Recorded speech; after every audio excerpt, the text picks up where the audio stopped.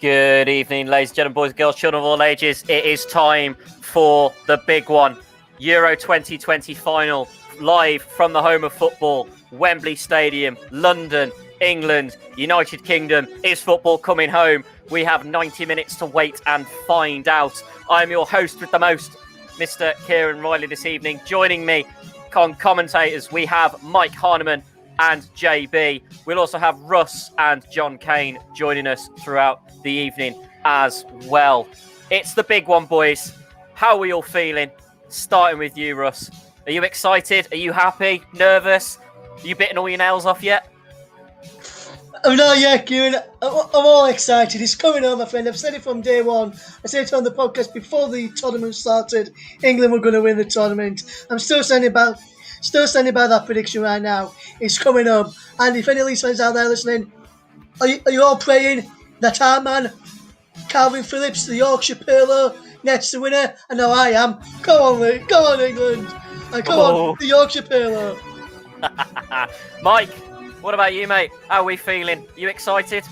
I've got mixed emotions at the moment, mixture of excitement and a bit of nerves as well. But I'm feeling good. I think England will go on and hopefully get over the line as well. Of course, these are a strong Italian side and a very good unbeaten run as well. But I think England might just do it, you know? Well, we'll certainly have to wait and see. JB, hello, good evening, everyone. My friend. Been a bit like what Mike's just said, really. A bit of nervousness, a bit of this and a bit of that, really. But excited all the same. I'm just looking at pictures of the crowd there. You can see Italian flags, green, white, and blue. I think green, red, and white. Sorry. And you've got the St George's flags as well. And it's going to be great. It's 70,000 inside Wembley tonight. It's a fantastic occasion, and this is nothing we've ever seen in our lifetime. And this is going to be a real spectacle, I think, tonight. But I'm going to back England. I think you've got to say England have got to do it. But it's going to be a tough test against a very tough Italian side. Oh, definitely. I definitely agree. John Kane, are you with us, sir?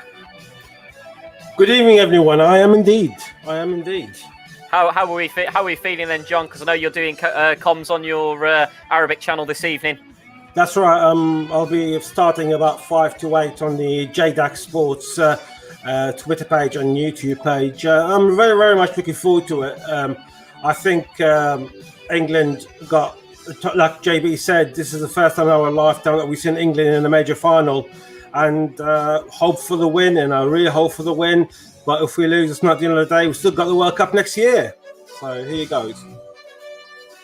Well, we'll certainly have to wait and see. We've got the team news coming up for you very, very shortly. But what I'm going to do is I'm going to let this finish playing out, and then we'll jump straight into the programme. So we will be back with you in just a hot second.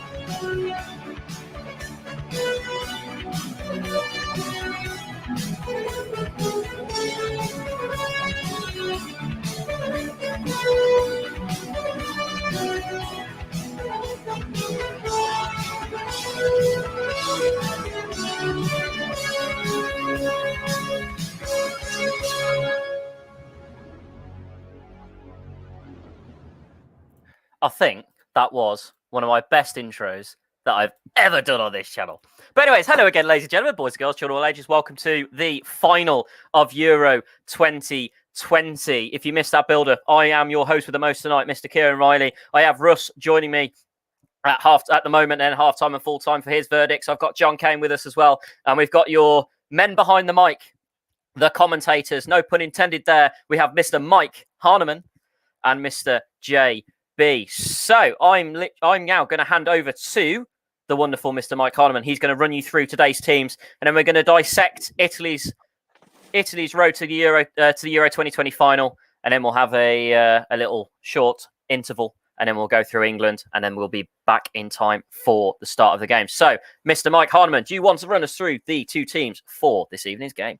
Will do, Kieran. Thank you very much indeed. So the Italians, the Azzurri, of course, start off with Donnarumma in goal, a backline of Bonucci and Chiellini, the two experienced centre-backs.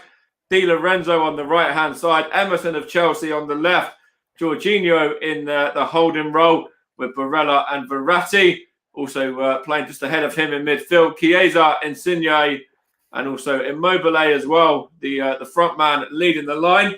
I'll run you through the subs as well. There's Sirigu, Locatelli, Belotti, Berardi, Pessina, Acerbi, Cristante, Bernardeschi, Bastani, Florenzi, Toloi, and Mere. And then as for England, the Three Lions line up with Jordan Pickford in goal, a back three of Kyle Walker, John Stones, and Harry Maguire. And then Kieran Trippier and Luke Shaw are the two fullbacks. And then we've got the midfield two of Leeds' Calvin Phillips and West Ham's Declan Rice. And then we've got Mason Mount, Raheem Sterling playing just off of Harry Kane. And then, of course, the England subs, Jack Grealish, Jordan Henderson, Marcus Rashford, Aaron Ramsdale, Tyrone Mings, Connor Cody, Jadon Sancho, Dominic Calvert-Lewin, Sam Johnston, Reece James, Bukayo Saka. And the final substitute for England is Jude Bellingham. As for the officials, we've got Bjorn Kuipers, the referee from the Netherlands. And alongside him is Sander van Rokel and Erwin Zienstra, who are also Dutch as well. Bastian Danker is the VAR, the German. Then Paul van Boekel is the VAR assistant from the Netherlands. Christian Gieterman and Marco Fritz are also assisting the VAR, both from Germany. And then the fourth official is Carlos Del Cerro Grande, I should say, who is Spanish. So, interested team selection. Well, I say interested team selection for England. It's basically the same, bar, I think, isn't it Trippier that's coming for Saka this evening? That's the only change so far, yeah. For the starting lineup, of course, going back to the back three, which, of course, the last time England had that was in the 2-0 victory over the Germans. And Connor Cody was yet to play in that game. I'm going to mention him a few times tonight. But anyways, what do you think of that team, mate? Strong, weak, average? Yeah, I quite like the size. When you look at the back three, I think the back three could potentially work. Kyle Walker can certainly do a job there on the right-hand side of the three. Kieran Trippier, of course, coming in for Bukayo Saka. We were just saying it off stream just a moment ago before we went live as well. I think Gareth Southgate has looked at that and he's seen, obviously, Kieran has won La Liga in Spain last season. So it's somebody else with a bit of a winning mentality to bring in. And then if you look at the bench, we've got a strong bench there that can be used with Sancho and Grealish and, Dominic Calvert-Lewin, Marcus Rashford as well. Of course, Phil Foden's unavailable due to injury, but there's still enough quality on the bench to come on and change the game as well. Definitely. JB, what are your thoughts on this team selection this evening? Not just England, but Italy as well. Well, I think it's a risk going back three. I've got to be honest, but Gareth Southgate. We've criticised him already in this tournament, and yet he's proved us all wrong. So, but I'm. Trippier, I'm a Burnley fan, as you all know, and I'm still mad at Tarky didn't make the squad, and as preference to people like Cody and one or two others. That's no dig anyway. But seriously, Kieran Trippier, I watched him at Burnley many, many years ago, and I think he credits Sean Dyche for the player he is today. Winning all those winning that titles last year with Atletico Madrid and playing well in Champions League and things like that. He is a superb player, and he will get up and down that left-hand channel. There's no doubt about that. I think he's a very, very versatile player, and he does look good. I am still a little bit bemused why Grealish is still not starting. I think this would have been a tailor-made game. I'd have no disrespect to Mount. I would have left him on the subs bench, started Grealish on the right, Sterling on the left, and I think that would have been my preferred front three. But we've got to trust Gareth Southgate. As for Italy, what you see is what you get. I think the one thing that they may struggle with is Emerson coming in for the. Obviously, Emerson's in there for the injured Spinazzola, who's been one of my players at the tournament, covering the games for the hub this year. They'll miss him badly, but you've got Chiesa who's starting to hit form, Immobile, and he's saying they're just three danger men. Jorginho and of course Emerson, they know the England players, having obviously playing with Chelsea. So this really is going to be a stern test. But 33 games unbeaten, Kieran, is no mean achievement. And I think as much as Spurning said at the start, it's coming home and all that sort of thing. We have to be very careful here. This is not an easy match by any means, and this will be a tough one. Mark my words.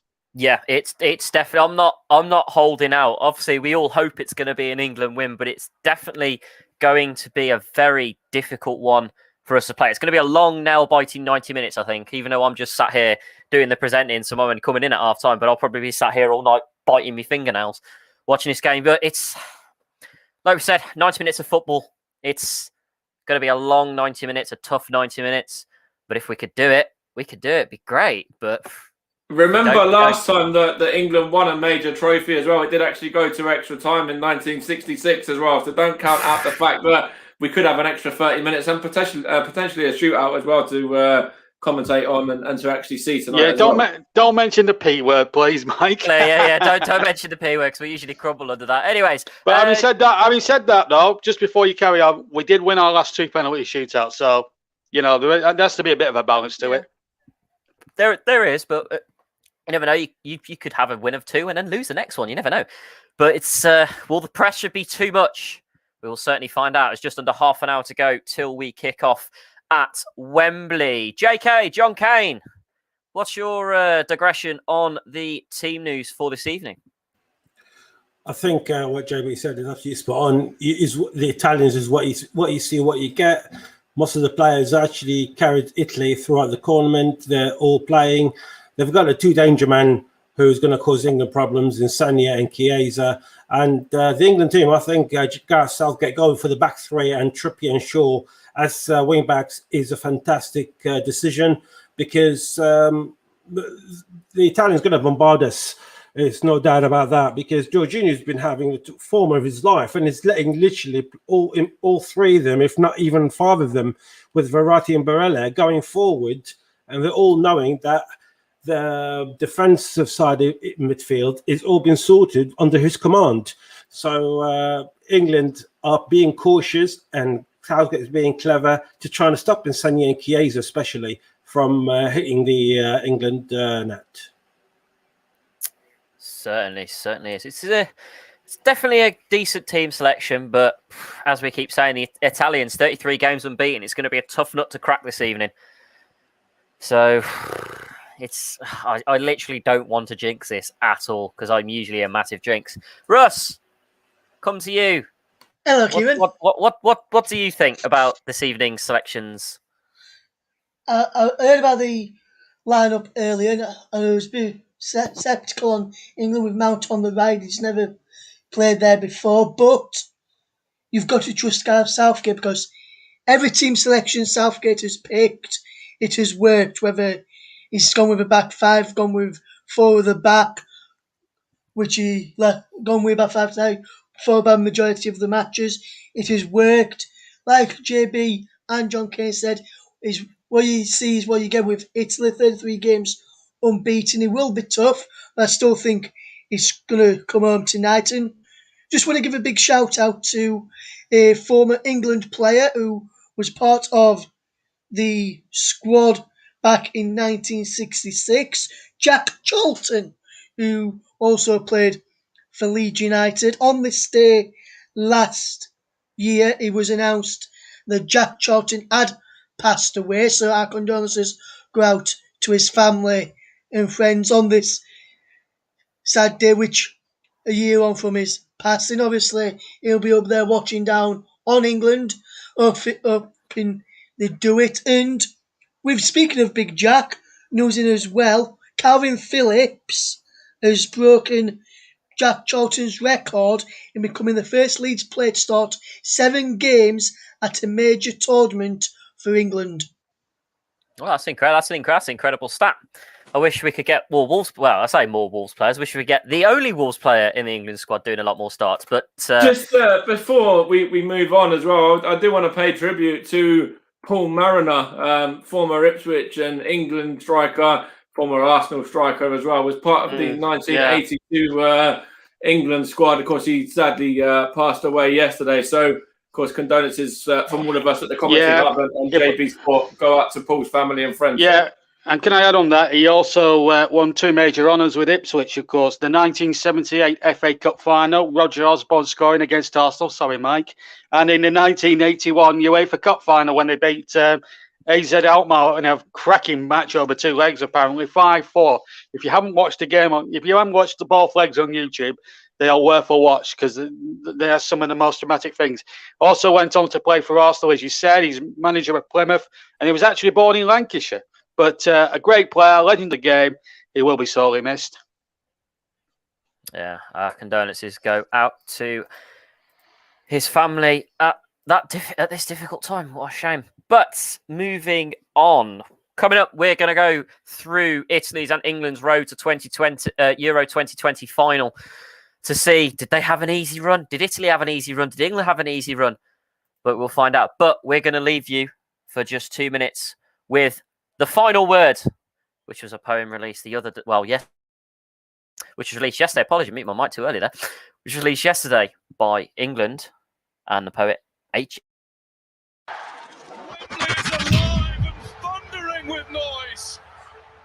Home sweet home. Made it here through sun and snow. We grown, we love to moan, but we can beat the odds, the bookie knows. Touched the field and shook the globe, the heart we had, the guts we shown. We wouldn't stop, we couldn't fold. 3 lions came here for the throne. The journey starts here. The first chapter in what England hope will be an epic tale. From the city centre to country roads, the spirit's strong and the love is shown. On every road is young and old, only thing we hope is coming home. 0-0 first half looking slow, the gaffer's written couple notes, said come back out, put on a show. Then Croatia got done at home. No stress when Pickford stood in goal. Walking down the wing, no running joke. Give it Phillips, quick touch and go. Then send it Sterling to put it home. Sterling! England's first goal of the European Championship. The Scotland game was looking close. Mount whipped one in, Stones hit the post. 90 minutes with no result, but the fans still sing to the songs we wrote. They thought we were down, but up we go, cause we ain't no strangers to bumpy roads. Came back stronger, they should have known, when Raheem got checked with a lovely goal. Does that, and it's headed in by Raheem. First place in the group secured, unbeaten, unbreached, unruffled. Germany thought that we couldn't cope, we tried to win, couldn't know. Kane's first goal left us full of hope, now that taste of victory is coming close. It's Grealish, it's Kane, England have a 2-goal lead.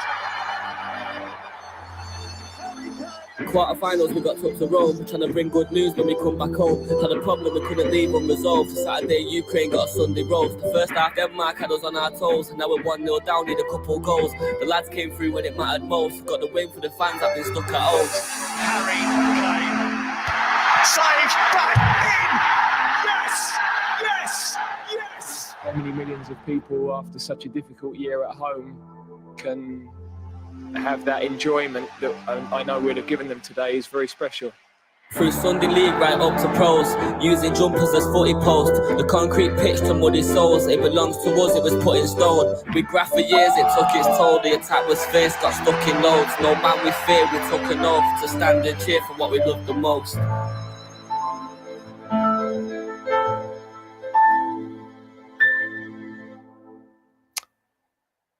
Very strong poem there, which obviously talks about our complete road to Euro 2020 final. But we'll start off with our competitors this evening. Italy starting off in the group stage. They have a fabulous 3-0 win over Turkey on match day 1. Following that, another lovely 3-0 win over Switzerland. And then on the final group stage match, they beat Wales 1-0, putting them top of the group, which progressed them through to the round of 16, where they met a strong Austrian side, where, unfortunately, they went down. The game ended 2-1 there. Austria did have a chance of coming back, but unfortunately, Italy held them off again. Moving on to their quarter-final against a very, very strong Belgium side, But Italy coming out the winners there. I think it was a last-minute winner. It wasn't a last-minute winner, actually. I thought that was the game with a last-minute winner, but it wasn't. But it was a very strong 2-1 victory for Italy there. Moving on to their semi-final against Spain, which was obviously covered here on the Commentary Hub. A very tense penalty game that finished 1-1 after full-time and extra time. And then Italy coming out the 4-2 winners on penalties in their semi-final game. So, what do you?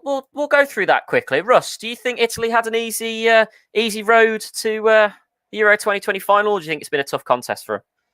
It's been a tough contest for Italy. Some big games in some big teams in there they had to face. Yeah, and in the way to the final, they've played where they've had to go to extra time twice, where that could play a factor late on them. You saw in that game against Spain in the last game, Kieran, as he went into extra time late on towards the end of extra time, and when they managed to take it to penalties, Italy began to tire and they were looking tired towards the end.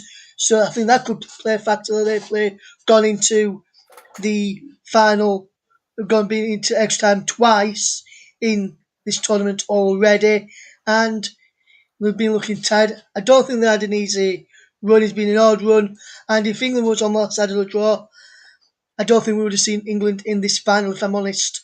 Tonight, I think Italy have had the toughest draw, but their defence have been a lot stronger. I know we're going to touch on England's side in a minute, Kieran, but with England, we've only considered one goal in the tournament. I think if it was on that other side of the draw, we'd have probably considered a lot been more than just the one goal, and possibly a lot more than the one goal that we have conceded in the tournament so far, Kieran. So I think Italy's side was the toughest out of the two.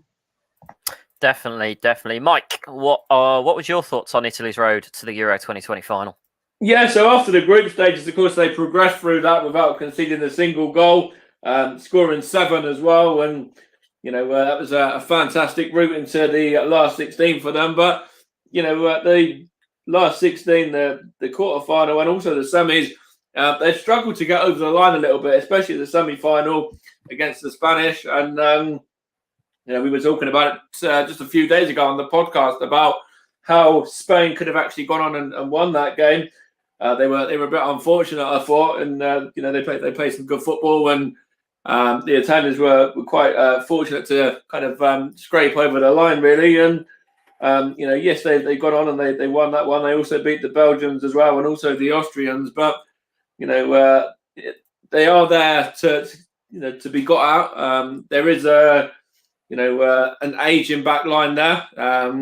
They're very experienced, but at the same time, they're also, I think, 36, 34 and 33, something like that, or 32, in regards to, some of their back line.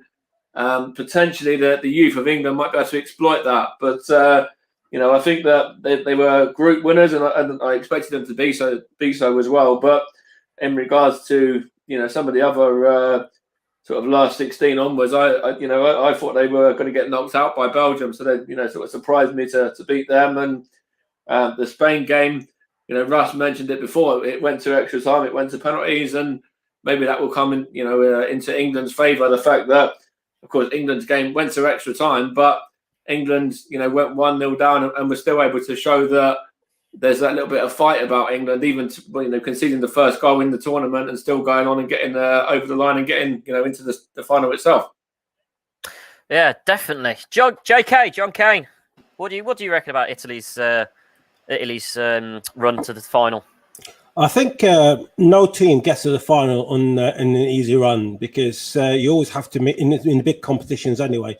Everyone has to come and beat certain big teams in any tournament, and the Italians done just that. And obviously, I mean, I spoke before about the England's run in general being, I know we're not talking about England, but the England run hasn't been pretty, but it done the job, and that's what we want. And the Italians done just that, but got a bit of a flow in coming in with that team. And I mean, after the first 3 games, people thought, well, is that Italian team really that good, or is it just the opponents are not that good enough? And they proved to be. They beaten Belgium, they beaten Austria. Yes, against Austria they struggled a bit, and against the Spanish, I thought the Spanish were the better team in that game. But at the end of the day, you have to keep your cool, and when it comes to penalties, and you have to take that chance.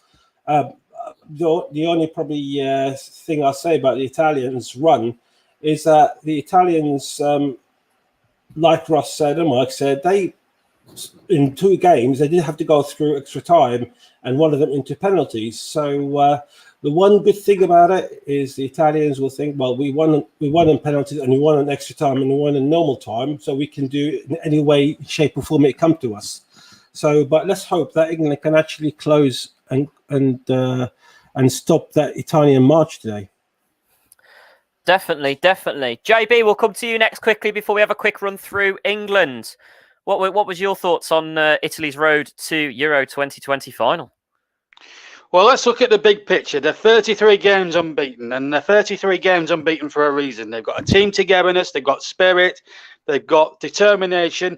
Now, the one player that they will miss in the final, which got them practically there, was Spinazzola, who obviously pulled up lane in the quarterfinals against Belgium. But the 2 games I covered, the one against Switzerland where they just absolutely obliterated them 3-0 when it could have been a closer game than it should have been. But they tore the Swiss apart, but that was in the group stages. They actually dominated large periods of the Austria match. Survived a goal from Arnautovic that got chalked off, quite rightly for offside.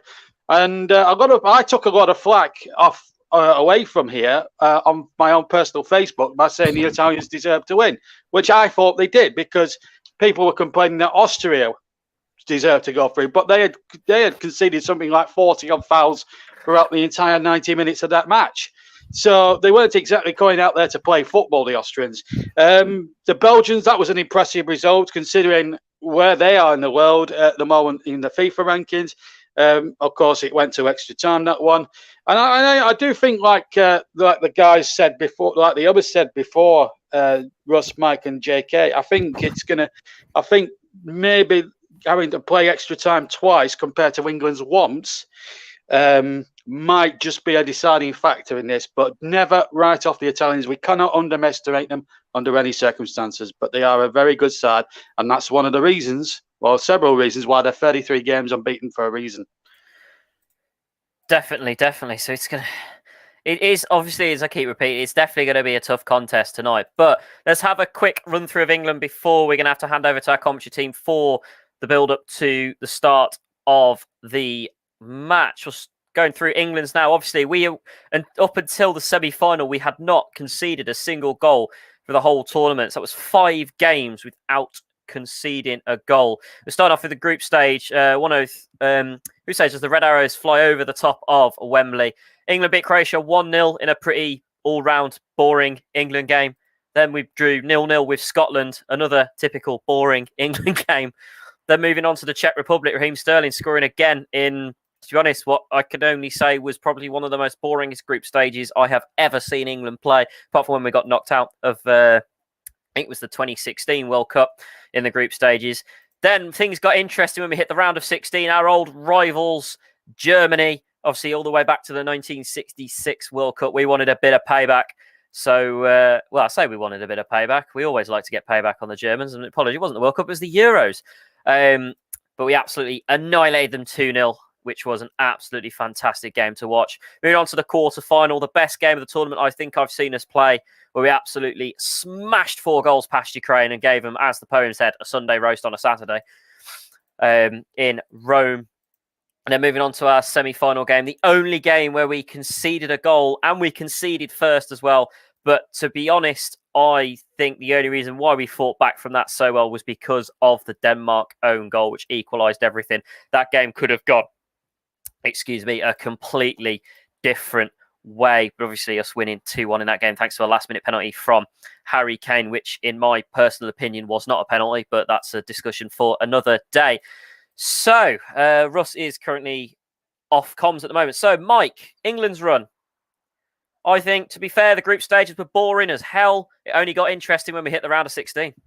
I think when you look at the group stages, I said England would go all the way and top the group, as we did. I thought we'd get maximum points, but Scotland came to Wembley and did a job on England and did it very, very well as well, indeed, to stop England on that day. And then, of course, going into the round of 16, Germany was a really, good result. I actually wanted the Germans myself as well, out of the sides that we could have had, and I was quite confident that if we had the Germans, we'd beat them, and I was proved right. Same with the Ukraine as well. I said we'd go on and we'd beat them fairly convincingly, as we did, and that was a complete team performance really from England, to the point where Gareth Southgate was able to bring on the likes of Jordan Henderson to get a goal and to rest a couple of players who were on bookings as well, and take them off. And then if you look at the last four, I mentioned it before in regards to conceding the goal against Denmark, and what a free kick it was from Damsgaard as well. Jordan Pickford absolutely no chance with that. But I think that when you look at it, we fought back really, really well. And in extra time in particular, we deserved to get the penalty and win the game. I did think the goal was coming anyway. So, it was a fantastic comeback. Really good, bit of play for the opening goal. And I think if Simon Kerr didn't turn it into his own net, Raheem Sterling would have putted it in anyway. But I think when you look at it overall, it's been a good route for England, and certainly the easier of the two. But we're still beating some good sides along the way as well. Definitely. Russ, turning to you now for England's run. I said the group stages were boring. It didn't get interested till the round of 16. But what are your thoughts on that? Yeah, I think the way we set up in the group stages, we set up to try and get through. I think initially we're looking to try and get second, because we would have had probably a better run through. But obviously we finished top and did well to finish top of our group.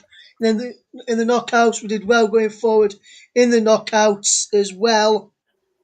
And I think the way England did well throughout the tournament is been fantastic. Only one goal conceded, and you can't really ask for anything more than that. And it'll be very interesting to see how we go for that one. JB and John Kane, quickly. We'll go to JB first. Very, very quickly, mate, as the teams are coming up very, very shortly. What's your roundup of England's run to the Euro final? In simple terms, first game, we did the job. Scotland game, we were feeble. Czech Republic were much better. The German game needs not be said, because we absolutely outclassed them in every department. We outclassed the Ukraine. We came into our own, and we showed some fighting spirit against the Danes to get us there. One point I will make is that Russ says we conceded one goal, but that was from a set play. We have yet to concede from open play. We've only conceded one goal from a free kick, so that is a statistic worth noting. Definitely. JK, very, very quickly before you have to go to your stream, mate. Your quick run of England before we hand over to our commentary teams. I think, like I mentioned earlier, the England run-in wasn't exciting, but it does the job, and in a day, that's what it counts. It definitely does. Right then, John, go and enjoy your stream. You can listen to John's stream on his channel in Arabic if you prefer the Arabic alternative commentary rather than English. John, just plug your channel quickly. Or has he gone? Oh, no, he's gone. But you can check it out on the Commentary Hub 2 or on John Kane's social channels. Which is JDAC Football. Go and check that one out if you want to listen in Arabic. Thank you very much, Mike. Oh, I've just had a message from me old man saying fairy tale ending, Stones getting injured and Cody comes on to score the winner.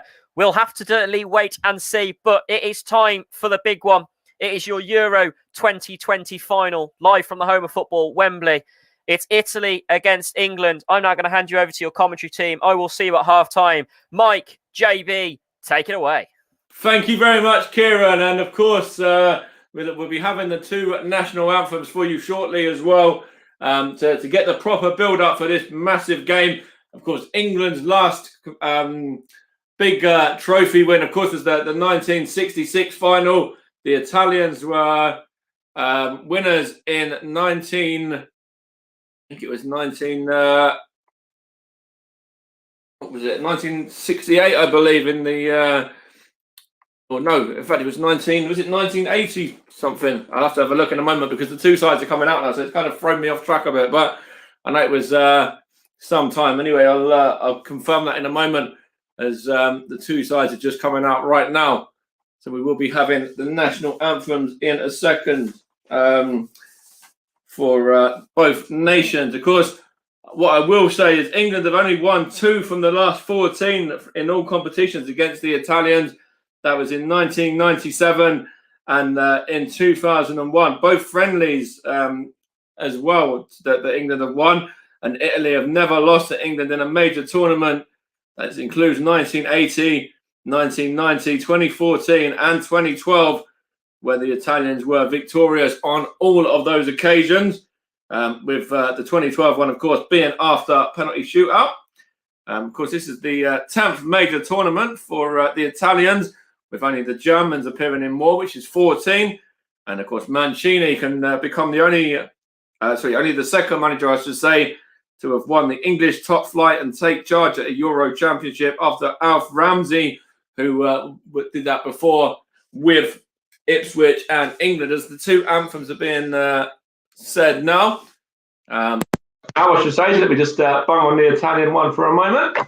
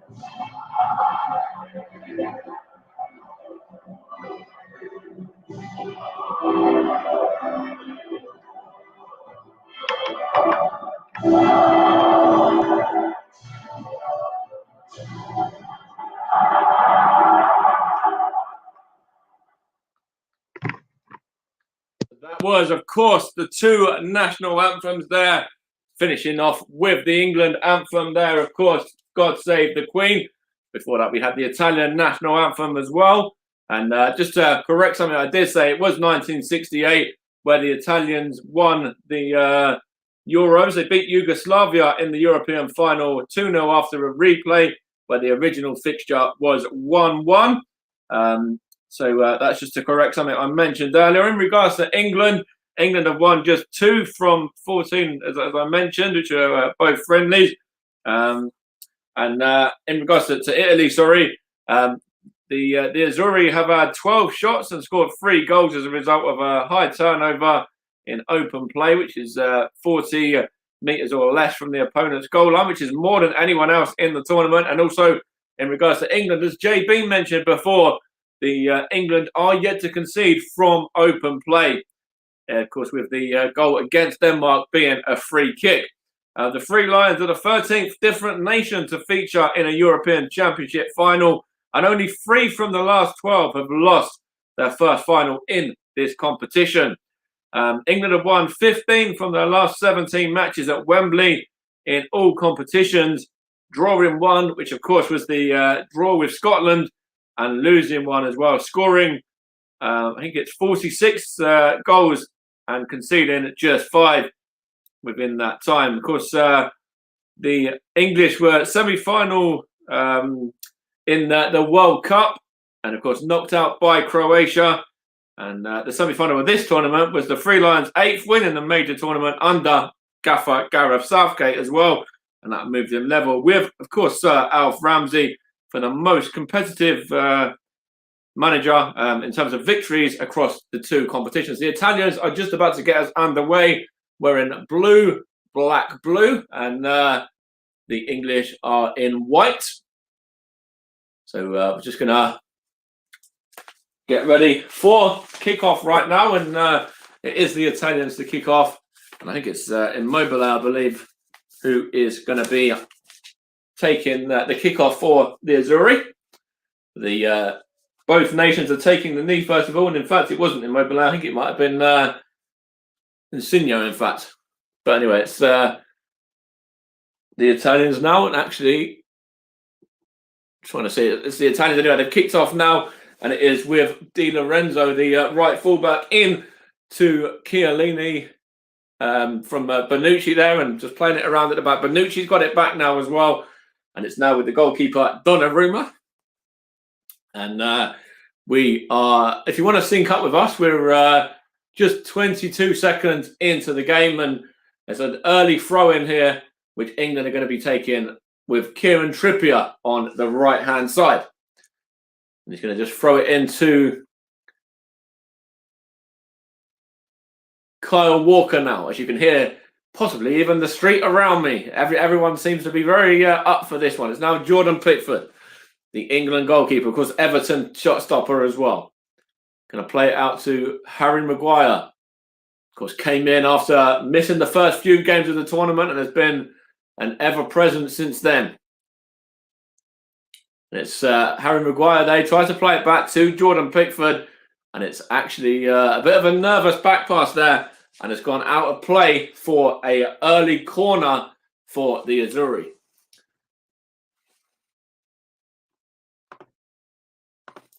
Of course, you're listening to the Commentary Hub and JB Sports. We're partners throughout the whole of this tournament. And it's Insigne now for the Italians. He's going to whip in this delivery from the corner now. And Chiellini's up there. Insigne whips it in. And it's well defended there by England. It's now Raheem Sterling. Now Mason Mount in possession. Goes back to Luke Shaw. Manchester United fullback, of course. Goes into the skipper now, Harry Kane, who's dropped deep. Going to switch it across to Kieran Trippier now. Got Kyle Walker on the overlap. Kieran Trippier whips it into Luke Shaw. And Luke Shaw fires it home. England have an early lead. And it's Luke Shaw, Manchester United fullback. I just mentioned him a moment ago. And this is exactly what England won. This is exactly what Gareth Southgate and his men won. Gareth Southgate, I'm sure, is going to be delighted now, as are the fans. You see so many of them jumping up around there.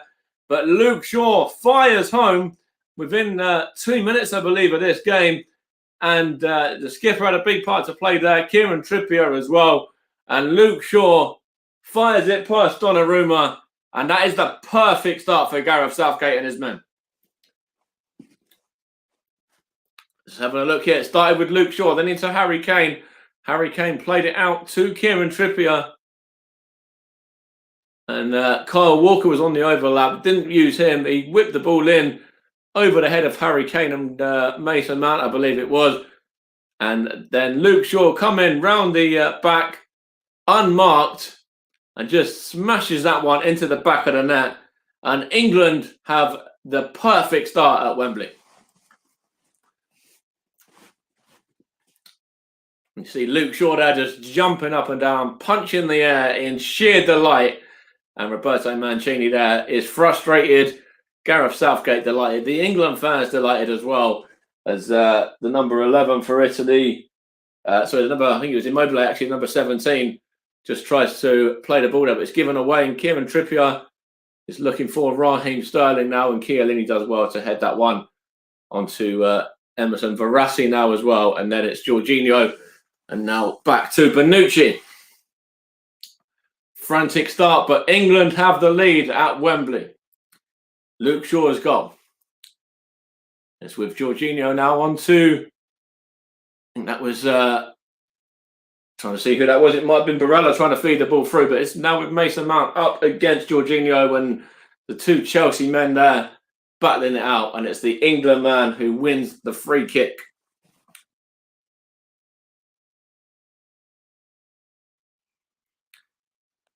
You see Jorginho there trying to G up his Italian side. But you can see already the crowd at Wembley are buzzing after that early goal from Luke Shaw. It's Harry Maguire now to take this set piece. Of course, the Manchester United man, just a few years back, I think it was about 2012, was playing League One football for Sheffield United. And of course, he also won the Premier League in 2016 with Leicester City as well. And I'm sure those experiences are experiences that Gareth Southgate will certainly count on in terms of these players with winning mentalities. And he's got a hell of a lot of them in this squad as well. It's with Donnarumma now. On to the number 6, Verratti. Just on the edge of the box. Goes out to Di Lorenzo. Di Lorenzo there is going to try and play it in to, I think that was Insigne, but it's knocked back to Verratti and now Bonucci. Into Verratti once more. There's Jorginho. Good play there by England. Calvin Phillips has gone through the back of the Chelsea man though, and does look like the referee has given that as a free kick, and it's with the Italians now on Emerson. Now it's with the left back Emerson again. Now on to Insigne. The Italians have got an opportunity here now, just on the edge of the box, but England are very well organised along the back. Now it's Chiesa. Of course, scored at Wembley in the semi-final against the Spanish. Good bit of play there from England, though, to get it clear. It's now headed up by Kyle Walker. Now Declan Rice wins it. Now Mason Mount. Bit of head tennis in the middle of the park. Now it's Chiesa again for the Italians. Is he fouled there by Luke Shaw? The referee says yes, he was. And the Italians have a free kick now. Just on the edge of the box. England goal scorer, the man to catch Chiesa there. Of course, a very famous name, Enrico Chiesa. His dad was also a famous footballer as well. So it runs in the family with the Chiesas. It's an opportunity for the Italians here now. Jordan Pickford just organising his wall. He's got Declan Rice, John Stones, Harry Maguire and Harry Kane in the wall. With, I couldn't quite see who it was, lying down to try and protect the low shot as well, though. And it's going to be an effort, a goal here, and it's over the top from Insigne. And it was actually Calvin Phillips, the man that was laying down to protect the low one there, but he wasn't needed, and neither was the hand of Jordan Pickford either, as the ball just whistled over the top of his England goal there. We've had about 7.5 minutes almost, and it's England leading by Luke Shaw's goal to 0. Coming after about 2 minutes of this game, and England in possession right now with Raheem Sterling. He's just won. I thought he was going to win the throw down. I think the throw's actually gone in favour of the Italians, which it did. And it's now Chiellini onto Bonucci, and now Di Lorenzo. Going to play the ball through, looking for the on-running Chiesa, and he was just shoved off the ball there, but the referee said it was actually very good defended by Harry Maguire, and no free kick has been given. So just panning on the England manager right now, Gareth Southgate, penny for his thoughts. That's for sure at this moment in time. It's Luke Shaw to take this throw in for the Three Lions. Looking to bring the Euros to England for the very first time. It's Harry Kane. Looking for Raheem Sterling. Raheem Sterling gets the ball there from an Italian error and wins a free kick there. I think it was Chiellini went through the back of him, and Raheem Sterling wants to take the free kick quickly, but Chiellini was just kind of trying to slow it down a bit there to stop the England man from doing so. And it's with Calvin Phillips now, Declan Rice out to Luke Shaw, and he's just won a throw there off of Di Lorenzo. And Luke Shaw is going to take this set piece now to throw in. You're going to look for the on-running Calvin Phillips there, who knocks it on, but it's a good header there by Bonucci. Got up well to head that one out of play for an England throw. England started very brightly, as you can imagine, with Luke Shaw take his goal taking the lead. Calvin Phillips, and it's whipped in by, I think that was Kieran Trippier, looking for Raheem Sterling, but good play from the Italians, who are playing quickly to get it out now. And there's a foul out by Kieran Trippier, I think, on the Italian man Insigne, I believe, that time. But that was England. Just Kyle Walker trying to put the ball through there to Kieran Trippier. And Kieran Trippier seems to be causing quite a few problems for the Italians on that right-hand side at the moment. Of course, it was down that side where the goal come as well. From right to left, with the right fullback setting up the left fullback, who buried it into the back of the net past Donnarumma. It's the Italians in possession now, looking for Immobile, and it's straight through to the hands of Jordan Pickford, who claims comfortably. He's going to just take a second there to bowl the ball out, looking for Luke Shaw once more. Luke Shaw, fortunately there, wins the throw-in off of Chiesa after a little bit of a miscontrol. And it's now a throw-in for England. You see the English fans there in full voice already. Of course, Wembley full for the first time as well in this major tournament. The Euro 2020 final, of course, delayed from last year due to the COVID-19 pandemic. It says a foul on Harry Kane now. The England skipper by Verratti. The Italian centre mid there, I should say. It was actually Barella there, would have probably given away a free kick otherwise anyway as well. But it's an England free kick now. Luke Shaw just having a word with Harry Maguire here now. They just show a replay on the screen in front of me of the goal again, and it was a beautiful finish from Luke Shaw as well.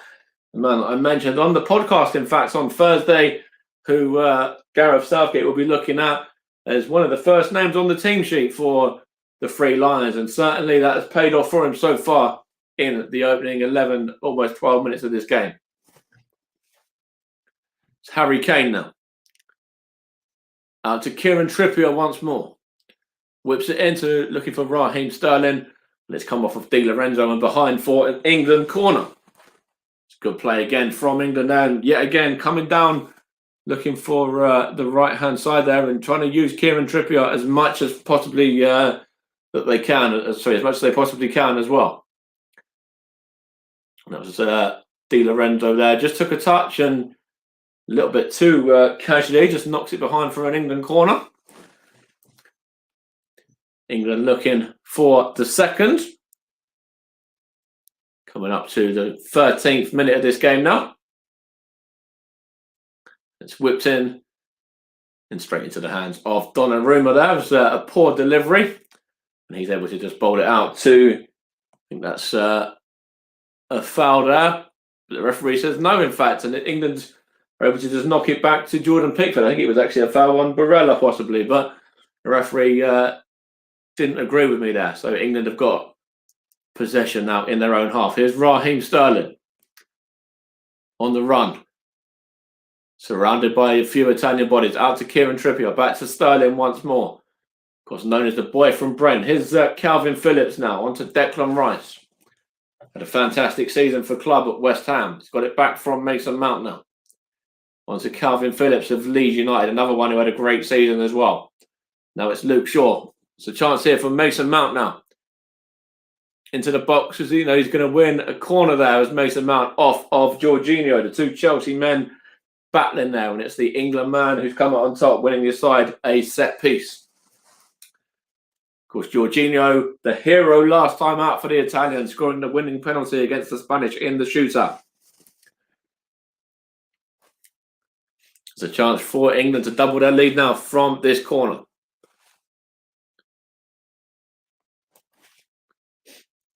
You see Raheem Sterling there, just getting in the way of Donnarumma there, trying to put him off as Kieran Trippier is taking this corner.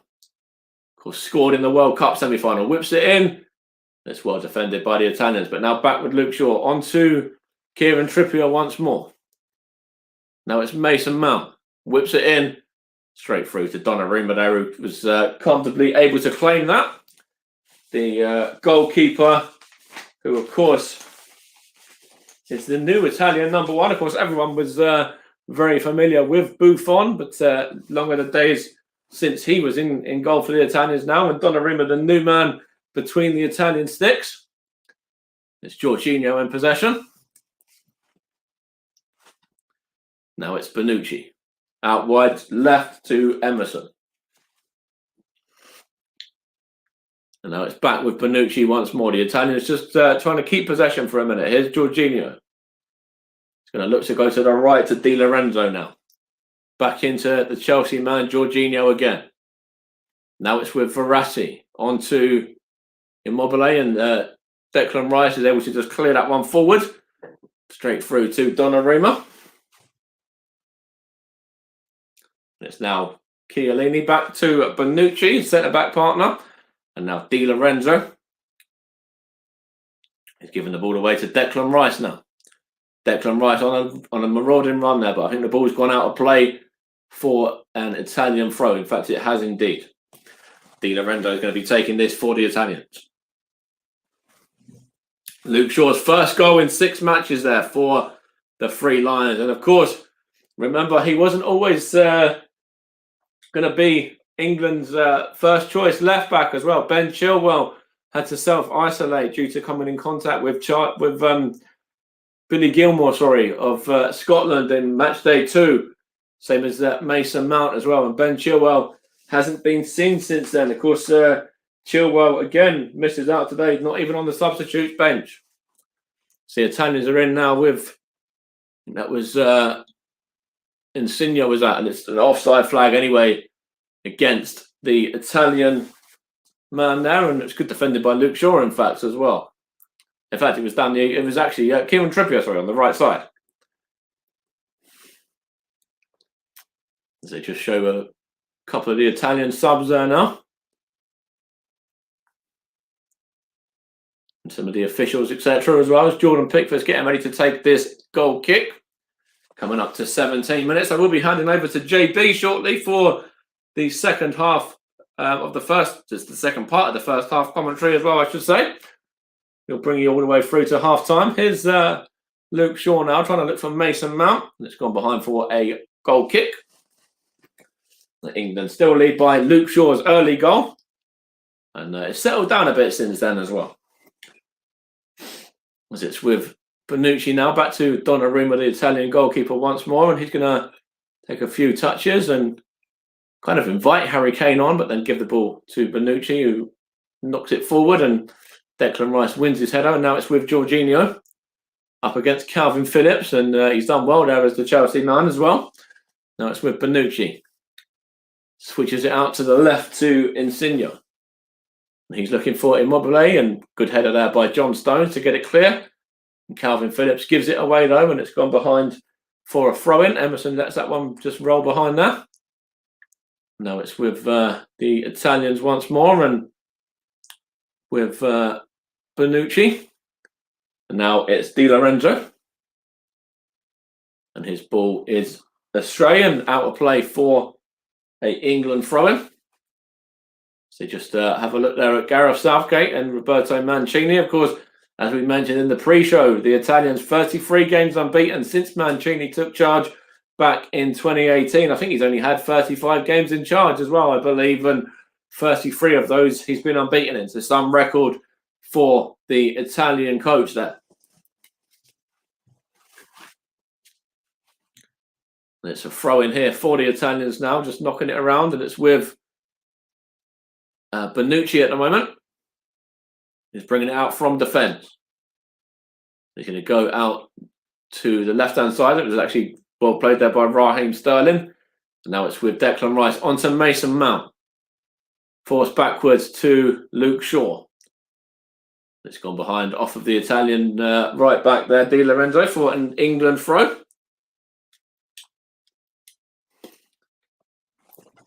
Now it's Luke Shaw to take this throw in. He's going to throw it into Calvin Phillips.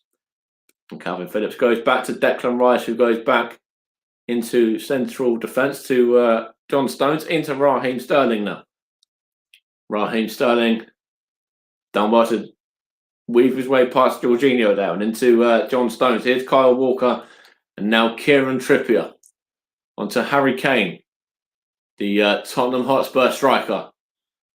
The referee has given a free kick there as well in favour of the England man against Jorginho Chiellini.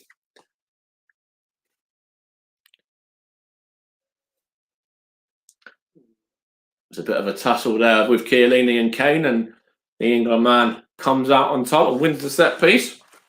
There's a good opportunity here for the English now to potentially get the ball into the box. And it's Kieran Trippier with the set piece.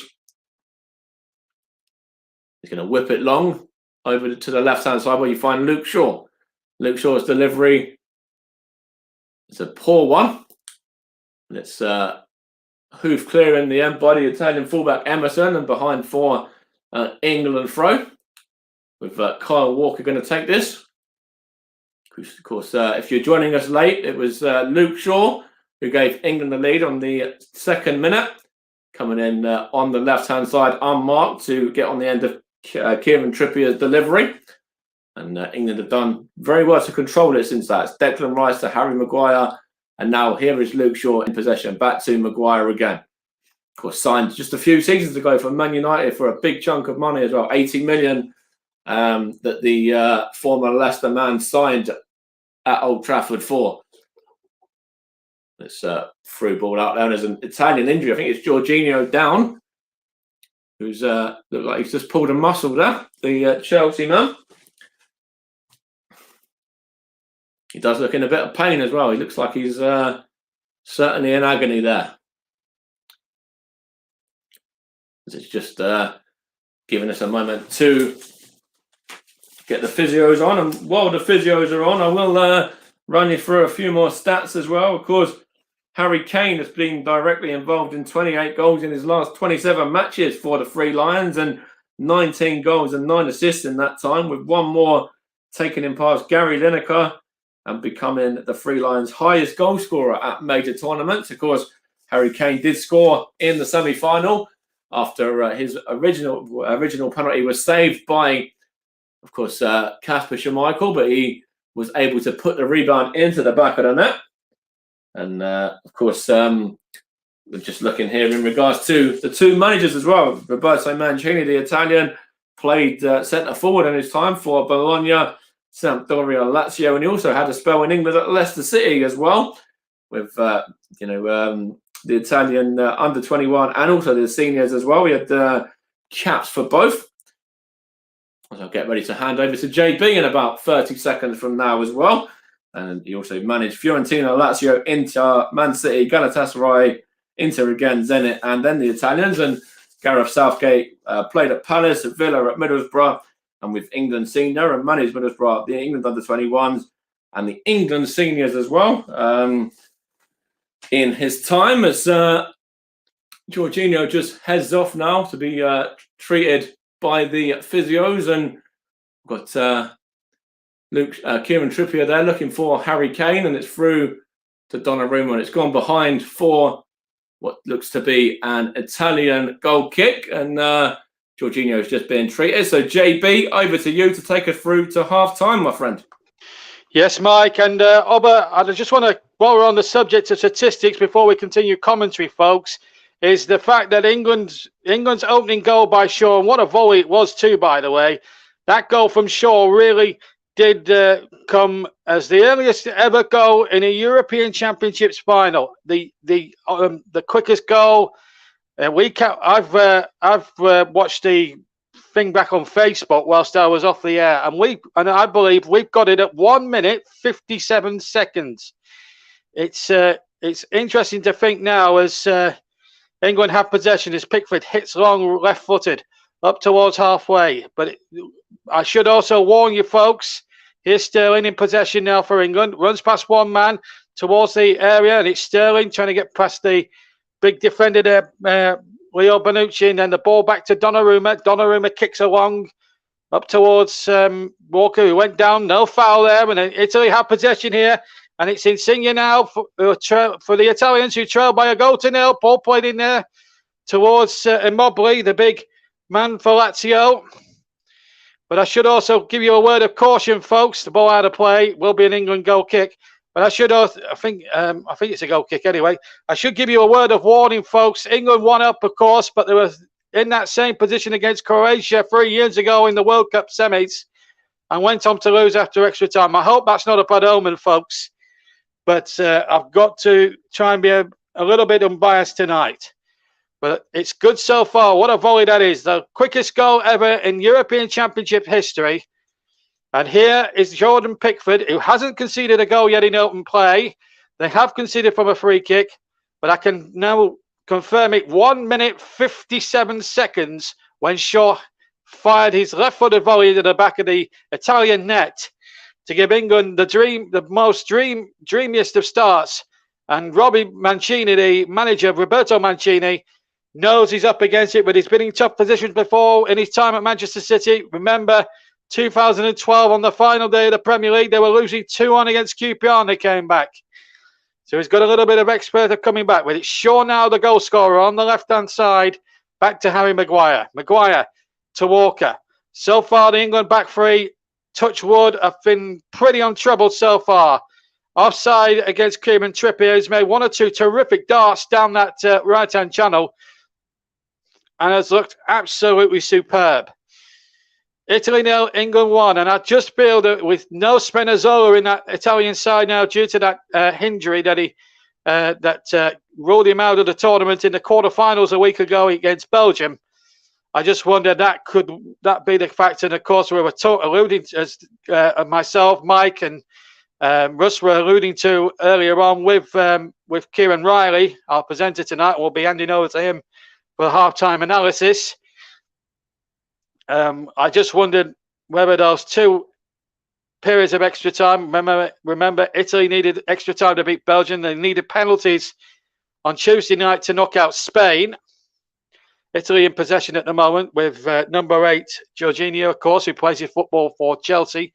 Right here in the capital, in fact. Here's Di Lorenzo. It's been a real surprise package on that right-hand side. He looked really solid whenever I've seen him, the Lazio man. He looks a really good prospect for the Italians. As they come charging forward, a speculative shot right-footed from about 25 yards out from Insigne that goes way wide of target, and it's a goal kick to England, and they'll take those all day long. England really giving him the opportunity to shoot on sight, but it wasn't troubling Jordan Pickford or the scorers for that matter. But it's a great moment for England. That Shaw's goal on 1 minute 57 seconds. I'll keep saying it. Quickest ever goal in a European Championship final. As the 1968 winners come charging forward, but Kyle Walker in there for England, appearing in their first ever European Championship final, of course. The previous final was a World Cup final right here on this, well, not in this very stadium, of course. It was at the old Wembley all those years ago, 55 years ago, and they won the Jules Rimet Trophy. That was only 12 inches high, as one famous commentator, Mr. Wolstenholme of Ken, alluded to back then. The trophy they're playing for this time round is the Henri Domer Trophy, and it's quite bigger than 12 inches. I think it's 4 times the size. Anyway, here's Harry Kane, the England captain, carrying it towards the edge of the Italian penalty area. He has to turn. He's looking for support. He's got it there from Trippier. Now the ball out to Shaw, the goal scorer. Shaw in possession. Back to Declan Rice.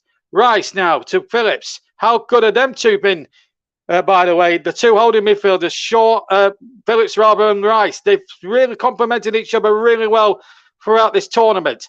And Mount tries to knock it forward, but he only finds Jorginho. And now Bonucci, who captained the side on 3 occasions during the championships when Chiellini, the regular skipper, was out for injury. Remember, he got the injury, of course, playing against Switzerland, not long after he scored a disallowed goal in Rome, you may remember.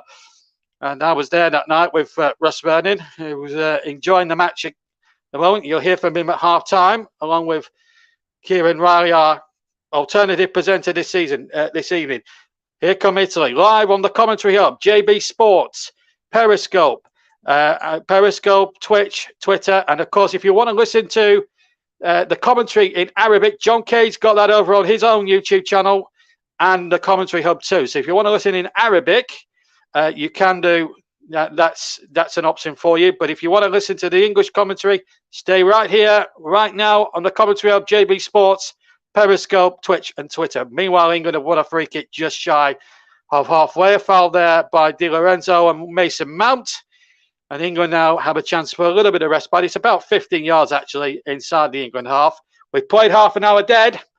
Italy 0, England 1. Shaw's goal on 2 minutes, although it's been timed at 1 minute and 57 seconds. I make it on by my watch at that precise moment. The quickest ever goal in a European final. Walker loses possession, but Sterling then wins it back from Insigne's advances, and he has to go backwards, and Stones will make sure this goes back to the goalkeeper. No, he plays it across to Maguire to the left-hand side. Maguire just stabs it there, and Chiesa was offering a little bit of hesitancy there with Maguire. But how good are those back three been for England so far? I thought it was a bit of a risk when I heard the team announced an hour or two before kickoff, and before I came on the air, I thought it might have been a tough test. But at the moment, England are passing the test so far with flying colours. JDAC Football is the Arabic channel. That's John Kane's own commentary. Mike's just informed me off the air. So if you want that, go to that channel, please. But if you want the English version, stay right here on either the commentary of JB Sports, Periscope, Twitch, or Twitter. We'll have you all there. And we're looking to exceed 5,000 we got for the semi-finals. As Italy comes charging forward, Rice cuts that out. Phillips loses it on the edge of the penalty area. Excuse me. Got a little bit of a croaky voice tonight. Anyway, here's Di Lorenzo now for Italy. Into Chiesa. Federico Chiesa, and of course, son of former Parma and Italy's Enrico Chiesa. And here is here's number 18 now, Barella, of Inter Milan. And now Chiellini, the captain, number 3. Remember, over 200 caps, the two centre backs between them. Over 200 caps between them. That is some record. They know each other's game. Both play for Juventus, Bonucci and Chiellini. They know what these sort of games are all about. They've played at the highest level for so long. They know it like the back of their hand. But their team are losing 1-0. The 1968 European champions and 4 times champions of the world are a goal down. And, of course, they finished runners-up in this competition in 2000, losing on a golden goal to France and David Trezeguet. And, of course, they were beaten comprehensively by the Spanish some 9 years ago. As Italy comes charging forward now, and it's a good ball out there. A chance here for Emerson to get the cross back, and it doesn't. Well, they claim it came off an England defender. Referee Bjorn Kuipers, who's a 38-year-old supermarket owner, disagreed with that decision, and a goal kick given as both Emerson and Kieran Trippier there just have a little bit of a conflab as the players take their positions for this goal kick to be taken by Jordan Pickford. Nice to have you with us on a momentous night, possibly for English football. Their first major final since the 30th of July, 1966. You know what happened then.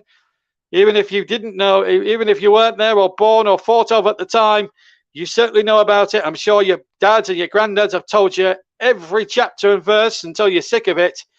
These England lads now are on the cusp, potentially, if they can hold this lead or maybe extend it, of making even more history. It's Mount inside the area, just couldn't get it through to Sterling. Otherwise, England would have been we would have been in heaven then if Sterling had got through there. England get the throw, although Trippier, well, Italy we're trying to look as if they were.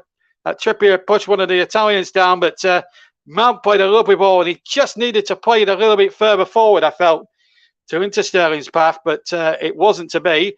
34 minutes of the game gone. We're inside the last 11 minutes now of the first half.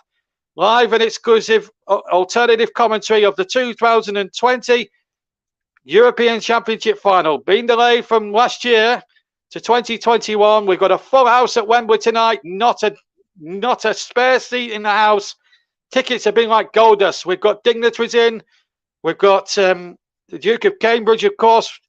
The president, of course, of the FA in tonight. We've got David Beckham. We've got several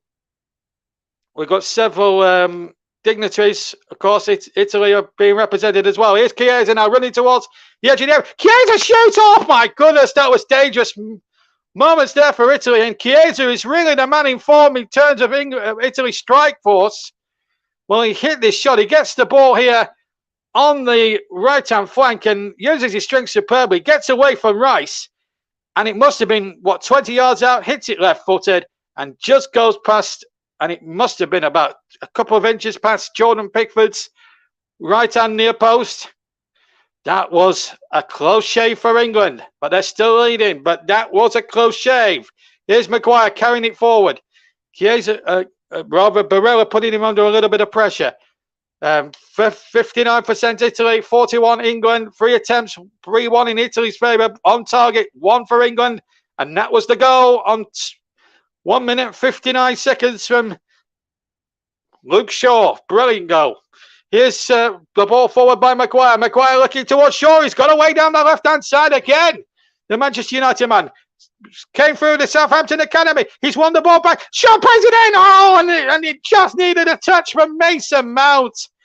And if he'd just got a whisker of a touch turn, it would have been 2-0 to England. Shaw again, certainly up there for the man of the match in my book. And Emerson got it away, but it just needed a little flick from Mount, and England would have been 2 goals clear and coasting towards half-time in a magnificent position. They're still in a good position. They're 1 up. Shaw with a throw in line with the 18-yard box on the left-hand side, on the near side. And it's out for a throw. Mount couldn't keep it in play. So, well, that would have put England in heaven if that had gone in. No doubt about that. I think we'll all need a break at half-time, quite frankly, Mike and myself. And you're listening to the Commentary Hub and JB Sports, Periscope, Twitter and Twitch. And if you want the Arabic version, you can go over to JDAC Football, where John Kane will give you that commentary in Arabic. But here at Wembley Stadium, if you want to listen to the English version, it's myself and Mike Harneman, your 2 commentators. Mike will be back with you at the start of the second half to start his stint again, and then I'll take over from the 67th minute in the second half. We've still got at least a good portion, we've still got a little portion of this first half to go. We've got about 8 minutes of the first half remaining, and they're disputing whose throw it hit. Jon Kuipers says it's an Italian throw, to the disconsolation of Harry Kane. It was a 50-50 shot, but I think the referee just about got that one correct. But England leading by a goal to 0. That's just been kept in play there by Insigne on the far side. He goes in from that side. In fact, he's been penalised for a foul there on Declan Rice. In fact, it was Emerson's rather. Emerson, I should say. Now, studs were up a bit, but it is very difficult because we've got a lot of rain at the moment here in London at Wembley. Pitch will be greasy surface, greasy ball. Will be difficult for goalkeepers. Donnarumma's had a couple of catches to make and was very confident in the Italian goal. Pickford hasn't had too many saves to make, and whatever his work has done, he's done it very well to his own ability. The flag has gone up there against Mobley, so a free kick it is to England. With 38.5 minutes just about played. And of course, keep your comments clean. Wherever you're listening tonight, please keep your comments clean and keep them on subject of the game. And of course, we are a family program, so we do have a lot of people of all ages, whether you're young, old, male, female, boy or girl, listening in to this commentary here tonight. As Pickford's kick, in fact, goes into no man's land, and it should cross the Italian byline for an Italian goal kick. And Donnarumma gets the ball quickly. The ball boys ever efficient here at Wembley tonight. 39 gone. And England leading by that second-minute goal from Luke Shaw, the quickest goal ever in European Championship final history. In 60 years of European finals, in these championships. That is the quickest goal ever scored. And I'm sure we'll have to go through the history books to find who got that one before, and we'll check that for you at half time. I'm sure one of our commentary team will have that stat in there for you. Meanwhile, there's a chance for Italy as Emerson have made a good run. He's not Spinazzola, is he? You know, Spinazzola was a very accomplished performer, and I think Emerson is looking a little bit of sort of a fish out of water with Emerson. With Spinazzola out there. It's not his fault, of course, but Mancini just didn't have that option. I think if Spinazzola had been in that Italian side, I do believe it would have been a far different ball game than what we're seeing now. But England, to be fair, are beating what's in front of them, and they're doing really well. They've kept Italy at a premium. Just a one shot from Chiesa that went wide. Of course, Enrico Chiesa played against England in that 1997 World Cup qualifier in Rome. Free kick has been given to, what's he given here? Is it Italian free kick? Yes, it is.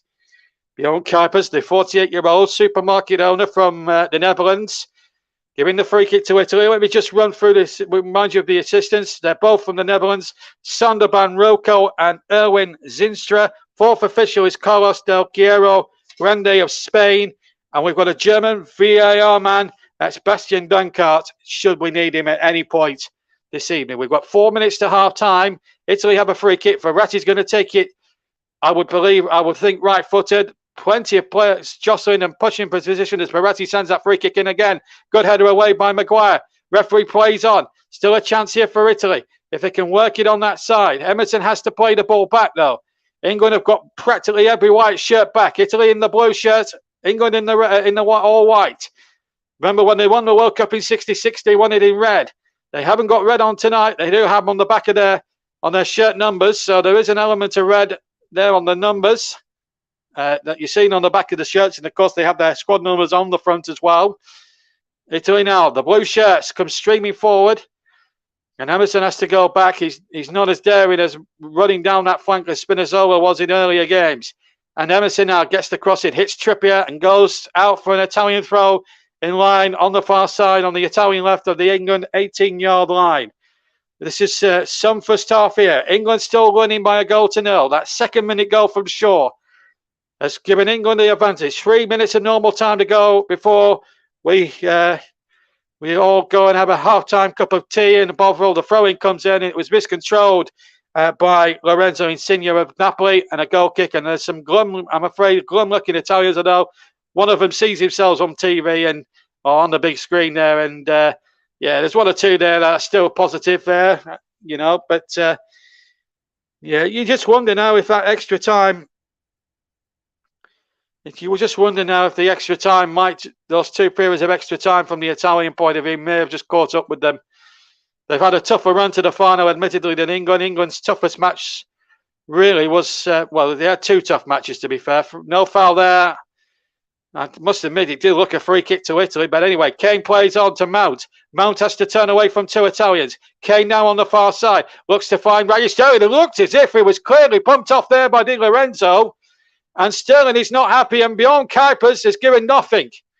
That might be very controversial indeed. We'll have to look at a replay. And VAR will obviously get involved. But I don't think anything else is going to come of it. No handball against Declan Rice as the Italians try to break. Here's Rice now. Bundling down the left-hand side, and he's running about 30 yards with the ball. And he tries to lay it into Sterling, but he lays it behind him. And Declan Rice, in fact, wanted a foul there, but the referee, Kuipers, said, no, get up and play on. It looks as if Kuipers' mantra is to just play on at every opportunity and let this game flow, which, in fairness, can't be a bad thing. We're coming up towards the final minute of the first half. We've got about 1 minute and 10 to go of normal time. We might even get a bit of stoppage time, but in recent knockout games, we've not had much in the way of stoppage time at any of the end of them. Here's Insigne now for Italy. Remember, England leading by a goal to nil. Shaw the goal scorer. Insigne keeps it in. Verratti's there too. Chances here now for Italy. Can they force a goal? Emerson's inside the area. Comes to Chiesa now. Edge of the box. 45 seconds of normal time to play. Here's Barella of Inter Milan. Back to Di Lorenzo of Napoli. Now Bonucci. Leo Bonucci now finds Marco Verratti of PSG. 30 seconds plus stoppage time to play at the end of what's been a frenetic first half. And I'm sure there'll be plenty of talking points with our two halftime pundits as the ball comes in there towards Trippier, who bangs it away. And I'm sure when Kieran and Russ take over for halftime, they'll have so many talking points to discuss and dissect. We've played now the 45 minutes. There's going to be 4 added at the end of the first half, presumably for that injury earlier as Mike Arneman was handing over to me. This is JB, John Stuttard, in the commentary box for the rest of this first half. We're into 4 added minutes, for which we've played 15 seconds of that 4 minutes so far. Gareth Southgate's men are a goal ahead. Luke Shaw on 2 minutes, just shy of 2 minutes, giving England the most dreamiest of starts. 55 years of hurt could be banished tonight, but England have to stay disciplined. They have to stay switched on. That next 50, if they can see out the next 3 or 4 minutes and get to halftime, then Gareth Southgate will have to have will have to give the halftime tea talk of his life. A man who over a decade ago was relegated with Middlesbrough has rebuilt his reputation as a manager here this evening. A chance here for Italy. The volley was blocked. And Italy now, Verratti tries the shot and well held by Jordan Pickford. Although Verratti hit that left-footed shot quite tamely. But just for a moment there, Italy look as if they were going to get the equaliser. Good crossing from the right-hand side. And the volley came in. It was, I think it was a Mobley who struck the volley right-footed. And the England defender got in the way. It may have actually been Harry Maguire or John Stones, one of the two anyway. And England still, hooker by crook, lead this football match, this European final. Here's Rice now going down that left-hand side, goes down a blind alley with 2 Italian defenders that see him out, but it is an English throw midway inside the Italian half. And Shaw's going to take it. The left back, the goal scorer of the England first goal, a superb half volley from close range, giving England a terrific start. It cannoning off the left-hand near post to give England that dream start. Here's Kane now, tries to find Calvin Phillips, but he's lost it. And Mobley now picks the ball up. Now, a chance for Emerson to get the ball forward. It comes off another Italian, and it favours Manchester City's John Stones, who came up, who, of course, came through the Barnsley Academy, then went on to Everton, made his name at Goodison Park, and then got himself a big move to Man City. Took him a couple of seasons to fit in with everything that Pep Guardiola was trying to do at the Etihad, but he's had a good couple of years. He's come back to the player that was showing great promise in his Everton days, and now England are reaping that benefit. Here's Luke Shaw now for England. Former Southampton youngster finds Mason Mount into Sterling. Sterling now can't find Kane, and Italy just got enough numbers back and just got a foot in there. We're inside the last minute and 15 of the 4 minutes. Italy now charge forward. Phillips stops Chiesa. The 2 14s colliding. The 2 opposite numbers collide. But Italy still have possession. Emerson keeps it in. Finds Insigne. Insigne now goes back to Chiellini, who finds Bonucci. Who doesn't find Bonucci. It's Jorginho, I should say. Now it's Emerson, his Chelsea colleague.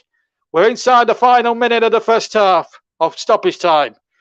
And I think we'll all need a cup of tea, a cup of Bovril, or a cup of Oxo, or a can of Coke, or even a beer. After all, this shot comes in. It's a very speculative effort, right-footed, and a goal kick. I think it might have been Bonucci, the centre-back. It was a very speculative shot, and it was a typical, shall we say, a centre-back sort of finish. Well, there's 1 or 2 Italians still smiling at the moment. Roberto Mancini, hair locked back, rain-soaked hair. Looks as if he's aging a little bit now, Bobby Mancini. Still a great manager, still a class act. Remember, Italy came into this game 33 games unbeaten. We're inside the last 10 seconds, I should say, at the end of the 4 minutes here at the end of the first half. JB, John Stuttard, in the commentary box for the commentary hub on JB Sports. Ball breaks here on the halfway line for Italy. Are we going to see one last attack, or is Bjorn Kuipers going to bring it to a close? Bjorn Kuipers does bring it to a close, and England get a standing ovation.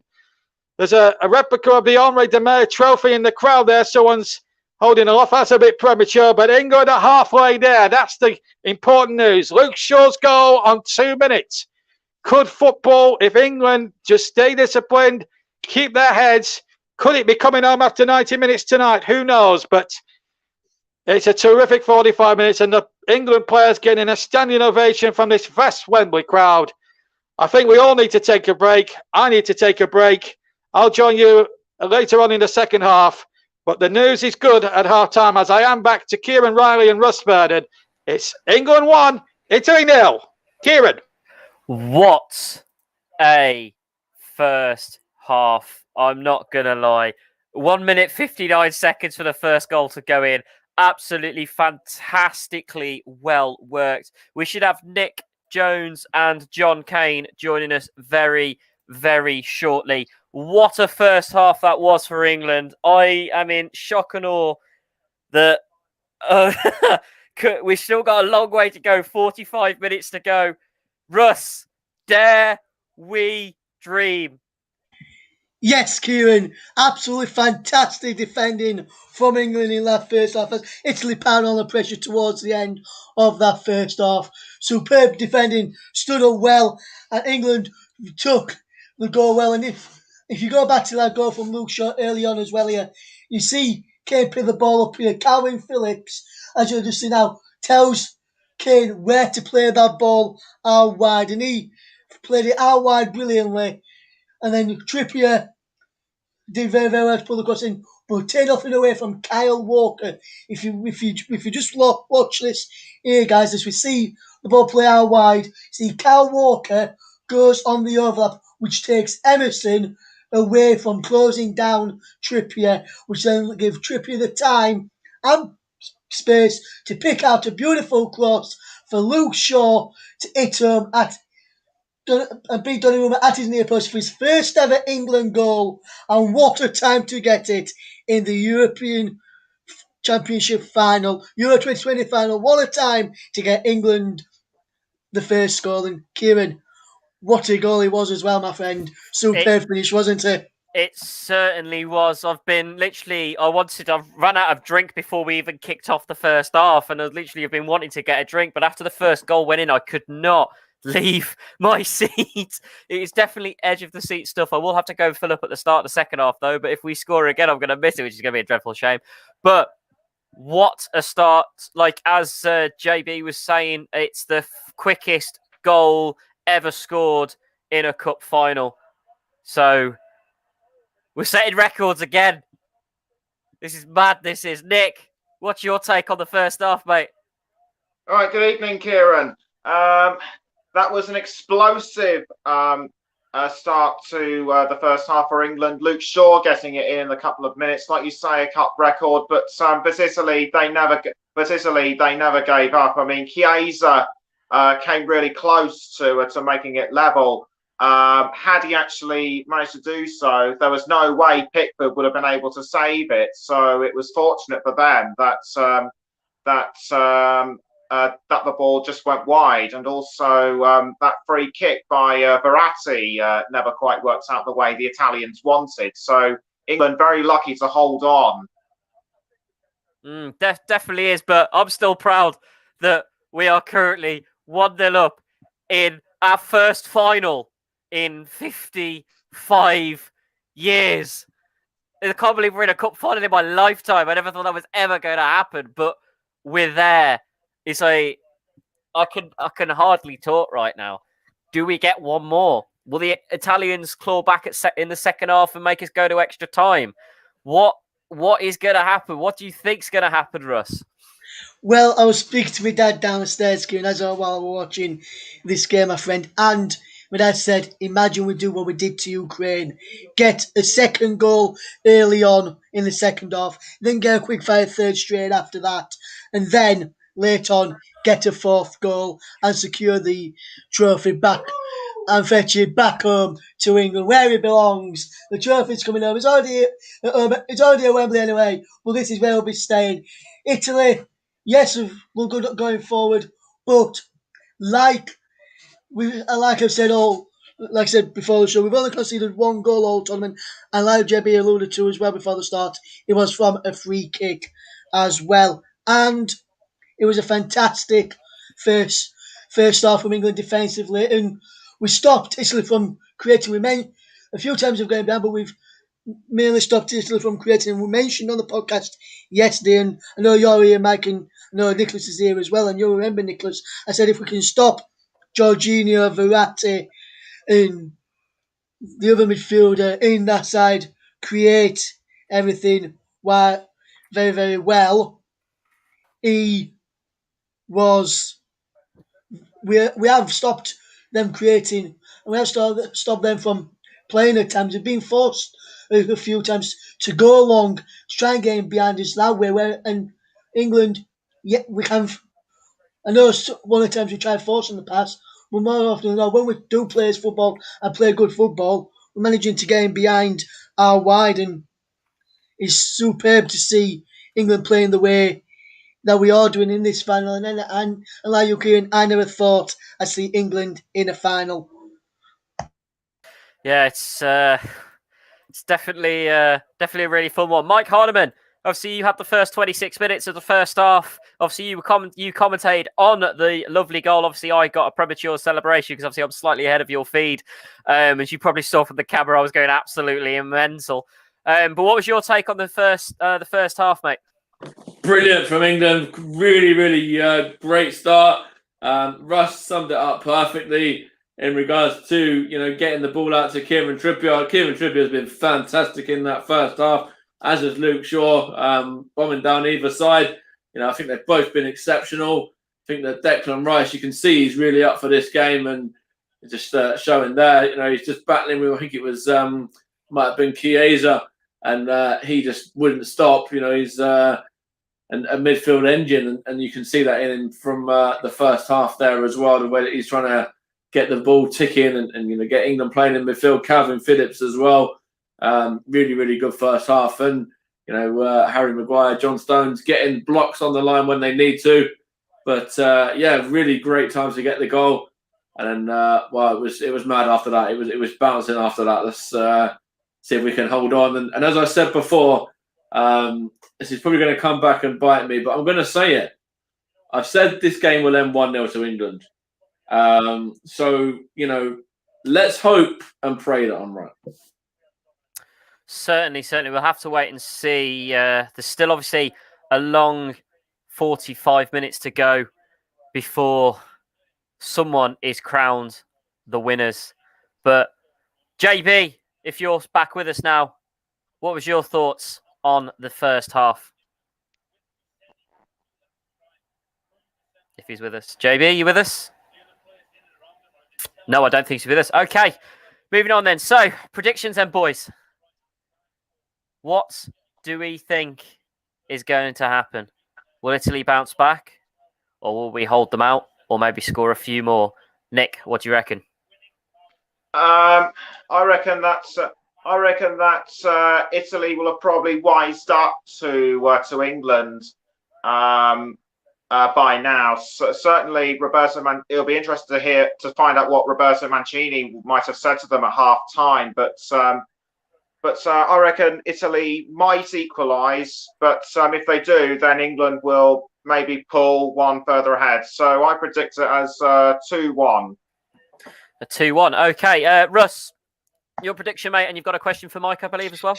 Yes. So first of all, I reckon it will be 2-0 England. I reckon we'll get another goal in the second half, and I'm hoping and praying it's that man who plays for Leeds United, Calvin Phillips, does get it. But if he doesn't score, I hope he gets an assist. And a question for you, Mike, is a lot of times for Tottenham, I know you're not a fan, but a lot of times for Tottenham and what you've seen in the Premier League, Harry Kane always drops steep, and he's doing that again tonight. Do you feel in the second half, if he continues to do that, it will continue to cause Italy problems and maybe drag out Chiellini and Bonucci to leave the space for the likes of Mount, Sterling, and maybe Rice or Phillips to get in behind and cause Italy a few more problems? Yeah, I'll answer that now, 100%. I think that Harry Kane has had a really good first half. As you said there, he's been dropping deep and winning the ball in areas where you probably wouldn't normally expect him to be. But I think that that's really worked in England's favour in the first half. And I think, when you look at the second half, the Italians are going to have to go for it the longer it stays at 1-0 as well. And then that could be, potentially where England go on and get the second, as you've mentioned, and hit Italy on the counter attack. And if they're able to sort of defend as well as we have in the first half, then that could potentially be where the game's completely won. And don't count out Italy by any stretch of the imagination. Remember, they've been in these positions before where they're 1-0 down. They've had plenty of attempts at goal as well. I know they've only had the one on target, but they are 33 games unbeaten, Roberto Mancini's men, and there's still a long way to go yet. And whether it's 45 minutes more or 45 minutes plus, in regards to extra time, etc. But I think that the longer this game goes on at 1-0, then that could certainly play a part. Yeah. Okay, thank you very much, boys. We can't be that much far away now from the second half. It's going to be a nail-biting 45 minutes for England. Well, it's going to be a very nail-biting 45 minutes for every single person watching this game across the UK and globe. I wonder if Europe are against us this evening, but we've got the fighting spirit of the Three Lions. We are the 12th man behind everything. And Russ, you have a question for me, sir. Yes, please, go ahead. Kieran, you've asked myself, you've asked Nicholas, you've also got Mike's score prediction for the second half and the final score. Kieran, we've now got yours, mate. What's the final score going to be for you? Will England going to hold Italy out and get the job done with a clean sheet like I'm predicting? Or do you reckon Italy will score in the second half, but then England come back and score like Nicholas is predicting it? He's going to 2-1, I'm going to 2-0. What's your Mike's going? Mike said he's hoping and praying he stays at 1-0. What's your score prediction, Kieran? You know me, Russ, I don't do scores anymore because they're never right. They're usually going in the wrong direction. And I say one score and it turns out being the opposite way around. So I won't give a score, but touching the wood all over my desk, looking at every bit of part of my desk, it will be an England win. I'm not going to say by how much, but I'm going to say it will be an England win. And what I really want to say that Conor Cody will come on and get a winner, but that's highly unlikely. But we'll have to wait and see. Oh, we've had a comment from Chris. I'm going to have a quick look through Facebook and YouTube comments. We've got Chris Ferguson saying he's listening from Upper Hutt in New Zealand. Come on, England. And he's also put, sorry, guys, didn't realise that New Zealand was a dirty word. I guess you're still a bit about the Test cricket final. Cricket's not my sport, mate. I'm not bothered about that. All I care about is the Three Lions and football and the Three Lions at rugby. Ewan McTire says, come on, England, it's coming home. Still a big 45 minutes to go. We're going to have to wait and see what happens. It looks like there has been a few riots outside the stadium, fans trying to break into the England ground and be kicked out, which I think is a little bit disgraceful. Hopefully they'll get fined and banned for that.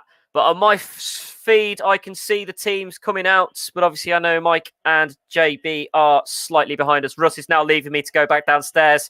Russ, enjoy the second half, mate. We'll talk to you at the end. So, Mike, JB, a tough 45 minutes for England. Will they hold out? Will they win? We'll find out here live on the Commentary Hub. Don't forget, you can follow us on Twitter at Commentary Live 1. We are live, obviously, on YouTube, Mike Honeyman's YouTube. We're obviously live on JB Sports as well, the Commentary Hub on Periscope, and obviously on Twitch as well. If you want the alternative Arabic commentary, you can go across to JDAC Football on Facebook, JDAC Football on YouTube, or the Commentary Hub to our sister channel. And we have the alternative Arabic commentary on there as well with Mr. John Kane, who hopefully may be joining us at full time. But it's time for me to shut up. 45 minutes to go. Come on, England. Mike, JB, second half, over to you. Thank you, Kieran. The two sides will be coming out shortly. Just a little bit prematurely. They haven't actually come out as of yet, but just gives me time to run you through the two sides, and we will let you know if there are changes as well for the second half. But the Italians started off with Donnarumma, Bonucci, Chiellini, Di Lorenzo, Emerson, Jorginho, Barella, Verratti, Chiesa, Insigne, and Immobile.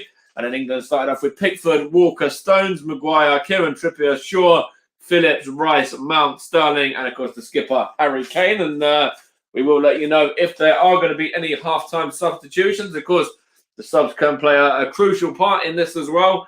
When you look at the names on the bench for both nations, of course, Belotti for the Italians, Pessina scored a couple of goals as well.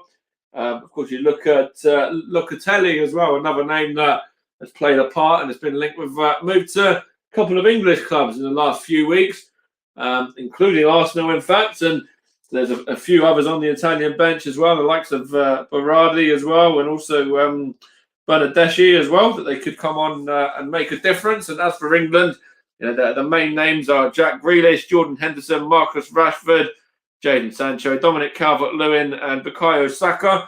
They could potentially come on and have an impact in this game. Of course, they're not counting out the likes of Conor Cody and other names there as well. But we will be underway again shortly. They're currently just still awaiting the start of the second half. But, of course, the officials, I'll run you through those as well. They haven't been needed too much so far, which is always a good sign, because we haven't needed VAR, which I'm sure that will play a part, hopefully in England's favour in the second half. Not to be biased, but obviously we are an English channel. But the referee and the assistant, and the officials are Bjorn Kuipers of the Netherlands, Sander van Rockel of the Netherlands, and also Erwin Zinstra of the Netherlands as well. VAR is Bastian Danker of Germany, and Paul van Bockel of the Netherlands, Christian Gieterman and Marco Fritz, all German, those last two, and Carlos del Cerro Grande of Spain is the fourth official. And of course, a couple of stats in regards to past meetings as well that I didn't touch on earlier. The Italians have won it 11 times, and then there's been 8 England wins and also 8 draws as well. So the Italians have come out on top the majority of the time. The last 2 meetings, in fact, were both 1-1 draws, and the time before that, the Italians won 2-1 in the World Cup in 2014 with Marchisio giving Italy the lead that day. Daniel Sturridge equalising for England, the former Liverpool man, of course, and Mario Balotelli, remember him, scoring Italy's winner on the 50th minute. Of course, another one that played at Manchester City as well. In fact, I think he might have even played under Roberto Mancini, I believe, as well. And of course, we mentioned earlier in regards to how it was done with the Italians, 33 games unbeaten. But in this tournament, had a fantastic run in, beating the Turkish, beating Switzerland, beating Wales to go through the group without even conceding a goal and getting maximum points, and then beating Austria in the last 16 and Belgium in the quarters before, of course, the penalty shootout victory by 4-2 against the Spanish. After that one ended 1-1, of course. And then as for England, of course, the first game was a 1-0 victory over Croatia, then a 0-0 with Scotland, then a 1-0 against Czech Republic. So that saw England go through with 7 points. And then, obviously, the next round after that was the victory over Germany. Goes from Raheem Sterling and Harry Kane on that occasion. And then, of course, the game after that, the quarter-final, was the game against the Ukraine when England went and won 4-0. That was, of course, played out in Rome in Italy with goals from Harry Kane getting a brace and Harry Maguire as well. And then Jordan Henderson, the other man on the score sheet on that occasion. And then, of course, in the semis, England were 2-1 victors over the Danes, of course, who took the lead in that game through Mikkel Damsgaard.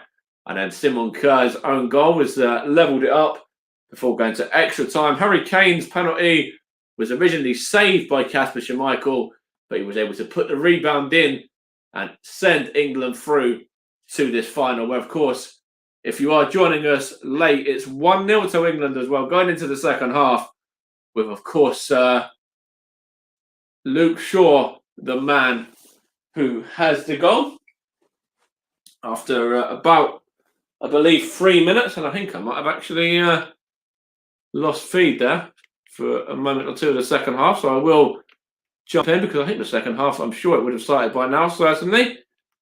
So just bear with me for 2 seconds while I get my feed back up and running once more. Hopefully we haven't missed anything much.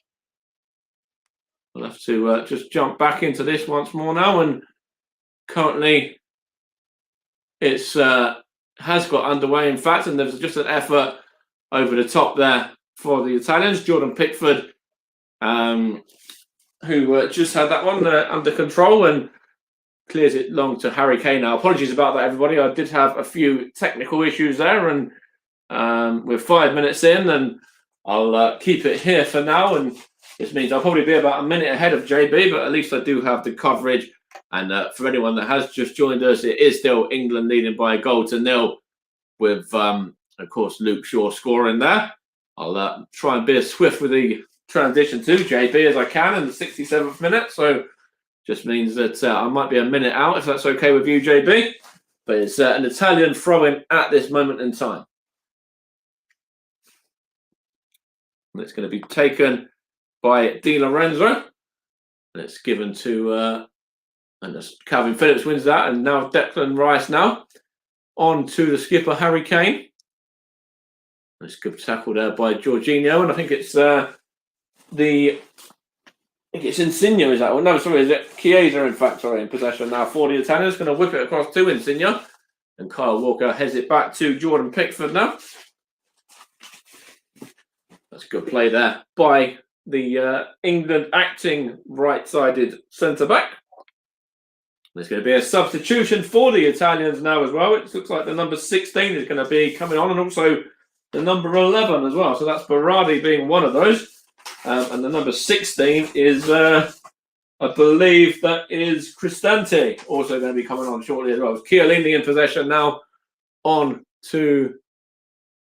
That's Immobile, I think, just been knocked off the ball by Calvin Phillips, but the Italians have it with Jorginho now and Emerson, and I will have to check that is right in terms of the subs as well before I get into that, but it doesn't look like they're going to be making a double sub in a moment, the Italians, as it's an effort wide of goal there and waywards as well by Insigne, and completely miles away that one, not troubling Jordan Pickford, as you just see on the screen in front of me. A couple of people dressed in Super Mario outfits, something very Italian, of course, as we all know. And the number 16 is going to be the first to come on, which is Cristante, and he's going to come on to replace.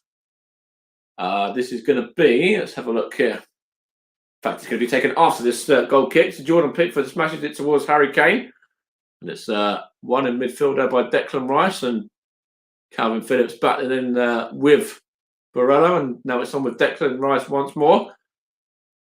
Bringing it out to Mason Mount, on to Luke Shaw now. England's goal scorer, of course, and he's won the throw-in here as well now off the Italian fullback Di Lorenzo. He's just going to take this one now. I think there will be the Italian sub before this throw-in gets taken on, probably. Let's have a look here. As Luke Shaw is bouncing the ball, so I think the Italians are going to make this sub now. And it is, I think, Barella making way for Brian Cristante. So that's the first substitution of this game. And then the number 17, Immobile, has seen the end of this one as well. And number 11, Domenico Berardi comes on. So the big target man gets taken off. There's a bit of a surprise there to see him make way, which could potentially see them change in regards to the way that they approach this second half now. It's Luke Shaw on to Raheem Sterling, and he wins the free kick, does he, as well? The referee says yes against Bonucci.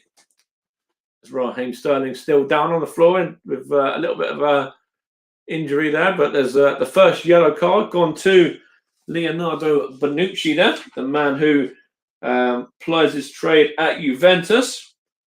And of course, Chiellini also plies his trade at Juventus. Sorry, as well. The two centre backs, of course, 36 and 34, as was mentioned earlier, and this means that Bonucci's going to have to tread carefully now. The younger of the two. It's going to be whipped in here by Luke Shaw now. As the referee's just been fitted with a couple of adjustments to his shirt. And Luke Shaw is going to whip this one in. We see Gareth Southgate there, the England manager, looking to lift the first trophy since Alf Ramsey in 1966. The Italians are winning the Euros in 1968, remember, as well. Onto the head of Harry Maguire, and that is over the top and behind from the Manchester United centre-back there, from Luke Shaw's delivery, and Donnarumma now plays it out to Bonucci. Of course, England still leading by Luke Shaw's goal to nil after just before 2 minutes, about a few seconds ahead of 2 minutes, in fact. And it's the Italians in possession now with Jorginho. Now it's with Insigne. Out to Chiesa. He's got Emerson on the overlap if he needs to use him. Chiesa into the box, and it's a deflection. And now it's a shot at goal by, I think that was Insigne, and it's well saved by Pickford. And then hook clear by Declan Rice, and then on to Chiellini for the Italians now. And Bonucci onto Jorginho, and now it's with Di Lorenzo. Di Lorenzo knocks it back into the, I think that was Chiesa that time, but now it's with Bonucci on to, this is the substitute, Cristante. No, it's actually Verratti that time, sorry. On to Jorginho now. Cristante is just on the edge of the box looking for it, but Di Lorenzo has it now and gone behind for an Italian throw, I believe. In fact, it's just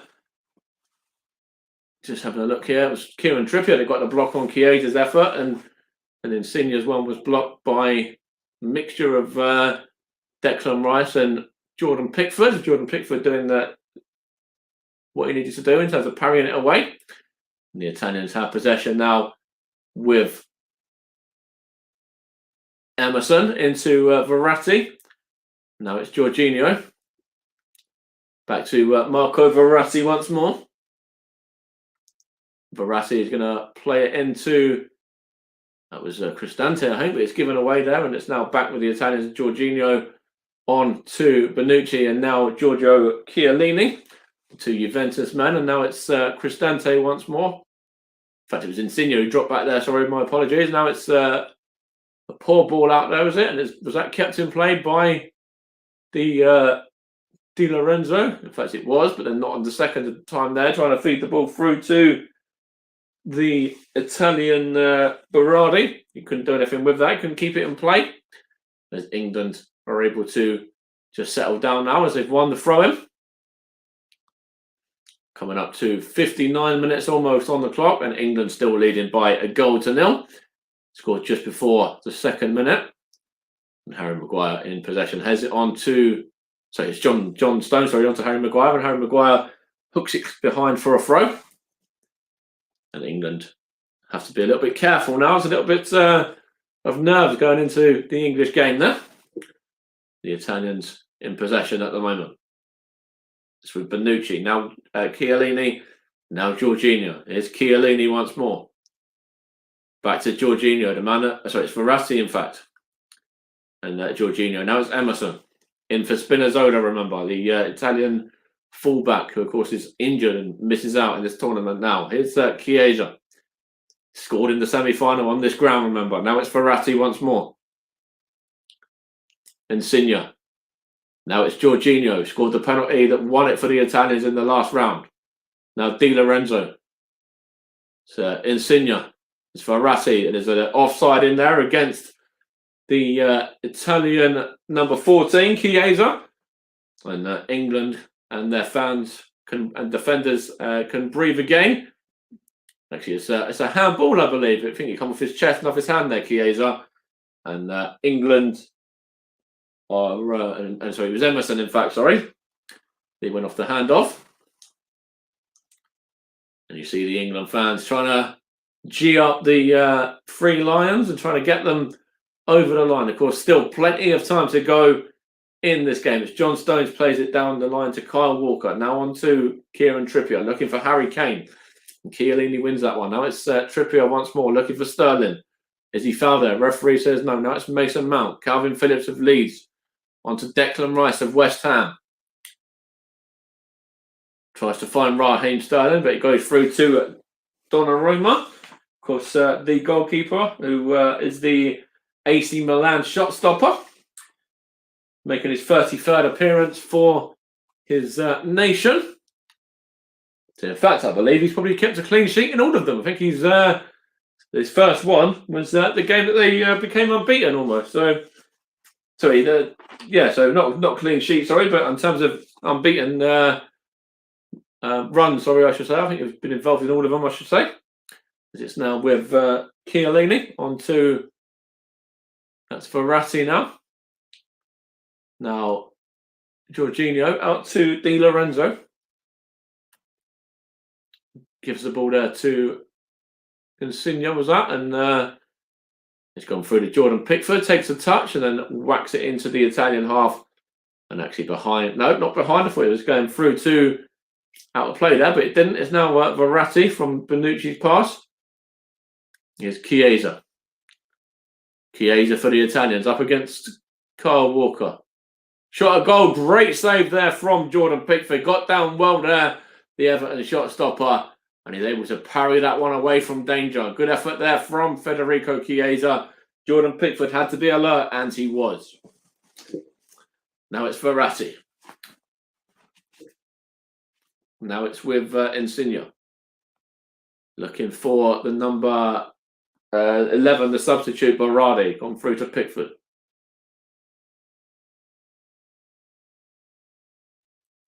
There's a good effort there to show in the replay of this one. It looked like Jordan Pickford had to be alert to it, and he was. It was a great save from the Everton shot stopper there.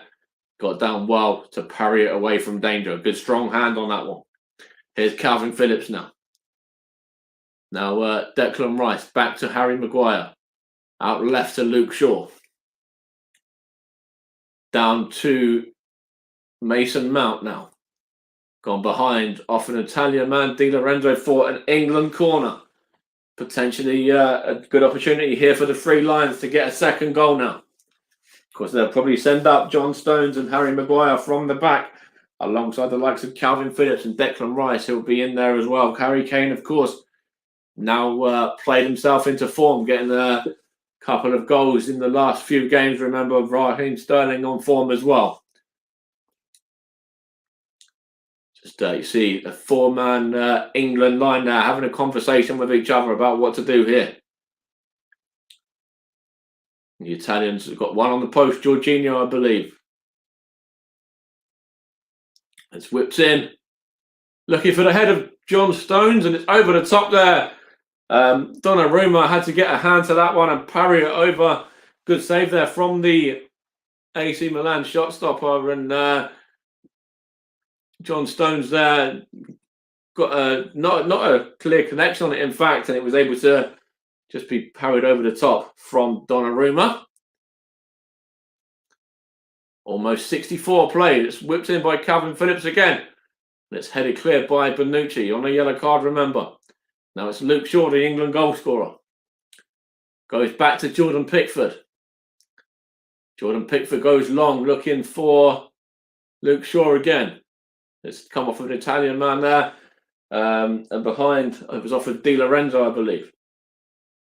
I think he was actually looking for Kieran Trippier there, who switched sides for a moment. Now it's Harry Maguire. Now John Stones just had that effort a moment ago. Harry Kane. Now Luke Shaw. Back to Maguire again. Now it's Luke Shaw looking to play the ball through to Mason Mount, but Donnarumma comes out and claims that and then just bowls it out to Verratti, and now it's with Emerson, and then Chiellini and Bonucci exchanging passes. It's with the right back Di Lorenzo now on to Insigne. Now it's with Jorginho and now Verratti. Referee's playing an advantage for a potential foul there, but the Italians still have it with Emerson. Now it's with Marco Verratti again. Trying to find Insigne. He goes back to Di Lorenzo. On to Chiesa, up against Luke Shaw now. England man done well there. It's now back with Di Lorenzo again. Now Bonucci. Knocks it on to Insigne. Now it's with Di Lorenzo. Now Jorginho. Jorginho, the Chelsea man, sorry, I should say. Now it's Bonucci, now Verratti. Patient from the Italians. Out to Chiesa now. Chiesa whips it in, and it's come off the head of John Stones and behind there. In fact, it was Harry Maguire, I should say, behind there, in fact. Getting my two centre-backs confused. It was a good head there by the Manchester United centre-back, and he's able to knock that one back, as he did have, I think it was Berardi coming in behind him. In fact, it was the other sub, Cristante, in fact. And we'll be getting ready to hand over to JB shortly as well. The Italians have a corner now, which is going to be taken by, I think that's Chiesa over it. Whips in. There's a chance here. Is that a foul? And it's in. The Italians have equalised, and it's a goal here from, I think that's Bonucci, the number 19. The original effort hit the post. And just having a look here what happened now in regards to the original one. Jordan Pickford got down well. The effort come back off the post, and Bonucci was there just to prod it in over the line and put it into the back of the net. As you see, some of the Italian fans going mad now. And Jordan Pickford having a word with somebody there. He's not happy with somebody. But the Italians are level. The corner whips in by Chiesa. The original header was by, I think it was Jorginho. Chiellini was in there as well. And then saved by Pickford, parries it onto the post.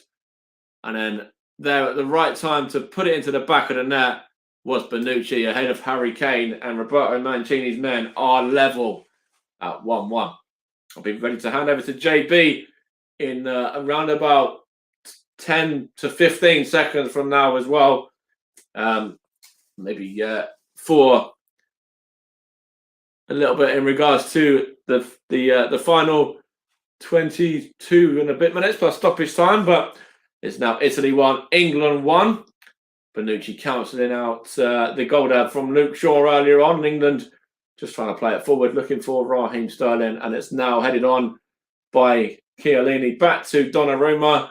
And this is where I'll bring JB in. I think he's going to take you through to the end of the 90 minutes, and it's currently Italy 1, England 1. Thanks, Mike. And as things stand, we're on for extra time. And England, I've just seen a replay of that goal, and it's a very unfortunate goal. I'm just actually seeing a replay of it now as the corner came in. And, unfortunate there for Jordan Pickford, who made a magnificent save, by the way, in all of that. But unfortunately, for the English point of view, that was a great save. Another inch and that goes wide. But you've got to give credit to Bonucci. Right place, right time. Italy are level. 23 minutes to go here on JB Sports and the Commentary Hub on Periscope and Twitch and Twitter as well. And just if you want to listen to the game, of course, in Arabic, that is with John Kane on, firstly, the Commentary Hub 2 and on his own channel, which is, bear with me a second,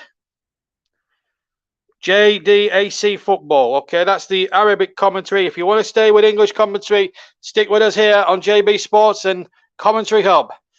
So 1-1 then, with nearly 68 minutes gone. Donnarumma has possession for the Italians, who are level in this game. They have had chances. Pickford's made some good saves.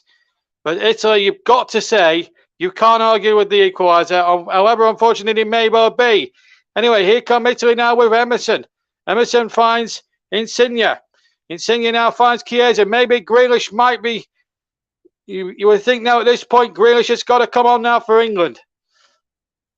England on the back foot now as Chiesa gets a cross in. It was a dangerous one, but thankfully for England, there was no blue shirts in that 6-yard box. If there was, then England would be, England would have been in trouble. And that's his first goal in the championships, incidentally. But this is the incident again. Verratti's header, brilliantly saved by Pickford. Big right hand, wasn't big enough, unfortunately. And in came Bonucci, right place, right time, and it's drawn the Italians. You've got to be honest. Let's be honest. Deservedly level. They don't know when they're beaten. That's why they're 33 games unbeaten for a reason. They don't give in. They don't let rip. They are very, very good, well organised. And that's the first goal incident. Well, it's another set play that England have conceded from. That's their second goal in the competition, even though Pickford will win the Golden Glove, though. And, well, they've had the better of it. 71%, 29, 7 attempts to 2, 4 on target to England's 1. It's certainly been Italy's half so far. But England have got to stay in there. They've got to hang their heads. I've got to keep their heads, I should say, not hang their heads. And Gareth Southgate needs to start making substitutions. And we're going to see an England sub in a minute or two. But here comes Emerson down that side. It's a throw-in. And we're going to see Saka. I'm disappointed about that. I wanted to see Jack Grealish. I'm very amazed that Gareth Southgate has kept Grealish back. Now, we know Saka's got electric pace, and I'm sure Mike Hardiman will disagree with me, but I didn't think he was the right player. And I honestly felt Trippier's gone off. So Saka will play now for the rest of this game. And Trippier, to be fair, has had a good game. But it's the Italians who are celebrating at the moment, and quite rightly so, as Trippier gets a good round of applause from the England fans here. Bonucci now knocks the ball back, the Italian captain. And Bonucci, who got the equaliser. Head-to-head, 27 previous games. Italy have won 10 of them. England have won 8. 9 drawn. Could be the 10th. Well, I was going to say the 10th one tonight, but we will go to extra time, possibly penalties. Italy have scored 31 goals in all those games. England 33. That was before tonight. The aggregate now will be 32 Italy and 34 now with those goals tonight. But it's 1-1. With 20 minutes to go, it could go either way. The pendulum certainly swung Italy's way in the second half. England have really need to cut loose a bit more in the second half. They've been a very, very cautious, possibly too ultra cautious. Italy, they've invited so much Italian pressure, but England now have got to get Saka into the game. Personally, I would have gone for Jack Grealish, but Gareth Southgate's the man. He's not put too many foots wrong as far as making subs at the right time is concerned. Maybe he could work the oracle again. Who knows? And if I'm proved wrong, I'll be very, very delighted to be proved wrong. But let's make no mistake, Italy deserve to be level in this game. They've been the better side in this second half. We're inside the last 20 minutes now, 19 to play. And here's Kyle Walker for England. If it's level after 90 minutes, extra time will be needed. And if it does go, Mike Hardiman will do the first half and myself will do the second period. If it goes that far. Mike will do the penalties and then the trophy lift will be down to me. That's how it's going to happen if we do go to extra time. If it finishes after 90 minutes, then stay with me for the trophy lift. But there's still 18 minutes left to play and anything can still happen. This is a cup final. We've seen so many twists and turns. We saw a great FA Cup final about a month and a half ago on JB Sports and the Commentary Hub. When in those days, there were 2 different channels. They're now amalgamated into one. And Jordan Henderson's going to come on for the England second England substitution. And how well has he played himself into form in this run? And England are nervous now. It's all resting now. Or can England just hold out and maybe play extra time onside? And a chance there, and it's volleyed over. It was volleyed over. It was Baroni, the substitute. He broke the offside trap. Pickford was... Well, he had daggers at the linesman, but he was onside as that ball was played, and he volleyed it, but volleyed it too high with his left foot. And England here are in danger of losing the opportunity of winning their first championship since '66, because Italy are all over them now. Declan Rice is coming off. Jordan Henderson will come on. Maybe fresh legs in that midfield could be the difference for England. Can Henderson be that man? England needs something from somewhere now. They are being run ragged by this never say die Italian side who have really been top notch this second half. You've got to say that. Here's John Stones from the short kick out by Pickford, and he's not put a foot wrong tonight, Jordan Pickford. There was a lot of questions raised by me whether he should have been number 1 at the start of the tournament. If it hadn't been for the injury for Nick Pope, I think he would have been number 1, Pope, but hasn't Pickford distinguished himself well? But here come Italy, and they're on the charge now. Chances inside the penalty area, and it was a terrific run there by Cristante, who just burst in there, almost Michael Thomas style. from a few years ago. Remember that 89 championship decider when he burst through and beat Grobbelaar and all those years ago? Well, he almost did that then and almost put a dagger in England's hearts. Stones has got to get it away. England are so sloppy and so ragged at the moment. Italy well on top, swarming England like bees here in an honeypot. And here's Chiesa playing out on the left-hand side as opposed to the right-hand side. Walker across. That's better for England. That's what we want to see more of. They need to get Saka on the ball, but not that far down. They need to get him further up the field. And Italy get the throw in. I have to say, looked an English throw to me. Bjorn Kuipers has made a bit of a ricket there as far as I'm concerned. But it's an Italian throw. They do deserve to be level. And that's the situation. Shaw with the quickest goal ever in European Championship final history on 2 minutes. Bonucci equalised on 67 minutes just before Mike handed over to me. Quarter of an hour remains in this final. If there's no further scoring, we will bring you extra time, folks. And if it's still level after that, we'll bring you the penalty shootout. Maguire cuts out that attempted through ball. Very coolly done. And then Maguire just booted out of play, which might just give England a little bit more field position. But England need to start bringing. They need to bring on Grealish and quick, because quite honestly, Grealish gives England a new dimension when he comes on the field. That's why I was amazed that Saka came on. To be perfectly honest, they haven't got him on the ball yet, but they need fresh energy now. England, they need something. They can't really afford to be conservative at this stage of proceedings.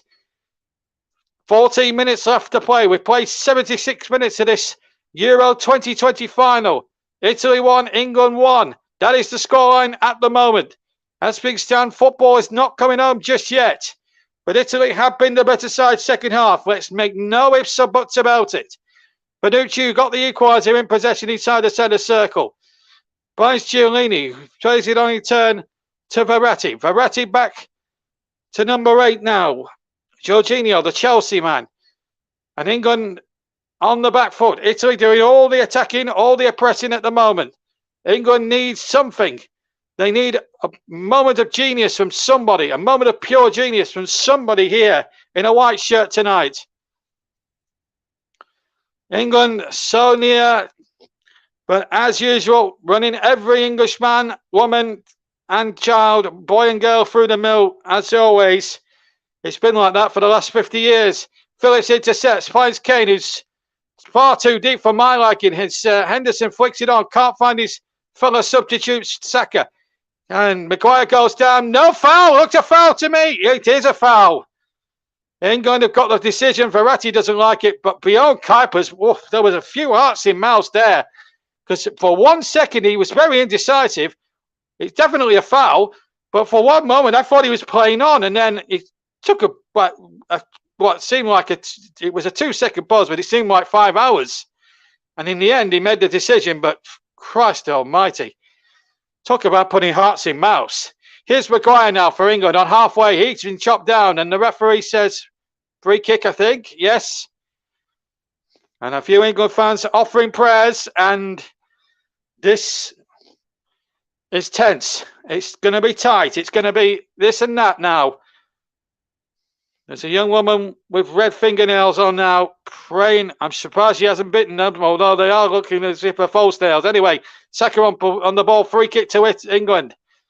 And the referee now giving England a flurry of free kicks, which is getting them further forward. This is better. This is a lot better from England. Saka, a bit more energy and drawing 1 or 2 tackles from the Italians. 11 and a half minutes, I should say, to go. Kyle Walker's going to take the free kick. Can England nick a late goal here? If they can't, and there's no further scoring, we go to extra time. This has got to be a moment now for England. They've got to take this chance.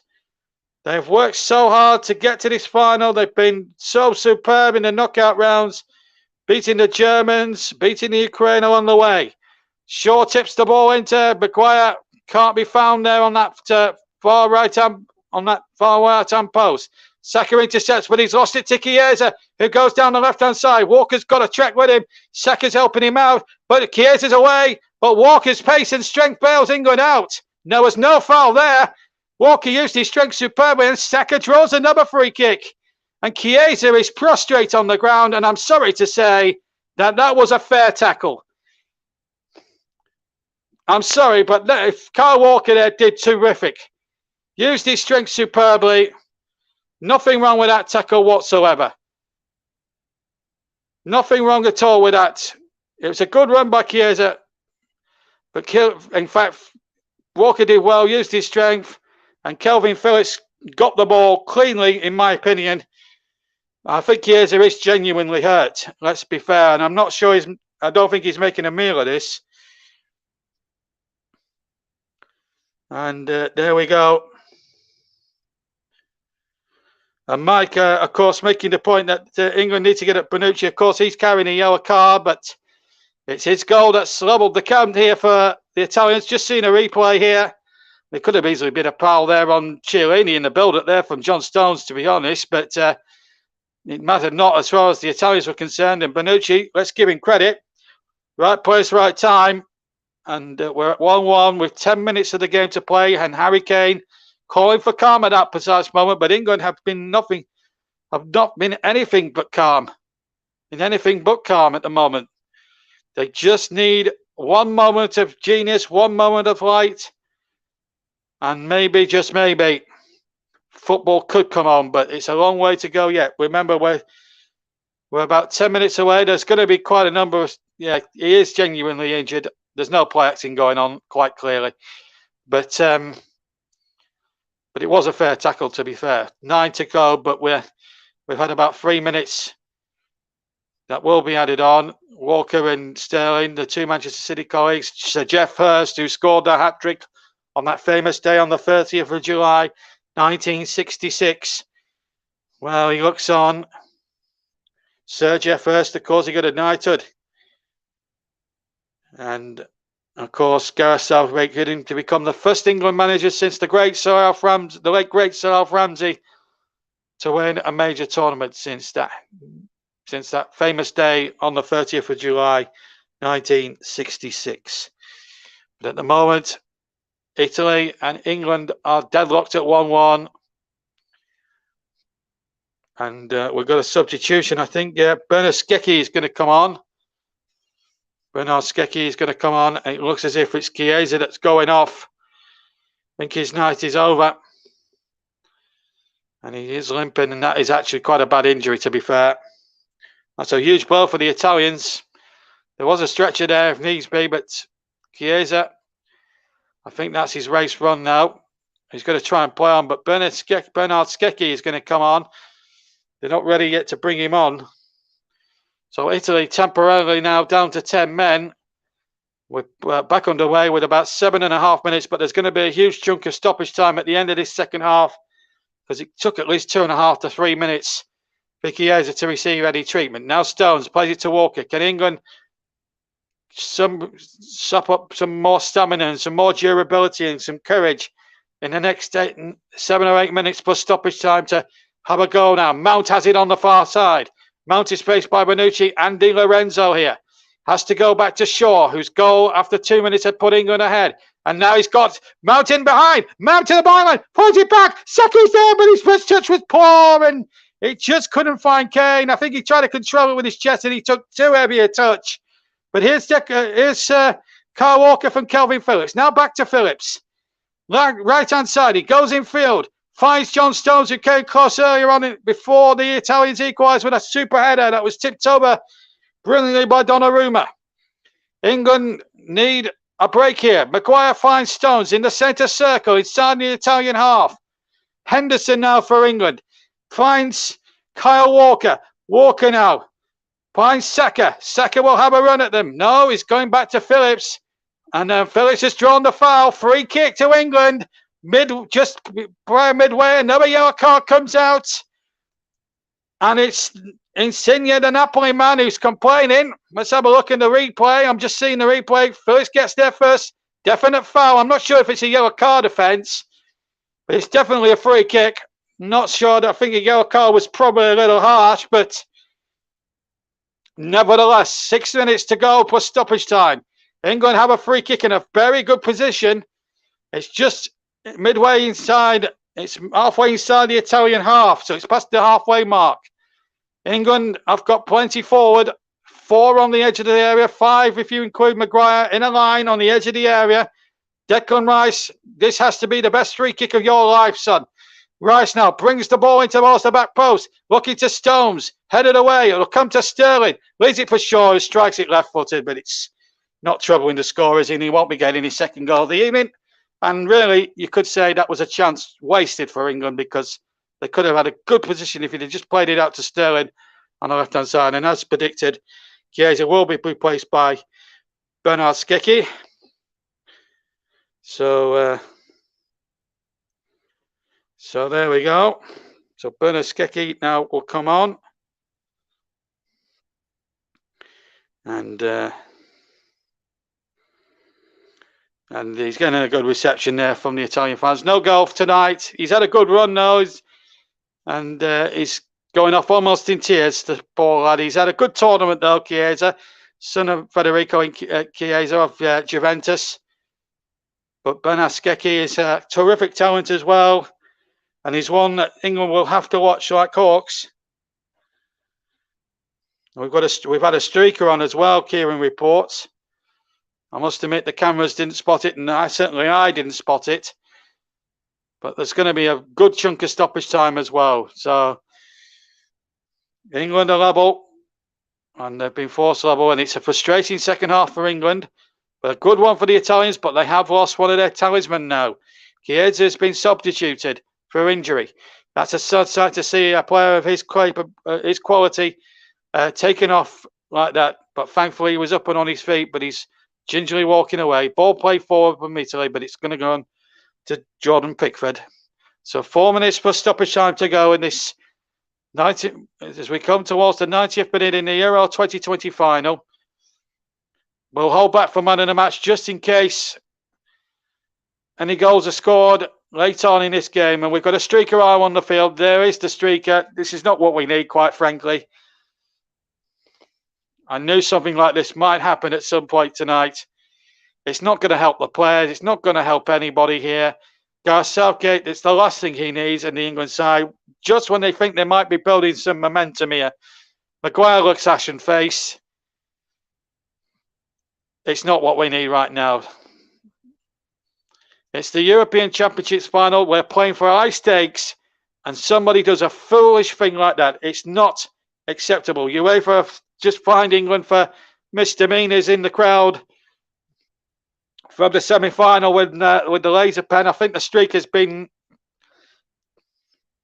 taken away by stewards. But any momentum England or Italy, for that matter, may have had has been diminished straight away. And when we get a stoppage like that, it's just absolutely uncalled for at this point in time. It really is.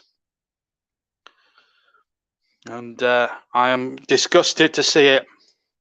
I really am. We don't need people like that coming on and trying to spoil what's been a great game of football. Let's not make any bones about it. That is for sure. And anyway, we've got about 2 minutes for stoppage time. It looks as if we're going to extra time. If that is the case, Mike Arneman will be your man for the first period, and then I'll take over for the second period. It has to be played to a finish tonight. If it goes to penalties, we will explain the rules of penalties as we go along. But here's Raheem Sterling turning away on the left-hand side. He runs towards the area. Still Sterling into the area. Still going. He's not kept that in. It's a goal kick. He couldn't keep it in at the byline. And Italy get the goal kick. But that's the first time, I think, for a long time in the second half that I've seen an England player exploding to life. And Sterling found a bit of energy from somewhere. But the Italian defence was too coy for him. And good strength there by Bonucci. But remember, he's got to be careful because he's on a yellow card, of course. Italy 1, England 1 on the commentary hub. JB Sports, Periscope, Twitch and Twitter. If you want John Kane's Arabic commentary, it is. It will be. I will check that in a second. I'll check that in a second as well. It's JDAC Football and Commentary Hub 2 if you want the Arabic version commentary of this game. But if you want the English version, it's JB and Mike Arneman for Commentary Hub. And here comes Phillips dispossessing dispossessing Cristante and halfway. Feeds Raheem Sterling, who looks to go down blind hours again, and then he goes down. Referee thinks about it, tells Sterling to get up. And here come Italy now on the break with Bernard Skecchi, number 20. Jordan Henderson to face him. Phillips comes across, and what a game he's had, the Leeds man. He's had a terrific match. We're inside the final 15 seconds of normal time. Bernard Skecchi wants a throw in for the Italians, but let's see if that was a foul. Did look a push to me, but the referee said no. So 5 seconds to go. Sterling needs to just shut up arguing and just get on with the game. There's still a game to be won. We're into stoppage time. Still might be won yet in stoppage time. The fourth official from Spain, that's Carlos Del Quiero Grande, will be the man to give us all the important numbers and figures of this stoppage time. We're into it now, and he hasn't held up the board yet. 6 added minutes, I'm fearing. 6 added minutes. Drama now. It's going to be cranked up, mainly for the Chiesa incident, and mainly, of course, for substitutions and the streaker. So 6 minutes added on, folks. That'll raise the spirits. Now the 12th man's getting behind England. Can they do it? They've got a free kick on the far side, about 10 yards inside the Italian half. Can they do it, England? It's going to be the late show now, isn't it? Can they do it? England fans are praying. They are absolutely praying. Shaw will take the free kick. Left-footed into the Italian penalty area. Maguire wins the first header. Can Stones win the second ball? No, he can't. Italy get it out and they get the free kick. Foul there on Verratti. And England, any momentum they may have had from that free kick has been diminished straight away. And Mancini now sat in his seat. So we played a minute and a half almost of the 6 minutes. So 4.5 to go, folks. Italy 1, England 1 is the scoreline here at Wembley Stadium in the Euro 2020 final. With Mike Arneman and myself. If you want the Arabic commentary with John Kane, Commentary Hub 2 is one of the 2 places you can go. So listen to that. But if you want the English version, stay right here on either Commentary Hub, JB Sports, Periscope, Twitter or Twitch. Here is a chance now for Italy. The cross comes in. There's no Italian shirt within 5 yards. And Walker and Insigne tangling. And Walker wins the duel. And now gets Saka away down that side. But Bonucci, or Chiellini, the experienced campaigner he is, doing some terrific defending there. We're coming up towards 5 to 10 on a Sunday night here at Wembley Stadium. Here's the kick away from Pickford. It's a long kick looking towards Sterling, who could have got onto that flick header back by Bonucci, but Bonucci was too coy a player to make an elementary mistake like that and got it back to his goalkeeper, Donnarumma. Very well. He's probably been very underemployed in this second half, Donnarumma. When you think about it, he had that one save from the corner kick by Stones from memory. And anyway, here's Emerson of Chelsea. Well, plays for Chelsea, rather. Plays for Italy tonight, though. Ball played in there. Phillips again for the umpteenth time, getting a good footing where it mattered for England. But they're still on the rack. We've played 3 of the 6 minutes. 93 gone. Still another 3 to go. In minutes, that is. Otherwise, we are going into that half an hour's extra time. And that will be the 3rd time that Italy have got into that extra half an hour. It will be the 2nd time throughout England's run that they've got into extra time. They went into extra time, of course, against the Danes, scored, of course, that Harry Kane penalty, which, of course, was saved by Schmeichel, despite best attempts of a laser pen, rather. And then it was knocked in anyway, the rebound by Captain Kane. And England and Italy now absolutely locked together now. There's a lot of tired players on. And of course, both England and Italy can make an extra substitution, by the way, in extra time. And here is Insigne, the Napoli man. Plays it back out now. Here's Verratti of PSG. Gets it forward, but he can't. And it's been snuffed out. Kane flicks it on. Can't find Henderson. and Chiellini can get it back to his centre-back Bonucci. In fact, they're both teaming up with each other's families and going on holiday together once this tournament is over. That's how inseparable they are, but they've got just the 200-odd caps between them, which shows how good a partnership and a good house, and shows how good an understanding the two centre-backs of Italy do have. But it's 1-1 here now with about 90 seconds of stoppage time to play, and it's Bonucci now looking to pick a way through this England defence. And here is Bernard Skecki, and that's a good run now by Cristiante. That's a good cross. And Walker, oh my goodness me, that was risky from Kyle Walker. But he got it back to Jordan Pickford. How, I will not quite sure. Good boot down, good long bomb down there by Pickford, but it goes to the other goalkeeper. Italy attacking the goal, of course, to my left. England to the right. We've got a minute of the 6 remaining. 1 minute remains of stoppage time. Still level here. The deadlock still to be broken. If there's no further scoring, we're going to extra time. And Phillips again gets another good foot in there. Umpteen times he's got in there and done really well. We might go to our panel of Nicholas Jones, John Kane, and Russ Vernon maybe to choose the man of the match, because it may be a hard one to call there. So we'll go to Kieran in the panel as soon as the final whistle sounds. We're 30 seconds away from that. England may still score in that time. If Saka gets away, oh, that's surely a foul. He pulled him back and it was a deliberate foul. And the referee has got to get his yellow card out. And it's quite rightly booked Chiellini for that. Saka was down and away, and there was a clear shirt tug. No doubt about it. Look at that. That's poor. The Italians will say it's a professional foul, but that really was ridiculous. We played 6 minutes. Chiellini deserves his yellow card. Goodness me. What a finish to this final now. Can England force one moment of genius from somewhere now? Can they summon up the courage? Privilege with the 3 kick. We're 20 seconds over the 6 minutes. Referee Kuipers checks his watch for the final time. And there goes the whistle. So we're still deadlocked after 90 minutes at 1-1. And now we're going to the heart-rending business of an extra 30 minutes more. Bonucci's goal after 67 minutes cancelled out that second-minute goal from Luke Shaw. And it means now, folks, we've got an extra 30 minutes coming up.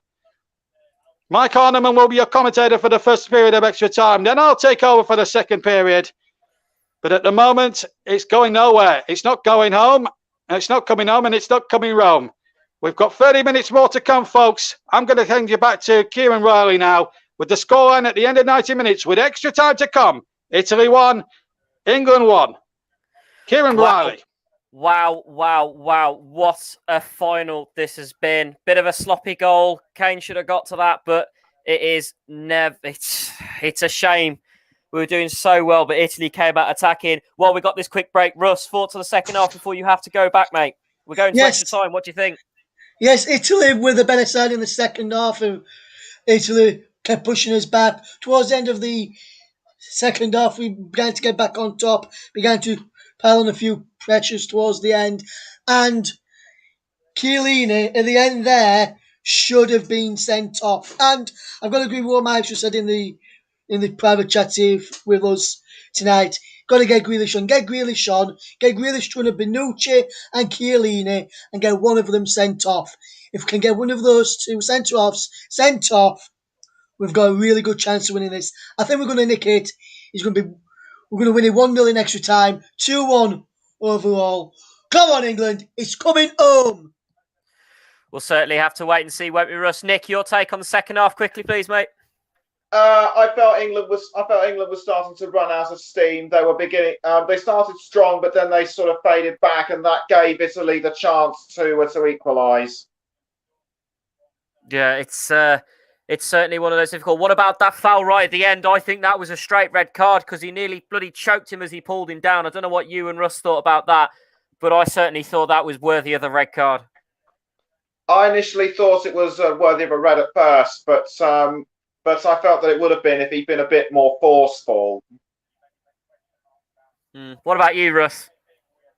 I said him, I think, Kieran, that it should have been, when they do round up, it should have been sent off because He knew what he was doing, and that he should have been sent off for that, because he should have already been booked earlier on in the game, and for fouls they did early on in the game.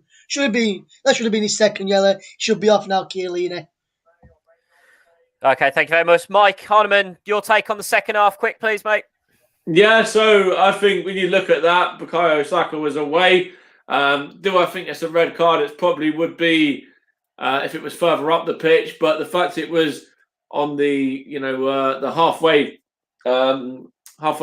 point rather than any further up the pitch is why he got away with that one for me. And it was only a yellow card. Just seeing a replay of the goal as well. Jordan Pickford got down very, very well. And he was really unlucky. Got a really good hand to the first one. And then Bonucci there was just there at the right time to put it in. You see Pickford's frustration as well. But, we go again for 15 more minutes. And, Bukayo Saka's come on and he's started to get into the game a little bit now. But we've really got to see Jack Grealish. And the more we see of him in the second half, as Russ pointed out, if we can get these Italian back line both on yellow cards, then that might be where it's won. Certainly. Right then, JB, quickly before we kick off, what was your thoughts on that? Was it a red card, do you think, or not? Oh, okay, JB is still a little bit AFK there. So, second half of extra time coming up. I'm now going to hand back to Mr. Mike Hardiman for the first half of extra time. Mike, over to you, mate. Now biting half an hour. Let's go, England. Thank you, mate. It's just about to be England to get underway in a moment. But the Italians, in fact, are making a substitution. Number 9, Belotti, is coming on. And he is going to replace, just going to see who he's going to come on for. There's you should see Jordan Henderson there having a discussion with Bukayo Saka. I think it's the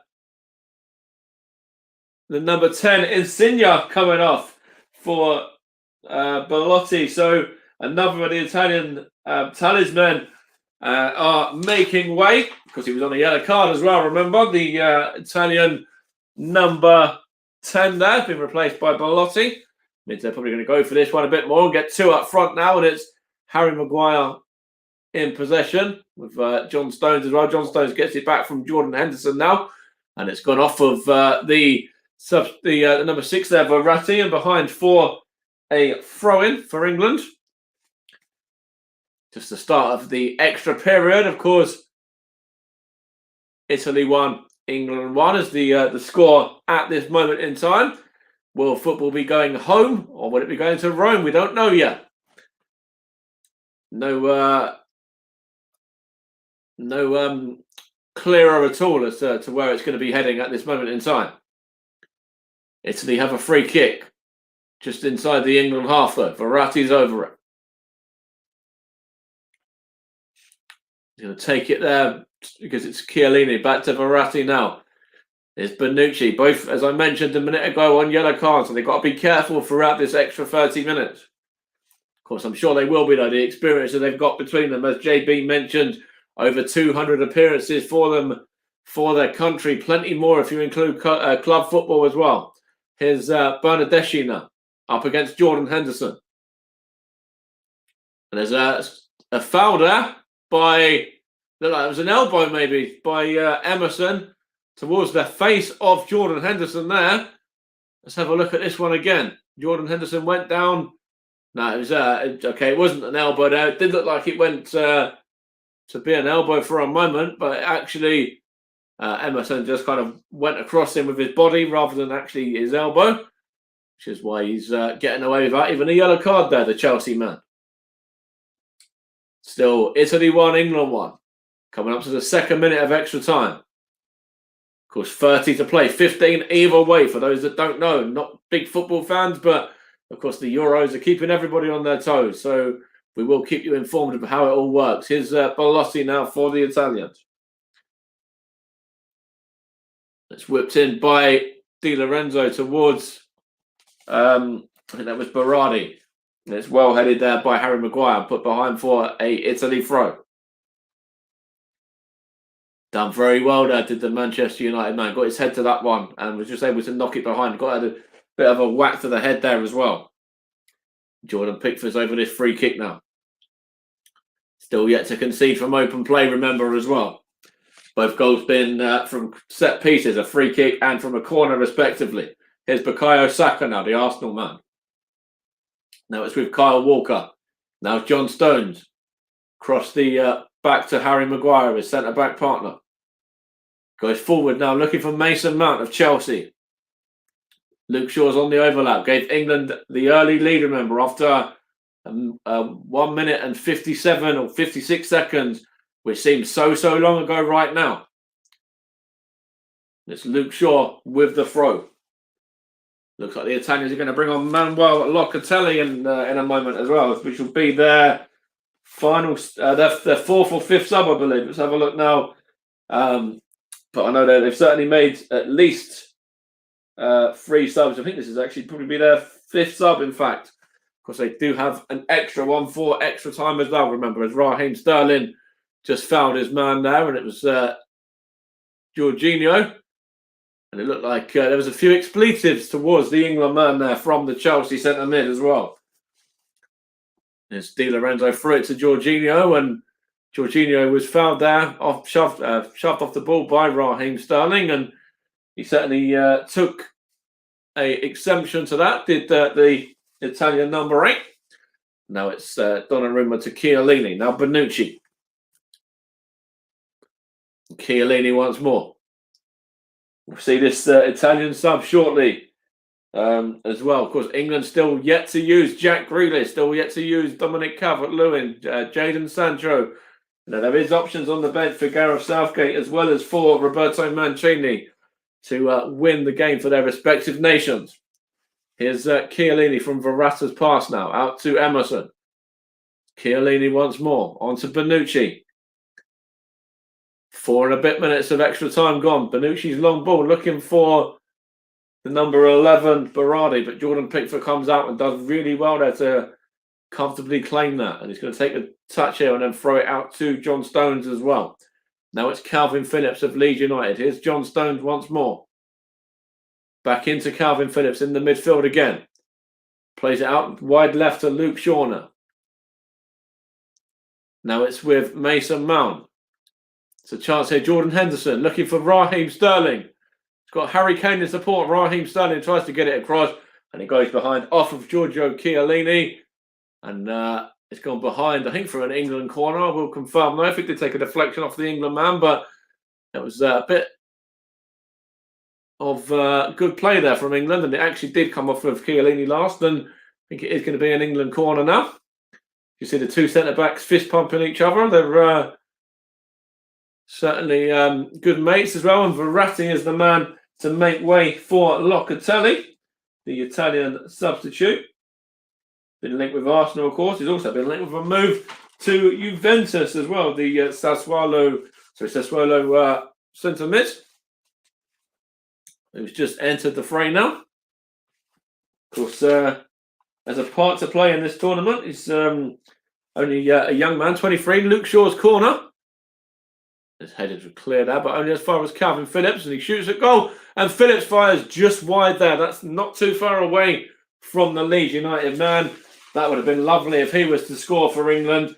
Certainly would have dedicated that one to Granny Val, no doubt, as well. Just wide of the goal there from Calvin Phillips. And couldn't quite direct that on target. I think Jack Grealish will be entering the fray in a moment as well for the Three Lions. About time as well. Trying to think whether he'll come on for maybe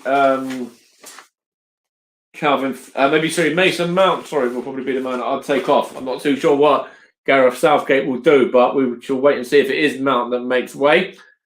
But I will confirm when I know. It's England, Italy in possession. It's now with England over Harry Maguire. Here's a touch by Harry Kane now. Now it's Jordan Henderson. And it's balled out very poor. Looked towards Mason Mount, but it ended up going out of play for an Italian throw. And you see Kieran Trippier there helping out Jack Grealish to get his shirt on. Of course, he's played his part, Trippier. He got an assist for the goal, and now he's helping out the sub as well. So even though he's been substituted, still having a part to play. Now it's Di Lorenzo for the Italians, and Harry Maguire gets it clear. Was he fouled there? The referee says no, he wasn't, and gone behind for an Italy throw. Of course, you're listening to the Commentary Hub and JB Sports in partnership for this Euro 2020 tournament. Of course, delayed. As you see a lady there just waving a Jack Grealish shirt as well. Mrs. Jack Grealish on it with a number on it as well. Here's Manuel Locatelli for the Italians now. Here's Mason Mount making way. I did call it correctly then for the Aston Villa man. Still 1-1 in this close encounter, of course. It's an opportunity for the Italians now, and it's gone for Belotti to have the effort, and it took a deflection off Harry Maguire into the hands of Jordan Pickford. And he's going to bowl this one out, looking for Mason Mount at the moment. He will just be making way in a moment, though, with the Chelsea man.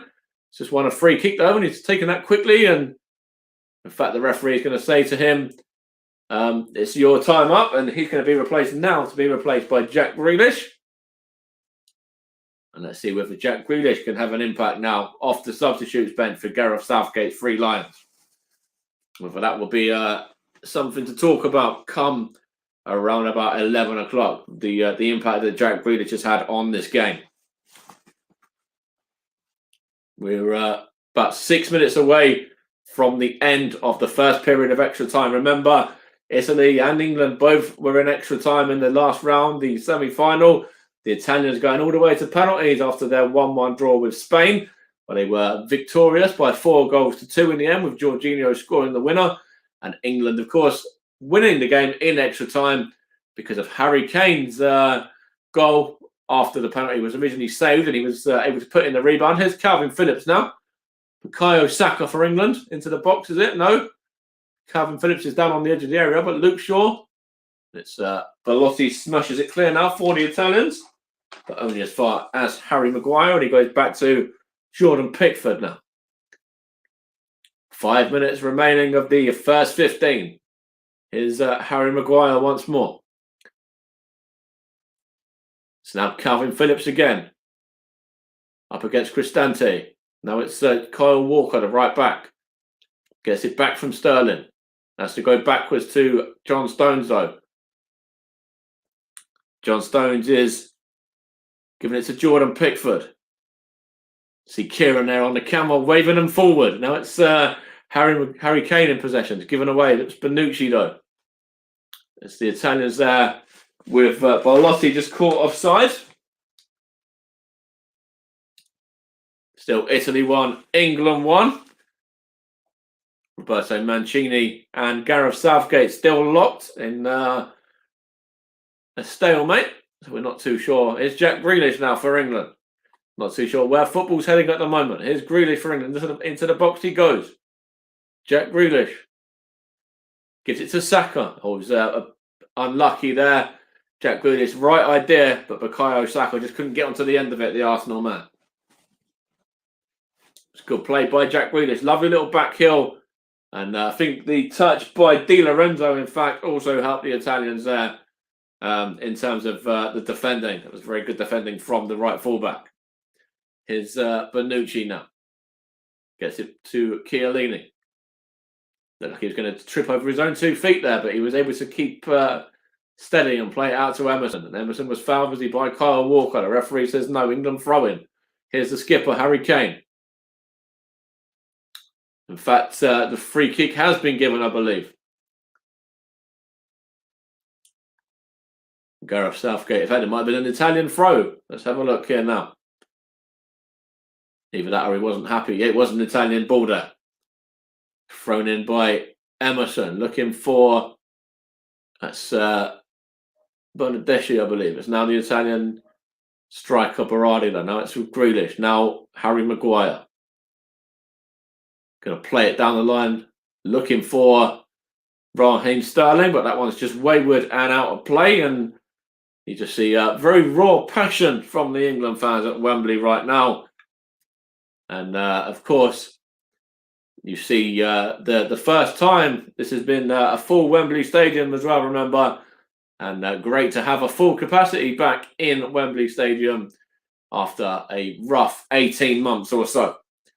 Be bittersweet for England if they're able to bring it back to their very own nation after everything that had happened. But of course, Italy have had their own downfalls and set pieces, setbacks as well. Emerson whips it in, and it's looking for, I think that was, it might have been Berardi or Bellotti, it was one of them.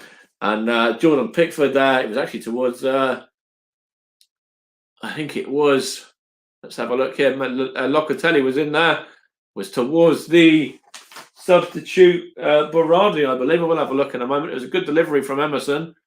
And it was actually the number 20, the Bernardeschi, that almost got on the end of it. They're claiming something for the Italians there, but the referee didn't want to give it in favour of them anyway. So it's an England ball, and Pickford clears it long for Harry Kane, but headed back by Bonucci to his goalkeeper Donnarumma. And we will be heading over to JB shortly, but still locked at 1-1 in this first period. Chiellini gets it from Bonucci, and now they just exchange passes, and Bonucci has it back. Goes out to, that was the number 10, but number 20 Bernardeschi again, but now it's the two centre-backs exchanging passes, and out to Emerson on the left-hand side. Now it's the number 16 for Italy, which is Cristante. Goes to go long, looking for an opportunity here now, though, and it's shot by Locatelli, is it? And it's a good block there by Harry Maguire. Does really, really well there, the England centre-back. We'll be going into additional time shortly. Harry Kane battling there with the Italian midfielder. Has he given away a foul there? Yes, he has. The referee there, Bjorn Kuipers from the Netherlands, didn't like the look of that one from Harry Kane on Jorginho. The two London-based players, of course, battling it out. Of course, they do so in the Premier League for Chelsea and Tottenham, respectively, as well. And it's going to be taken here by the Italians now and just playing it around over to Chiellini, and now Bonucci. Now it's Jorginho looking for Di Lorenzo now. Plays it through to Locatelli, and it's Harry Maguire able to get that one to Jack Grealish, who just barged off the ball there by Di Lorenzo. But it's an England throw. So we'll be handing over to JB shortly as well. Something looks like it might have happened there. Kieran's got a hand in mouth. I wonder what that's all about. But it's Jordan Pickford now with this goal kick. Goes long here, does Jordan Pickford, looking for Harry Kane, but Bonucci there onto Henderson, looking for Grealish, and Jorginho there. Now it's Saka now. Harry Kane wins it, does he? No, Locatelli now. It's an England free kick there. We're over the minute of additional time. There's a handball there against Locatelli. Harry Kane involved, the England skipper. Will this be a shot at goal from Luke Shaw, or will this be played into the box for Harry Kane or Raheem Sterling or John Stones to get on the end of? Harry Maguire, remember, as well. It'd be a good time for England to score now if they were to do so. Right on the stroke of half time. It's Luke Shaw over this. Referee's having a word with the Italian wall. See a young kid there just biting his fingernails or her fingernails. He goes, he actually, it's Luke Shaw, whips it in.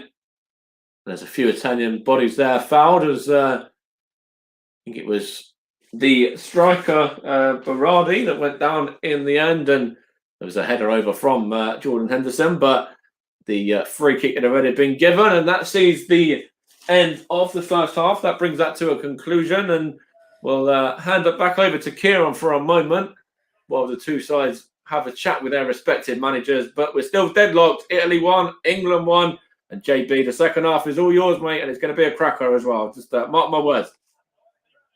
Oh, God. Who'd want to be an England fan today?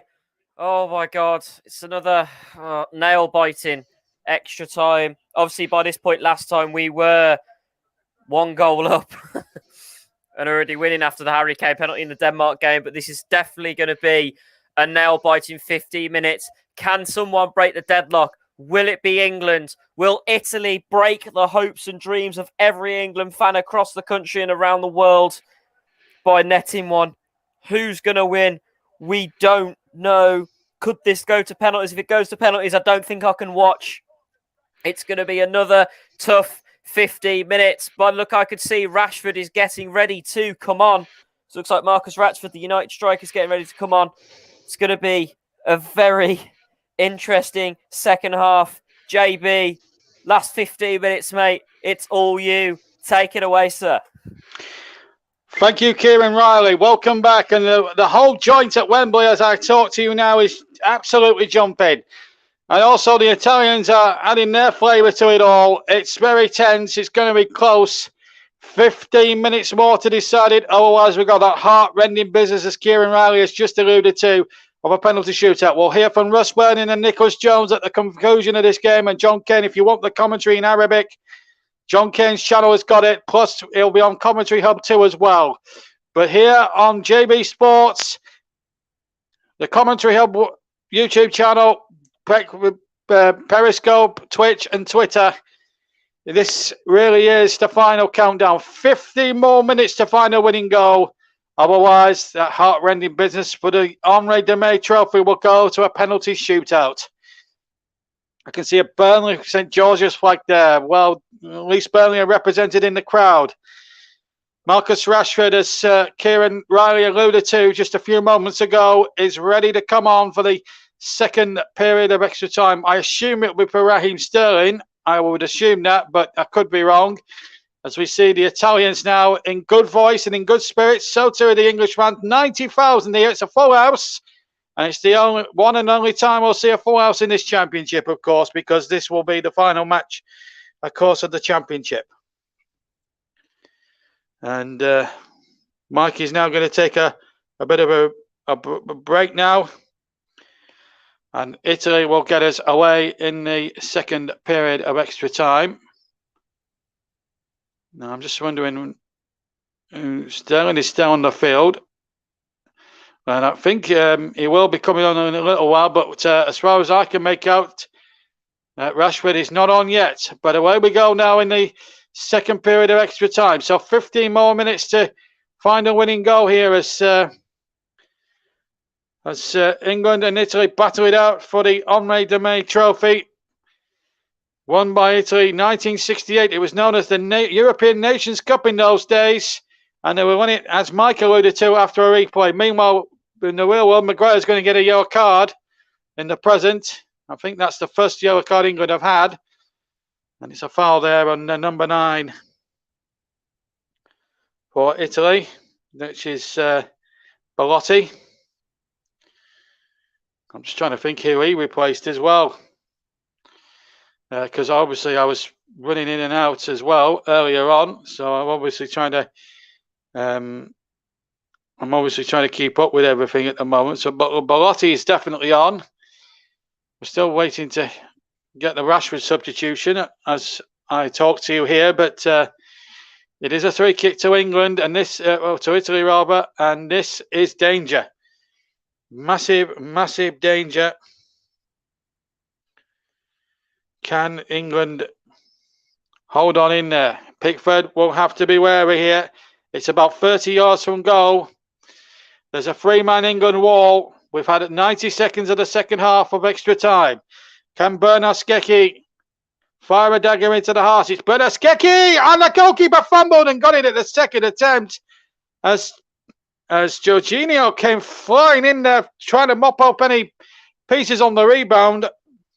It's the first mistake I can actually remember Jordan Pickford making in the match. As the ball is knocked forward towards Raheem Sterling. Ball's out of play. Will be an English throw in line with the 18-yard line. So a little bit of a lucky escape for England. Still 1-1 here in extra time in the Euro 2020 final. Live on live here. And I can also confirm, and I'll confirm it, can also confirm that JB Sports will be using the commentary hub fee for the next domestic season. That was a deal Russ and I struck up during the championship. So you'll hear plenty more of these commentators on our YouTube, my YouTube channel. As the throwing comes in, a chance here for Grealish inside the area, blocked away. Saka's there too. Kane is there offering support. Kane takes possession on the penalty area. Edge of the ball. Into Joel Stones. Good fist away. Good fist away that was by Donnarumma. England so near, but not so far. Phillips now goes in. Saka flying in. Oh, England so near to scoring another goal. Good bunny up there. Good dummy by the referee. And here comes Belotti now. Robert Locatelli, Robert. And here's a chance now across the face. And England again at 6s and 7s. But the flag was up, thankfully, for an offside decision. And England, for the moment anyway, survive. This was the chance that we were all hoping for. It was John Stones in there, and the goalkeeper just got there at the very, very last second. And it just needed a better contact from John Stones, and England might have been in the lead. But it wasn't to be. Shaw now starting to feel the effects there. A bit of cramp going into a few of the Englishmen's legs now at the moment. It's been that sort of a match. Who is going to blink first? It's almost like a boxing match. It's going to be, if it was on points, it would be hard to score. Who's going to strike the knockout blow?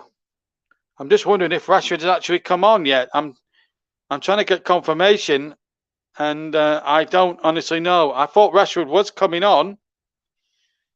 I haven't seen him come on. If I have, you've got better eyesight than I. We'll check it out for you. I'll endeavour as well, whilst I'm commentating, to check everything out on the football pages, and also on the. Let's have a check. He's not on yet. Yeah.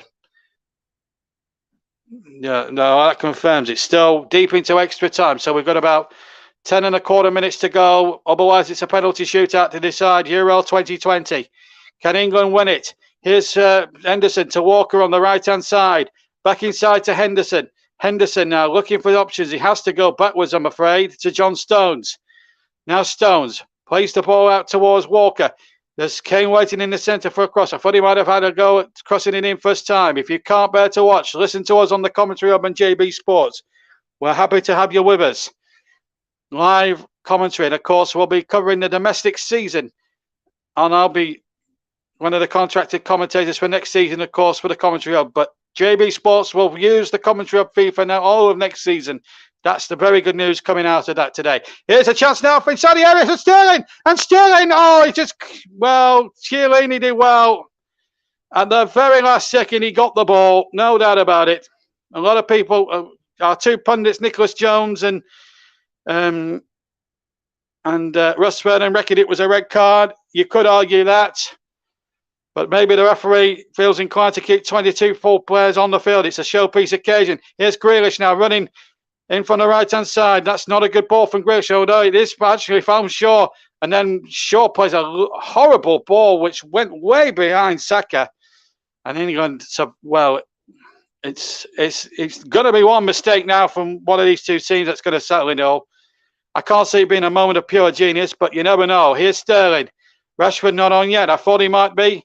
England still got substitutions to play with, of course, also of Italy as well. And I'll try and figure out who Belotti replaced as well, because I wasn't on when that substitution was made. So I'll figure that out for you as well. So just bear with me, folks. But at the moment, Belotti is replaced Insigne. That's the substitution. That was done actually in the start of the second half. So Belotti is now on.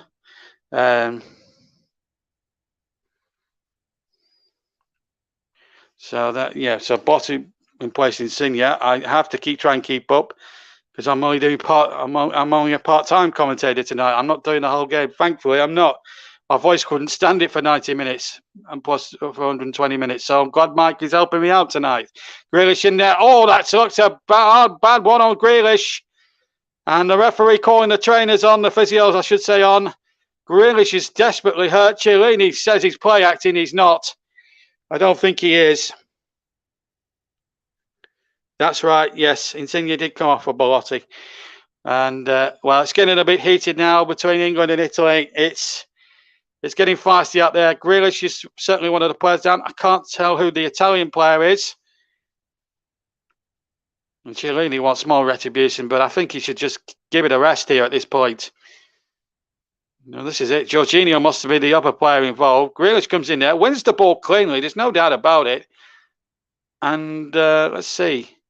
Oh, that looks, well, that certainly got into Grealish's knee. No wonder he's in agony. That was a painful one.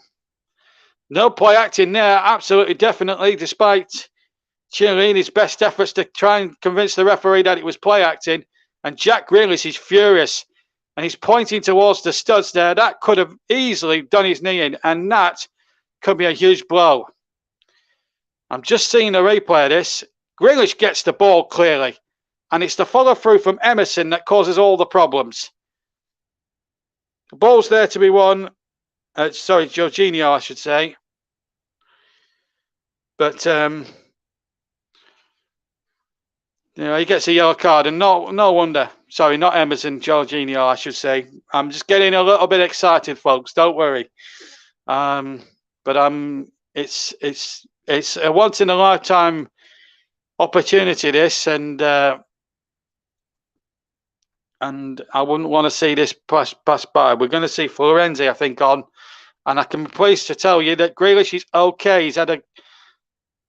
He's walking gingerly, but he's okay. That's the important thing. Jack Grealish will be fine. Don't worry, England fans. Don't worry. Grealish will be fine. Now, can England just get one spark of genius from somewhere that could just decide it all now? And there's still arguments raging here. Jorginho, if he's not careful, he will get the red one. Already booked. Phillips to take the free kick, it looks like. It's going to be Phillips of Leeds knocking the ball in there towards Maguire, but out comes the goalkeeper who does really well there, Donnarumma. And he takes out one of his own Italian players. Jorginho has been waved back on. And it's Di Lorenzo who was the stricken player then. As Phillips curled the free kick, and it wasn't his best. It was far too close to Donnarumma, who made up his mind. He was going to come and catch that, you know.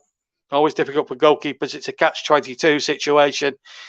Do you stick or do you twist? He certainly twisted there and came off trumps there with a good, clean catch. And it must not have been difficult, but it must have been difficult. Greasy surface, greasy ball. We had a lot of rain here in England today as Italy now come forward. It's all or nothing now. Italy attacking the goal to our left, incidentally. England to the right. Italy in the blue shorts, dark shirts. Blue shirts, dark shorts, I should say. With blue stockings. England all in white.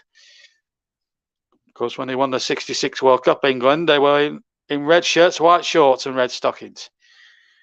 And West Germany, who lost that day, were in their favoured white. But we've got 4 minutes plus stoppage time to go of extra time, and I can't see a winning goal here. Or maybe they might be here for Italy. Chance there. They play him more. Never a penalty. Never a penalty there. Beneschicchi trying to claim a penalty. Let's have a look. It was against John Stones. No, not for me. The arm was down. The arm was down. Referee says, come on, play on. We don't need VAR. Let's get on with it. It's with Jordan Pickford here for England. It remains 1 apiece as we go into the last 3.5 minutes plus stoppage time. And I'm sure Southgate and Mancini will have had their teams practicing penalties in training in the build-up to this. Of course, they'll have their list of takers, and of course, a few of the English players will be there. A free kick to England. Foul on Jack Grealish. Now then, what a moment this could be for England. Can we have the whole thing wrong? No, I think he's giving it the other way. I think no, it's not. It's not going to be a free kick to England. I thought it was, but it isn't. We're going to see number 24 now. Florenzi replaced number 13 here. I'm just trying to figure out who number 13 is. That's Emerson. So Florenzi is the man coming on now.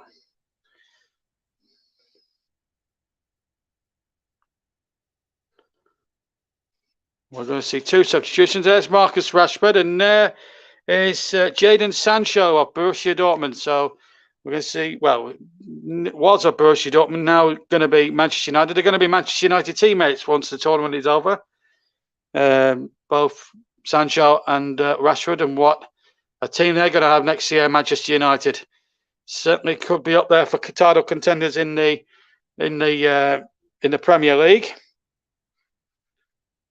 Florenzi for Emerson. My colleague Mike Arneman points out, but they're waiting to come on, maybe with penalties in mind, ball behind from Saka.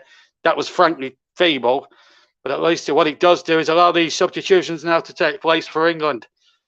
And it means now Rashford and Sancho will come on. Oh, no, they're not allowing the substitutions to take place. Well, Gareth Southgate will be furious if this goes to penalties and they're not on the field. I thought we were going to see the substitutions happen. I think that's ridiculous. I think Mr. Kuipers there just losing his geography there. And I won't be too surprised now if it does go to penalties. A lot of people at home who are listening to this game, or I've got the television set on, I think I'm just going to talk to I'm going to think about my mate at this point, Trevor from Trevor Sports. As this ball comes in, it's going to be a corner for England to defend now. They'll bring the subs on. We're into the final minute of the extra time. One mistake could be fatal, and Henderson's coming off. Now, that's probably not the most daftest thing in the world, because Jordan Henderson, if you remember, the last time they had a penalty competition, he missed. So this probably is a good thing at this moment in time. So Henderson's going off. Marcus Rashford will come on. So Rashford on.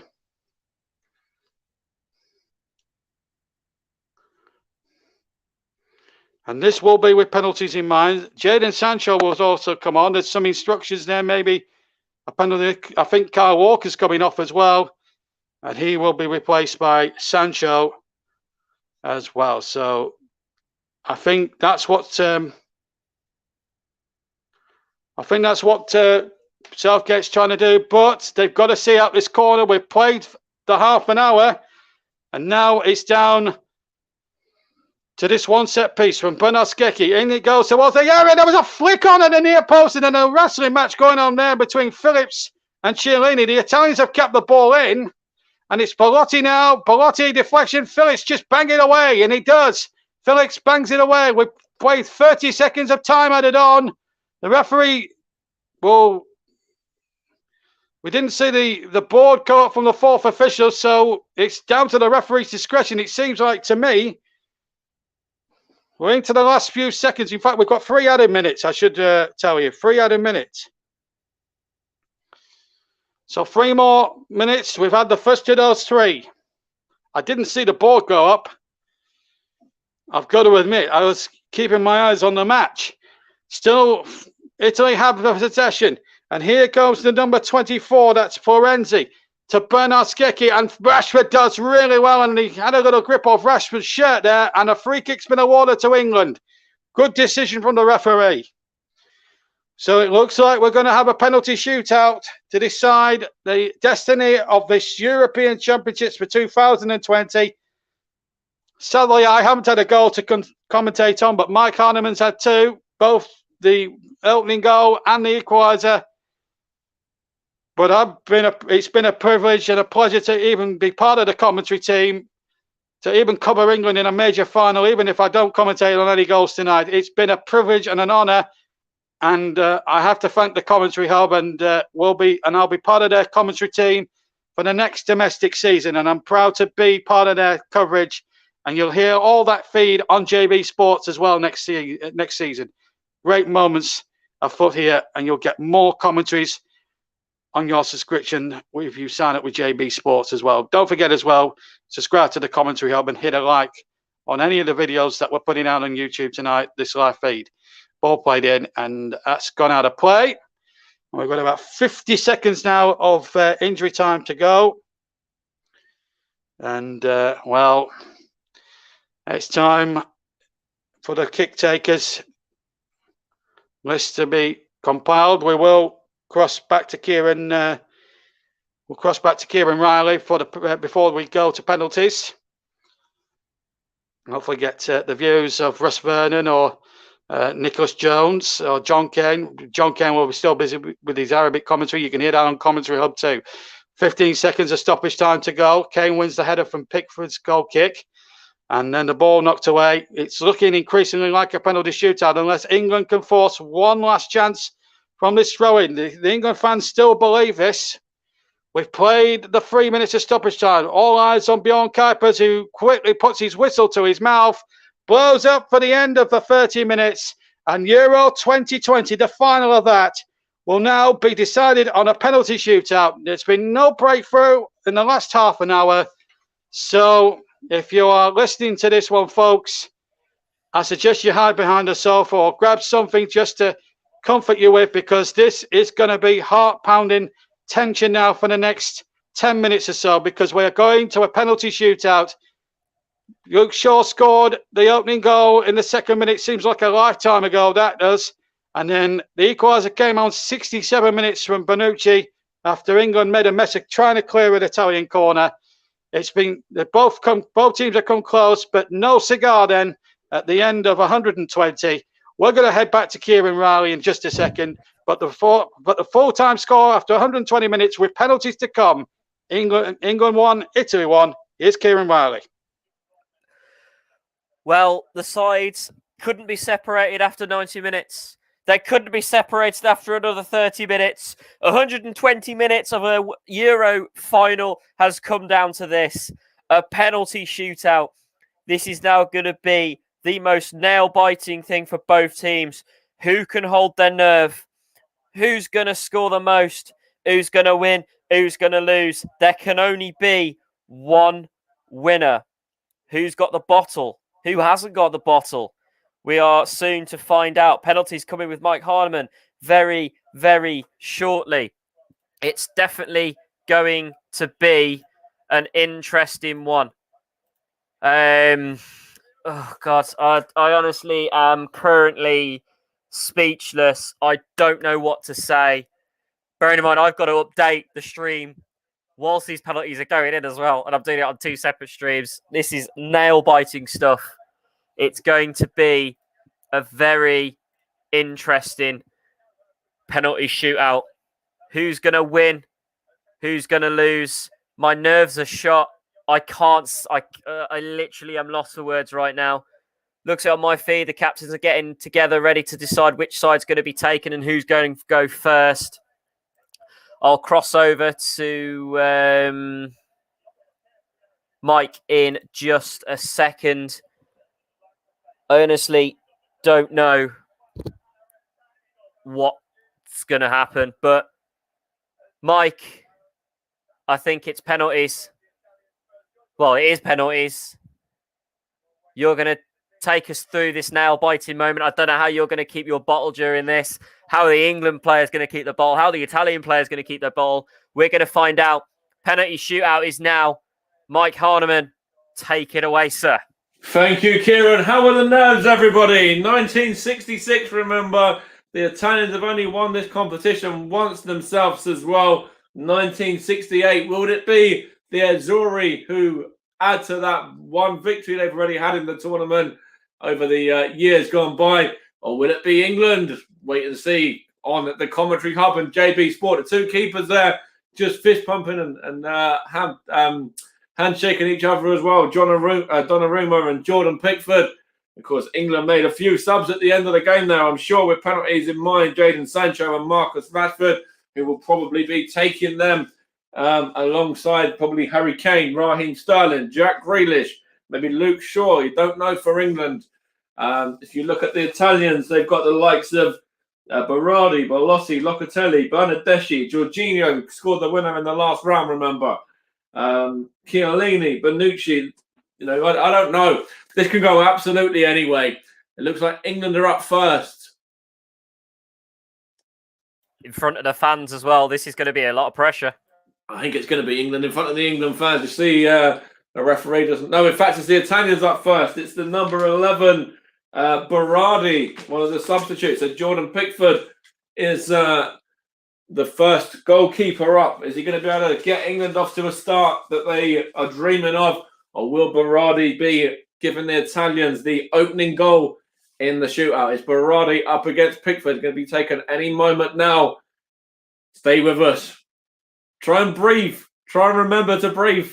Here's Berardi now for the Italians up against Jordan Pickford. Pickford trying to make himself big. Berardi steps up. Berardi against Jordan Pickford. And it's scored. Berardi sends Jordan Pickford the wrong way. And the Italians have the early lead after one penalty there. It's a cool penalty as well. Cool, calm and composed from the Italian number 11 there. The forward sending Jordan Pickford the wrong way. England up now. It's the skipper, Harry Kane. Remember the last penalty was missed by the England skipper who put the rebound in against the Danes. Can't be doing that today. He has to just be calm, composed, and just put it into the back of the net. No rebounds, remember, on penalty shootouts. Has to be straight in. It's Harry Kane up against Donnarumma. The Tottenham man up against the AC Milan keeper. And he scored. It's 1-1. England skipper has levelled it up there. The two strikers up first. Goalkeeper Donnarumma went the right way, but there was enough pace on that to beat him and head into the corner of the net. And Harry Kane there, breathing a bit of a sigh of relief. Now it's the number 9, Belotti for Italy. The respective number 9s have just taken. Well, one's just taken, one's going to be taken. And it's Belotti now against Jordan Pickford. Let's see what happens with this now. Jordan Pickford played a few mind games there with the Italian striker as well. He looks slightly nervous, actually. It's Belotti now. Up against Pickford for 2-1. Belotti. It's saved! Pickford saves it!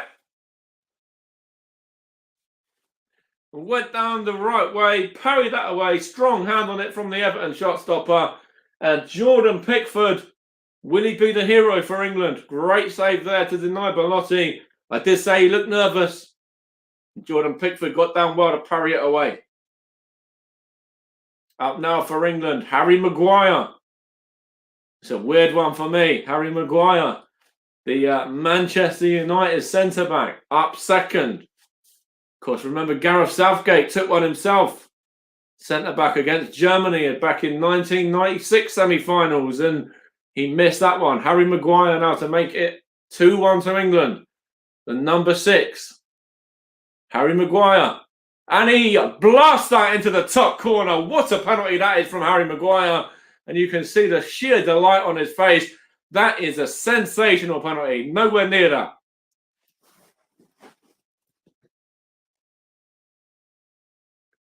Absolute thunderbolt from Harry Maguire there. Kills the camera. Yes, Kieran, 100%. Now it's the number 19 for Italy, which is who's that now? I'm trying to see who it is. In fact, the number 19. Can't even see. It's Bonucci, who scored the Italians' equaliser. Remember, Bonucci up against Pickford. Bonucci, and he dummies that one and then puts it into the back of the net there. Bonucci has put the Italians level with their third penalty. Who's up next for England now? You see, he just stopped there, did Bonucci. Pickford went the right way, but it was a good penalty in the end from the Juventus centre-back. Up now for England is Marcus Rashford, the substitute. Is this his first touch? It could well be. Marcus Rashford now, the England number 11, up against Donnarumma of AC Milan. Man United against Milan. Marcus Rashford here for the Three Lions. Can he get the better of the Azzurri goalkeeper? Marcus Rashford. Marcus Rashford steps up. And he hits the post. He rolls that one off the post as Marcus Rashford. A weak penalty. Sent the goalkeeper the wrong way. but the post comes to Italy's rescue there. And we're level, 2 penalties apiece after 3 spot kicks apiece as well. And Gareth Southgate there is surely going to be cursing the fact that he brought that sub on. And Marcus Rashford, of course, missed for England. It's down to Jordan Pickford now up against Bernardeschi, one of the Italian substitutes. Bernardeschi, of course, plays for... I can't even remember. But anyway, he's up against Jordan Pickford anyway. Bernardeschi, and it's straight down the middle there from the Italian number 20 there. Bernardeschi, who plays in Sassuolo, I believe, as well, alongside another another Italian man in Locatelli. Up now for England.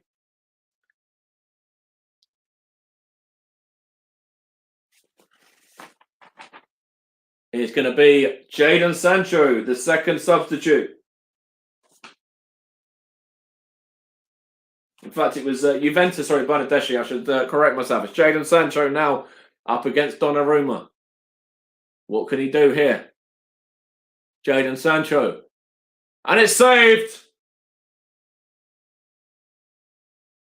Saved by Donnarumma there. And will it be falling apart for England at the last hurdle? Gareth Southgate's 2 subs, both missing. Remember, if Italy score now, they'll win this one. And it's up against Jordan Pickford. Jorginho up again. Remember, he scored last time out, did Jorginho, the Chelsea man, in the semi-final to send the Italians through 4-2. Will it be the same again, or will Jordan Pickford be able to pull it off and give England the opportunity to go through to potentially have an opportunity at the end with their last kick? It's Jorginho up against Pickford. Gareth Southgate taking a few deep breaths there. Jorginho up against Pickford. Jorginho steps up. And it's saved by Pickford. Parries it onto the post. And Jordan Pickford there has made another fantastic save for England. And who's up now? Who's the weight is on this man for England now to give England the opportunity to go through to sudden death. Who's it going to be? The weight of England is on the shoulders of Bukayo Saka of Arsenal. Bukayo Saka. If only England can score now to send it through to sudden death. Saka steps up and it's saved. Bukayo Saka's penalty is saved. And the Italians have won Euro 2020. Football is going to Rome. Bukayo Saka's penalty saved by Donnarumma. And Roberto Mancini and his men have gone and done it. They've gone and beaten England on penalties by 3 penalties to 2. And it's they who progress and win Euro 2020. England so near. Bukayo Saka in absolute floods of tears there. But England are beaten. The Euro 2020 final went all the way to penalties after a 1-1 draw. I'll hand over to JB in a moment for the trophy lift. But football is going to Rome. And it was Donnarumma's save right at the end there to deny Bukayo Saka the difference. And the Italians go through and to lift the trophy there. England have at least another year to wait for a major trophy. But fair play to the Italians, and they've gone through all the way through a penalty shootout there as well. And I feel for Bukayo Saka. Being a Gooner, I can't help but feel for Bukayo Saka.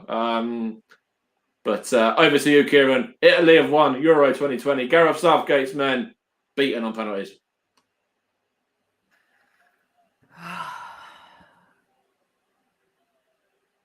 He had one chance, and we blow it. We haven't got one chance. I think the World Cup that is coming is going to be a bigger chance for England. Like I said before the tournament, I think if we got to the final, England will be brilliant to get to the stage. And let's underestimate that the World Cup, by the time the World Cup comes, that England team will have gelled nicely. And this is a curving performance-wise for England. They've done very well to get to the final. I know it's in Wembley, the final. I know in the semi, I know they've done very well to get to that stage. But hard luck for England. But in the end of the day, when it comes to penalties, as we've seen, the misses from both teams as well. But I do feel sorry for the English players who've missed it, especially like the two players and Rashford and Sancho, who came in especially for that, didn't they? 2 minutes before the end. They came in especially for that, but it just didn't work out. But I think the World Cup will mean business. England will mean big, big business. Yeah, it's obviously such a shame. Our first major tournament final in 55 years, and we lose on penalties. I mean, look what it means to the Italian fans there. Saka obviously in tears and getting consolidated by his players. He had the chance to take it to sudden death. Obviously, the Italian goalkeeper just too good. I mean, look at that celebration. He's cool as a cucumber as well, but then he starts to burst into tears. What a shame. Rashford, that was such a stupid mistake to make. You don't slow down on a penalty kick. You just go and bang one. I'm completely lost for words. Nick, once again, we falter at the final hurdle. Absolutely devastating for us, Kieran, because England almost always come unstuck at penalties. Look what happened in Germany 2006 against Portugal. We are just so unlucky when it came to penalties. But credit to Italy for their dogged determination and their persistence just showed in how they just ran England down. And I've got to be quick with this one. It's been a real pleasure doing the tournament with you guys, and I look forward to doing more games with you next season. Cheers, Nick. You go and enjoy Italy's trophy presentation. It's been a pleasure to have you with us, and we'll see you at the start of next season. All right, cheers. Cheers, mate. JB, your take on that, mate? Did Rashford screw up, or do you think England just didn't have the bottle? If JB's with us, I don't think he's saving himself for the trophy presentation. Russ, your take on extra time and penalties? Did we bottle it as always? Did Rashford screw us over? Yeah, all Rashford needed to do was play after he sent Donnarumma the wrong way. All they had to do was just place it in that bottom corner, and we would have gone on to win it when Pickford had saved that Jorginho's spot kick. I'm not sure, but I wonder if the occasion got to the England players towards the end. I think that may be part of the case, but I'm not 100% sure if that is the case, if that's why it went, and that's why he's gone to rather than home. Yeah, it's definitely a tough one to swallow. I mean, could it be the curse of Gareth Southgate? May I come in, Kieran, quickly? You certainly can, John. I'm lost for words right now. I think the one mistake that England made, and I actually said it in my Irish commentary, and I was actually annoyed with myself when I'm saying this, is in the second half, they were leading 1-0, and they let Italians take over. They literally let the Italians take over in the second half. And then the goal had to come in, and you can see it coming. They even had people like Kalani and Bonucci going forward. And funny enough, Bonucci is the one who scored the goal. I think that defensive style of football, which I think England will learn in the future, is not to use in the second half if they were losing. And maybe it came to bite us, didn't it, by scoring the goal in the first 2 minutes, because we probably would have, if it was 0-0 at half time, I think England probably would have gone up and won the game and carried on playing with the same momentum. But the problem with Gareth Southgate, which I'm assuming is there were his instructions, is that defensive style of football cost us that tournament in that second half and even in extra time. But credit is due. England done very, very well, and we should be proud of that team. And let's not make scapegoats of Rashford or anyone else, Saka or anyone else, because in penalties is spot of luck. I always called it. Penalties are lottery and doesn't show how good or bad that team is. You can play with 11 men and defending all game and get it to 90 minutes and 120 minutes, and then you win on penalties, and he done nothing. But England did play very well in the first half, and they played very well in general in the tournament. Yeah, we didn't win our games pretty, which I keep saying, but we done very well. We got the job done, and it's a shame to lose in the final hurdle and the penalties. But let's not take away that actually we gone above our expectations. And I know it's only it's next year. I know I said it before, and I'll say it again. This tournament is actually a good learning curve for Gareth Southgate and for all the players that we got to prepare them for the World Cup. World Cup is much bigger than the Euro. Let's put that in our mind. And we are aiming for the World Cup. And it's first time in years when I actually can see England do actually got the chance of winning that World Cup next year in Qatar. Oh, yeah. We've got a year to wait. We've got a load of fixtures coming up. We've still got the last of the qualifiers to win. But we're more or less probably obviously going to qualify. But what an it's quite a young England squad out there as well. That's exactly my point. That's exactly my point. Because they're young, they're learning. They're learning. This is the best experience that England team can ever have. Look at how great Phillips. I know I'm saying in front of Ross now, but look at what Phillips and Rice did. They're both about 21, 20. And look how solid they were in front of all the teams that we face. If it was Germany, if it was even Italy today, they've been magnificent throughout the tournament. And we only lost on penalties. And let's just hope that this learning curve will teach not just Southgate, but the other players to learn from it. All of them. Yeah, definitely. Right, Mike, JB. Before we go to the trophy presentations, can we have your joint man of the match sponsored by Commentary Services? Right, so I've got the name in my mind. I don't know about you, JB, but for winning the shootout for the Italians, I'm going to go with the goalkeeper, Donnarumma. Would you agree, or you got somebody different? No, I agree with that. I just want to, I think the penalties were feeble, and I disagree with John, purely and simply because I think we've blown our best chance tonight. I mean, I don't wish to be rude, John, and dismiss your comment, but you've got Brazil to get past Argentina. All the South American teams will be there, and we're playing in 100-degree heat in Qatar. So I'm sorry, we haven't got a cat's chance in a year's time. I don't wish to be the prophet of doom, but we've blown our best chance tonight. But I do agree, man in a match, definitely Donnarumma. Okay, so there you go. Your man of the match, sponsored by Commentary Services, joint between Mike Honeyman and JB, is Gianluigi Di Maria, the Italian goalkeeper, who has obviously held England back and made them win 3-2 on penalties. Italy are your Euro 2020 champions. I'm now going to hand back over to JB to get themselves ready for the trophy ceremony. So, JB, it's over to you, my friend, and we'll have a bit more analysis after that. Well, thank you. Well, it's probably the least stressful moment of any commentator, but unfortunately, I feel very much on a downer doing this because we all wanted an England victory tonight, and it's the Italians that are celebrating right now. And to be fair, they deserved it. England, as usual, and I've known this for 30 years, following England, commentating on them, supporting them as a fan. They just bottled it. And I concur with the Rashford kick. That was the most terriblest penalty I think I've ever seen in my life.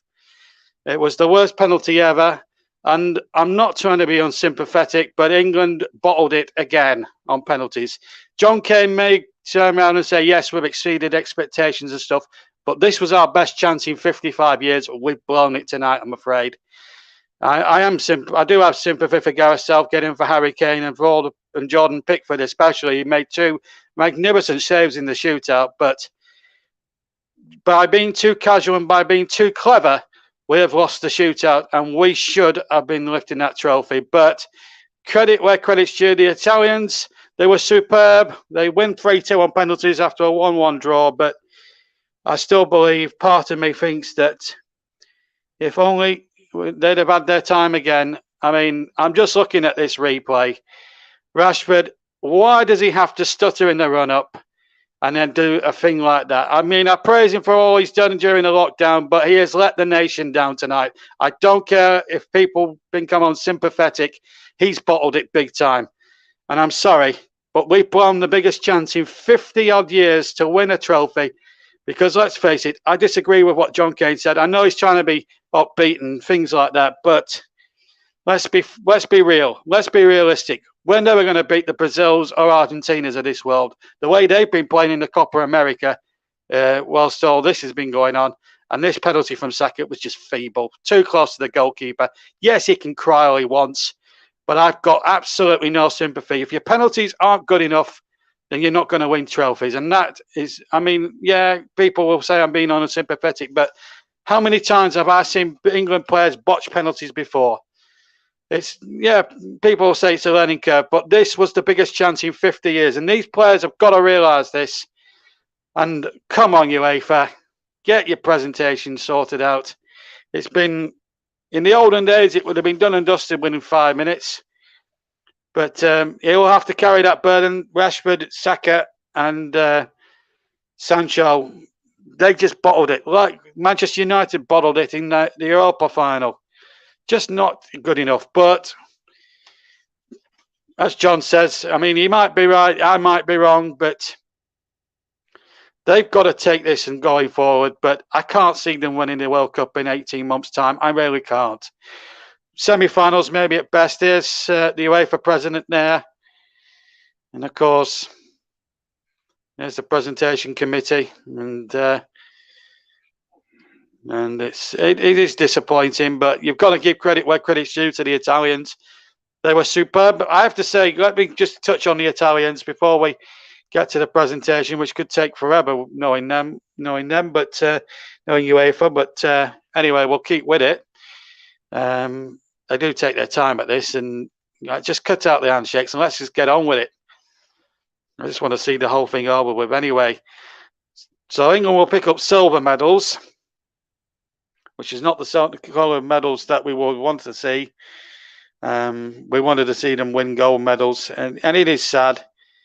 And there's Jordan Pickford, who made 2 magnificent saves in the penalty shootout, but it wasn't enough. But you've got to give credit to Mancini. He's a great manager, great coach, a good man manager. Did it for so many years at Manchester City, of course, when they won the Premier League title winning the top flight title after many, many years of trying. He's a very good coach, a very good manager, and he really does get the best out of his squad that he has to utilise with the Italy side. They are a good bunch of lads. There is no doubt about it, but that I will reiterate what Marcus Rashford just said. There's the Henri Demé trophy. Well, we all said in the build-up it was coming home. It's not coming home. It's going to Rome, I'm afraid. It's not what anyone wanted tonight. It really wasn't. And at the end of it all, England have to carry the burden of losing on a penalty competition. And the likes of Sancho, Rashford especially, and Saka, who missed the decisive kick, will have to carry that burden of responsibility for many years to come. It's deeply disappointing. Donnarumma gets player of the tournament. There he is, receiving his medal. If there is consolation for England's goalkeeper, he does win Golden Glove because he kept the most clean sheets throughout the competition. So there is a bit of consolation there for Jordan Pickford, of course. And it was...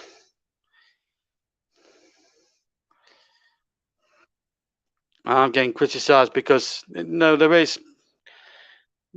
And I do believe that if Rashford had been more coy and just stuck the penalty away, blasted it down the middle or whatever, then it may have been. The referee, Bjorn Karpers, mixed match for me. Could have sent a couple of players off tonight, but maybe I'm being picky. And this just takes too long as far as I'm concerned. But here we go. They'll get their medals. All the squads will get their medals. I remember when it was just 11 players picking up their medals, but there we go. And I've got to say, I just want to say, whilst the referees and the officials are getting their medals, what an honour it has been for me, firstly, to be in a position to do this final today for the Commentary Hub and for JB Sports. And it's been a privilege. Sad as it is that we are not seeing England lift the trophy, but I've had a belting time commentating for the Commentary Hub this last month. It's been amazing. I'm afraid there'll be no Sweet Caroline tonight as Gareth Southgate and Harry Kane lead England up to the podium first. It's silver medals for England. It's runners-up. And there we go. That's just one of those unfortunate things. It's Gareth Southgate, a dignified man to the very last. Harry Kane didn't let anyone down tonight. Led the side superbly, but he would have wanted to lift the trophy. The medals are coming up. Kieran Trippier, I feel for him. Ex-Burnley player. Maguire didn't put a foot wrong at the back. Luke Shaw, whose goal looked for a while as if it was going to decide things. Jordan Pickford's penalty saves in the end were in vain. John Stones had a good, solid game. Rashford, I'm sorry, that was just poor, the penalty. Only contribution, and it cost England the match as far as I'm concerned. Kelvin Phillips didn't put a foot wrong, takes his medal off. Saka takes his medal off also. Jack Grealish should have come on a lot sooner as far as I'm concerned. And then you've got the substitutes, Ramsdale, Kyle Walker, who came off towards the end. Declan Rice, who had a smashing game. Tyrone Mings there as well. Was played in the first two games, but wasn't used since from there on in. And all the other players, Sam Johnston going through there and a few others. Raheem Sterling had a super tournament, 3 goals for him in the tournament, but it just wasn't to be in the end. And Connor Cody of Wolves, Jordan Henderson, Dominic Calvert-Lewin, who should have had a chance really throughout the tournament. Phil Foden and other players there that got in the squad. Jude Bellingham just takes his medal off, the young lad from Birmingham, and they've chucked their medals away, and I don't blame them, quite frankly. Majority of the crowd have, apart from the Italians, who are quite happy with the whole thing at the moment. And Spinazzola steps forward to receive the trophy. Well, he steps forward first. It's the Italians now. He's hobbling now. He gets his medal. He has deserved a medal, Spinazzola. He had a terrific tournament. There's no ifs and buts about it. He did really well. There's Bonucci, who got the equaliser, of course, and he's happy enough. Donnarumma didn't have to make too difficult saves in the end. They were basically straight at him, and one hit the post from rather tamely from Rashford. But it means so much to the Italians. They won this trophy, of course, way back in 1968, of course. And there's the substitute goalkeeper going through there. There's Di Lorenzo. He had a smashing game tonight. And, well, they'll enjoy it, the Italians. They're a good footballing side, and they certainly are a credit to their nation. That is for sure. You can't knock them for that. They took advantage in the second half when England tried to play too defensively, and in the end they just pay for it with they pay for it by conceding a very silly equaliser. But no shame at all as far as I'm concerned, really, in losing to a good Italy side. They were superb. I covered them twice before, and they were superb throughout the tournament. Little kiss there from Chiesa to the trophy. And as soon as the trophy lift has been performed, I will be handing back to our presenter, who will finish the job off for us tonight. And he's been a magnificent presenter. Of course, the brilliant Kieran Riley. But here comes Chiellini, the captain, who's going to receive the Henri de Meyer trophy. Italy are going to be twice winners of Europe. He takes the trophy from the president of UEFA, gives it a kiss, walks up rather casually to his teammates and Roberto Mancini. The Italian flags are out. It's Italy who win Euro. Up into the London sky, the fireworks and confetti go off. It's a night of celebration for Italy. It's a day of mourning for England. But Italy are the winners of Euro 2020.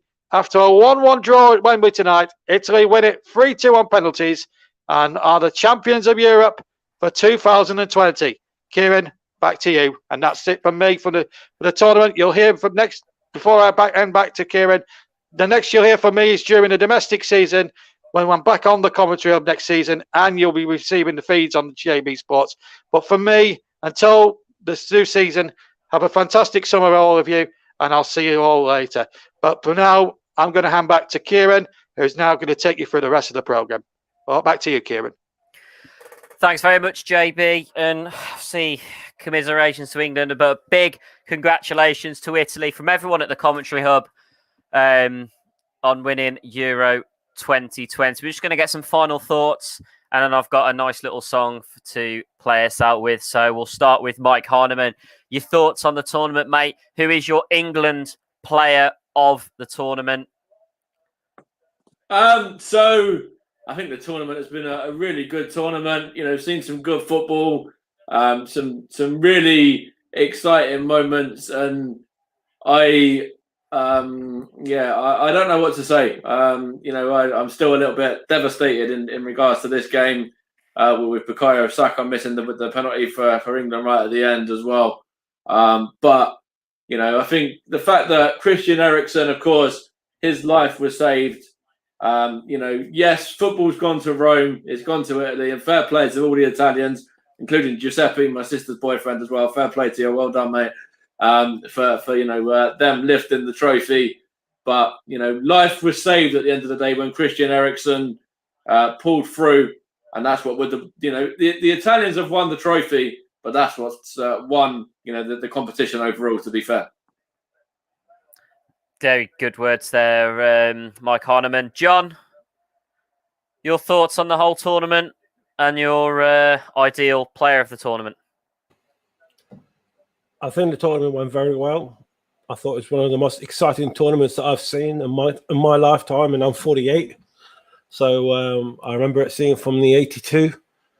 Apologies, from the 84. That's the first one that I can remember when France won it then.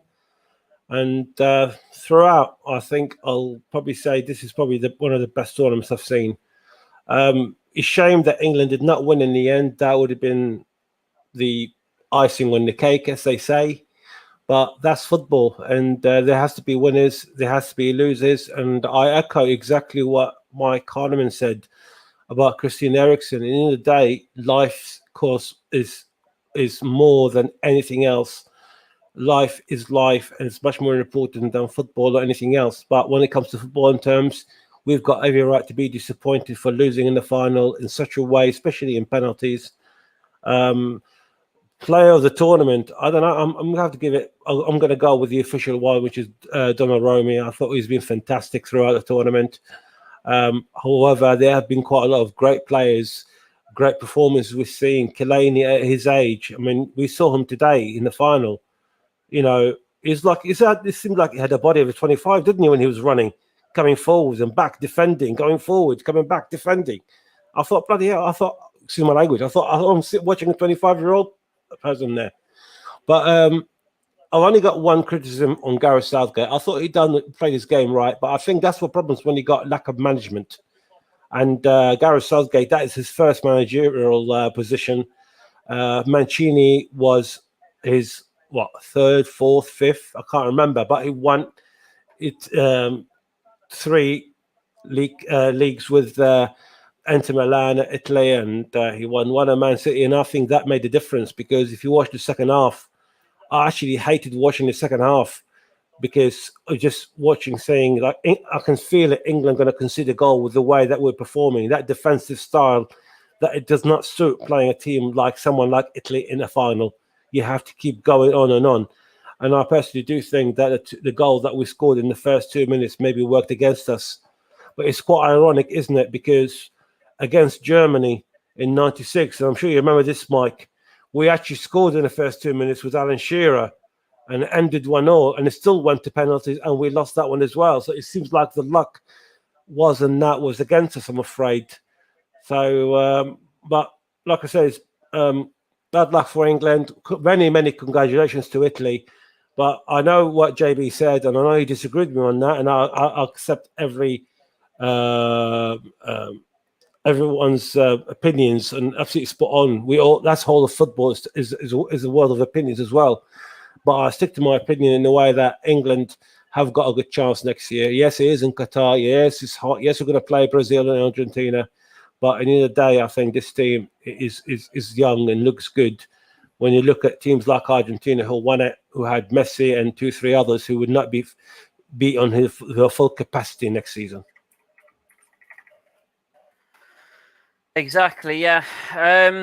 Also, we would also like to pass our congratulations on to Argentina, who have won the Copa America final, which was earlier on today. They beat Brazil 1-0 thanks to a goal from Angel Di Maria.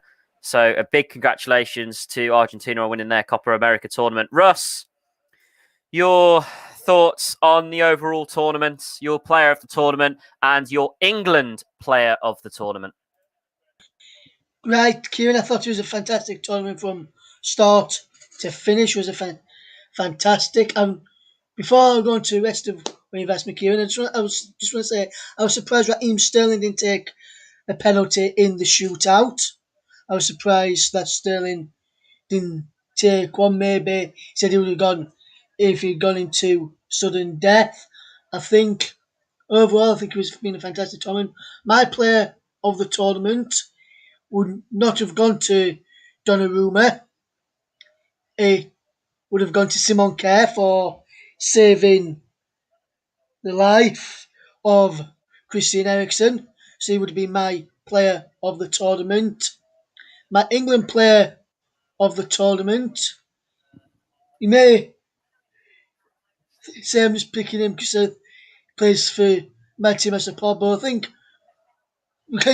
there's not honourable mentions to Raheem Sterling, who did perform well, Kyle Walker as well, John Stones, Harry Maguire, to the majority of the squad, Declan Rice as well. But for me, I think Phillips has shown another side to his game from what he does at Leeds. He can play that defensive midfield, which he played towards the end of the match today. And I think he's been England's best player. Yes, there's been other nominations in there which I've given honourable mentions to, but for me, I'm not just saying this because I'm a Leeds fan. I think Calvin has been one of the better performances for England. And I just want to read out what my status which I put up on Facebook for those that are not on status. Proud of the boys for getting this far in the tournament. Fell short in the end, but you've done the nation proud. And I'll leave you with that. Thank you very much, Russ. Mike, you forgot to give us your England player of the tournament. You put it in chat, but I'll let you read it out. So who's your England player of the tournament? So I'll go with my England one and also give you my overall one as well. My England one, Raheem Sterling. I think he's been fantastic for the Three Lions, and started off in the group stages, got England's 2 goals to send England through, and of course scored against the Germans as well.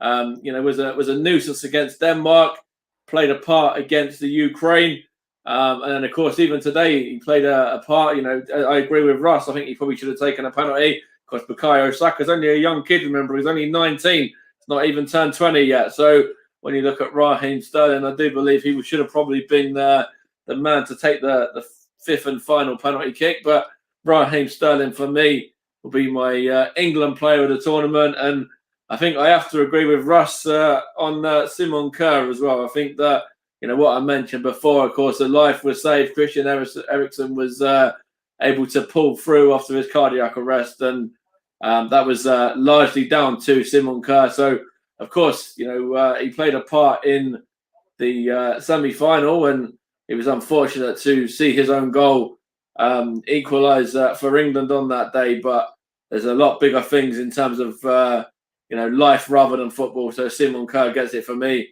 Although Donnarumma, in terms of a playing capacity, has been really, really good. Perfect. Thank you very much, Mike. John, you also missed off your England player of the tournament. So who's your overall England player of the tournament? I think it's very hard to choose, isn't it? Because so many players, they actually play their best in this tournament. And it is so hard to, like you said, Calvin Phillips had a fantastic tournament. Raheem Sterling, I thought he'd done very, very well. And so many other players. But I'm actually going to give it to Jordan Pickford, the man who actually won the Golden Glove in the end. He only conceded 2 goals, in fact, the whole tournament. And also, at the end of the day, he done his bit, didn't he, for today's game? He done his bit for the penalties. I mean, when I saw Jorginho coming in, I thought, that's it, we're all over. And then, he done his bit. He actually definitely done his bit for England today. So I'm glad that Jordan Pickford actually got the Golden Glove as well in the end. So I'm going to give it to Jordan Pickford. Perfect. Thank you very much, John. So mine, well, obviously, overall player of the tournament is definitely, as Mike and Russ said, the Danish boys for saving Christian Eriksen's life, but also the medical team that worked flawlessly on the pitch to get him back before he was taken into hospital. Obviously, Eriksen's now home, but we wish him a speedy recovery from that tragic accident that obviously happened in the very first week of the tournament as well, I might add. My England player of the tournament, I think I'll go with you, John. I'd say Jordan Pickford. He's definitely saved our asses quite pardon the language there, but he's definitely saved us quite a few times. And keeping a clean sheet for 5 out of the 7 games we've played is 5 out of the 6 games, that we've played, has been absolutely amazing. It's a good achievement.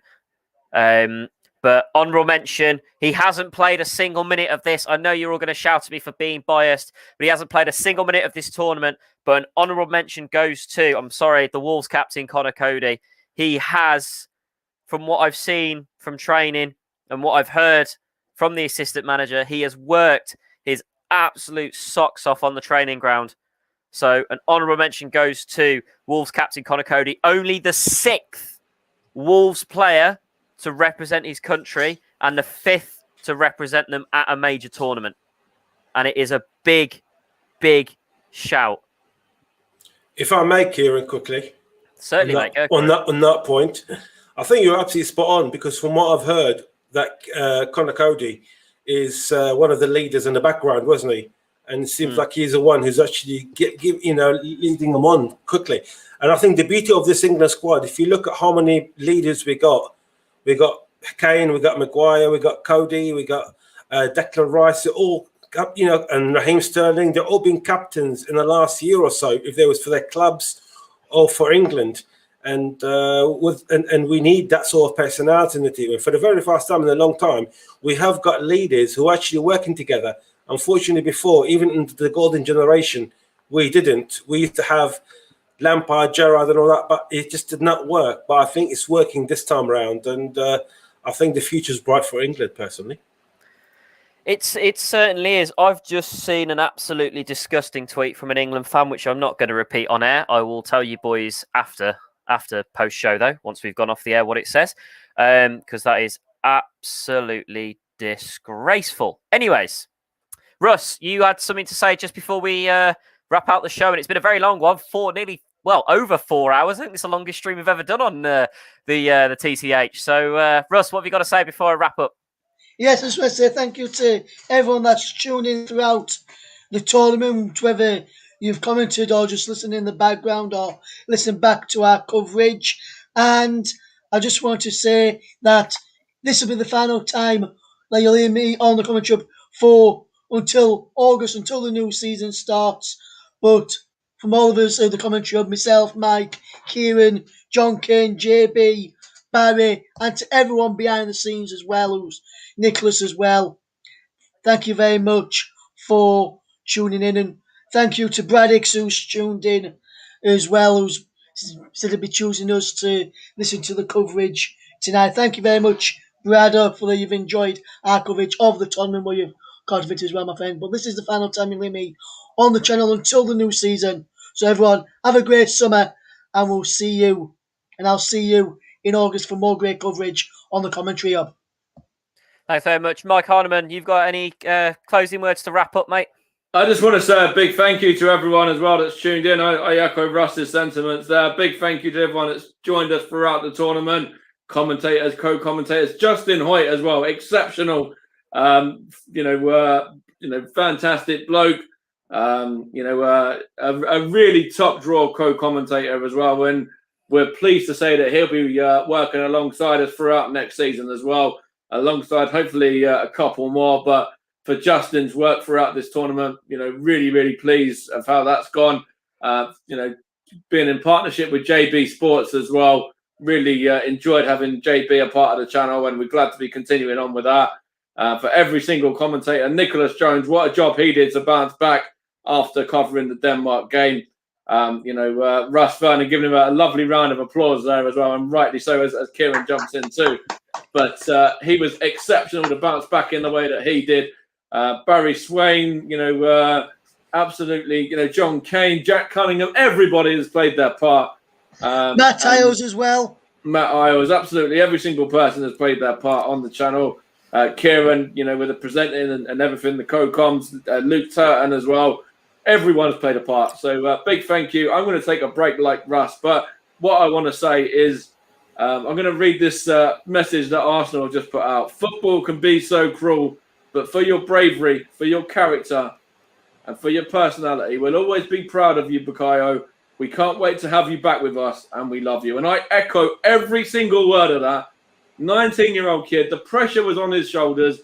Yes, it was saved by Donnarumma. He'll bounce back.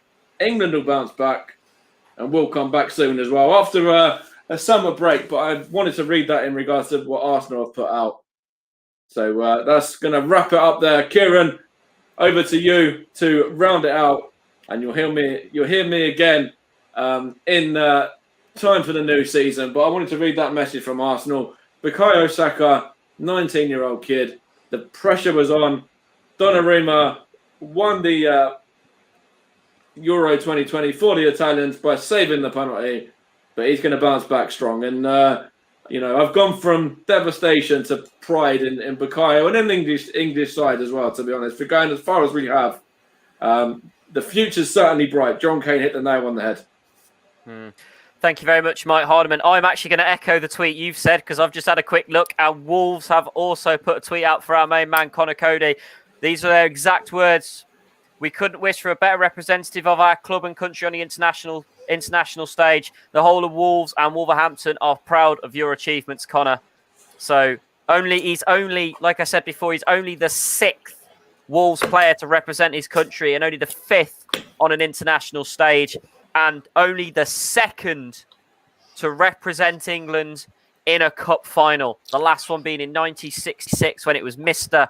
Ron Flowers in that England starting lineup. So that's a big, big achievement for Conor Cody. He may not have kicked a ball, but he's represented our club at England, something that's very difficult for a Wolves player to get on there, as the last one was Matt Jarvis in a friendly.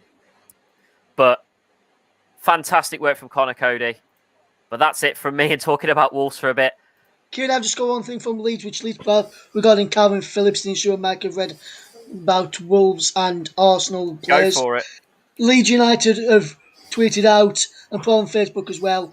Hold your head up high, Calvin. You've done the nation proud, and you've also done Granny Val proud as well, mate. Well done. John, Just anything from Spurs? I was going to say anything from Spurs.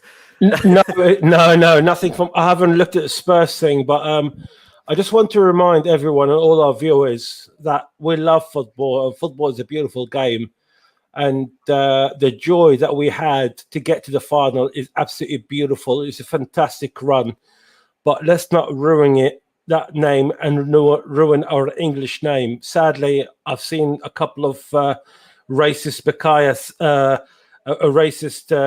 tweets on Bukayo Saka, which is disgusting. And I've also seen a couple of videos of Italian fans being beaten up outside the ground, which is being filmed, and it's on social media, sadly. And I really hope we don't crucify the Italian fans for being Italian and they won the title, and not to crucify our players for missing penalties, regardless of who they are or anything like that. Let's just keep it. Let's just be nice to everyone. You know, as we've known in the last year, the pandemic have put a lot over us. So let's be together in this and not start sending racist comments to Saka or anyone else to that matter. Yeah, 100% agree with that as well, John. Of course, football is a beautiful sport. It's a beautiful game. So let's keep it that way. Let's keep the violence out. You know, yes, there's going to be emotion. Yes, there's going to be frustration. There's going to be disappointment. But that's what, you know, Gareth Southgate's job is now, to get them right for the World Cup. And, you know, you hit the nail on the head in regards to the pandemic as well. You know, the lives were lost, and we've gone through a horrible 18 months, almost 2 years, coming up the end of that as well now. You know, it would have been nice to come out on a high, but remember, you know, England have certainly still given people a lot to cheer nonetheless. Yes, football's going to Rome and not coming home, but Gareth Southgate and his men, we're all proud of you. Every single one of you. Yes, and I just want to echo what Brad Dix has put in the chat as well. He says, people, stay safe. Apparently, I've seen this as well on social media, apparently violence is already happening in London. So any people in London tonight, please be safe, and please be safe tonight. That's the behaviour that we don't want to see, sadly. And like, there's so many of them on Twitter at the moment. It is just disgusting. It should not be about that. It should be about enjoying the moment. I certainly enjoyed the thought of football coming home. I know it didn't in the end, but it was a beautiful feeling, wasn't it? Let's keep that feeling going for the next tournament. Certainly. Thank you very much, John. Right, it is time to wrap it out. I'm just going to echo my thanks for sticking with us for the last 4 hours and 20 minutes. Thanks to Mike and JB for their fantastic commentary. JK, well done on your Arabic commentary as well. Russ, thanks for joining us at the start of the game, half-time and full time. We're going to echo our congratulations again to Italy. Well done on winning Euro 2020. Commiserations to England. Full time, Italy won, England won. Couldn't be separated after extra time. Went to penalties. England bottled it, and it ended Italy 3, England 2 on penalties. So congratulations to Italy. That is it from the TC Hub for the moment. We have got bigger and better things coming as the summer progresses. We won't just be doing football anymore, but we will. We're keeping that under wraps. But you will see. Keep an eye on the socials for everything that is going to be coming out on there. Thanks to everyone that's, like I've said, Russ and Mike said, thanks to everyone who's commentated, who's joined us, who sat and listened to us rather than the pundits on like BBC and ITV. Thanks very much for joining us. I think there's only one song to be able to play us out, and I think it's a bit of Oasis with Wonderwall. So I'm now going to shut up. It's been a fantastic evening. It's a shame we didn't win, but Italy are your European champions. We go again in a year's time in Qatar. But from me here at the TC Hub, I'm signing off for the last time until the start of the new season. We'll see you in August. Cheers, everyone. Thanks a lot. See you later, guys.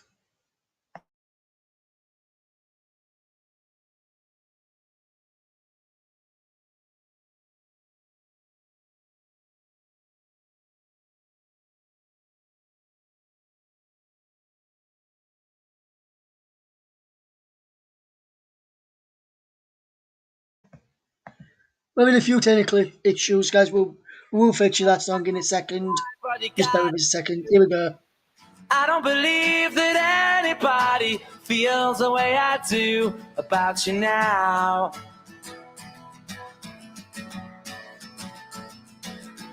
backbeat. The word is on the street that the fire in your heart is out. I'm sure you've heard it all before, but you never really had a doubt. I don't believe that anybody feels the way I do about you now. And all the roads we have to walk are winding, and all the lights that lead us there are blinding. There are many things that I would like to say to you, but I don't know how. Because maybe you're gonna be the one that saves me. And after all, you're my wonderwall.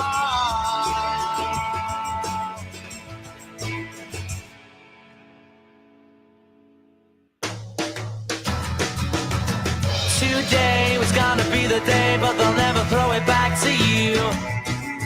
By now, you should have somehow realized what you're not to do. I don't believe that anybody feels the way I do about you now. And all the roads that lead you there were winding, and all the lights that light the way are blinding.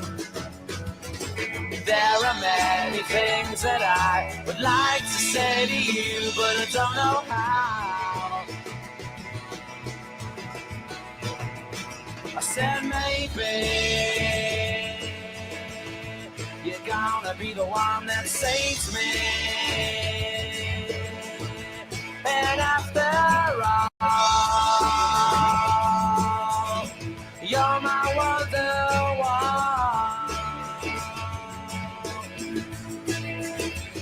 I said maybe you're gonna be the one that saves me.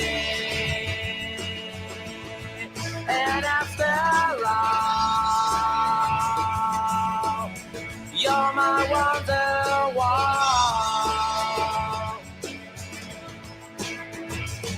I said maybe you're gonna be the one that saves me. You're gonna be the one that saves me. You're gonna be the one that saves me.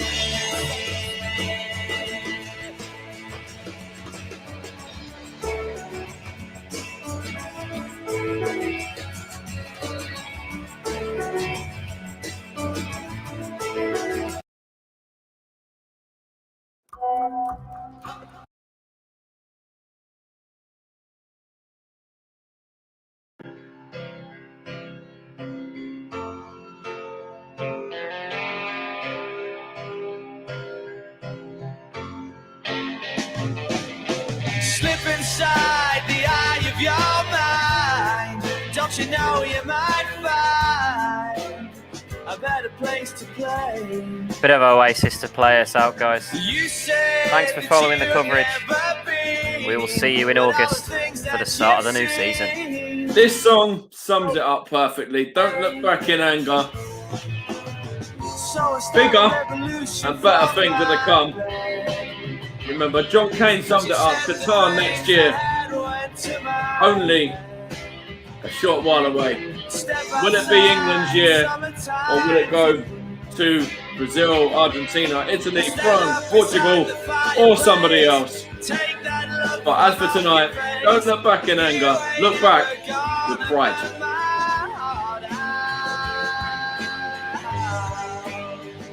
All together now. So Sally can wait. She knows it's too late as we're walking on by. So sides away. But don't look back in anger. I heard you say. The England team, we are so proud of each and every one of you out there tonight. You put your heart and soul into that game. Well done tonight. Unfortunately, it came down to penalties, and it's a lottery at the end of the day. Did the nation proud, and well done once again for getting this close. Calvin Phillips, Glenavelle have been looking down and applauding you throughout the tournament, my friend. Well done again. Well done, Calvin. Well done, England. The nation is with you. 100%. Well done, Bukayo, as well. Yes, you've missed the penalty at the end, but we're proud of you. Every Gooner is proud of you. I've summed it up in the chat, and I really do think, just like the NHS, we should be applauding on our doorsteps for these England boys.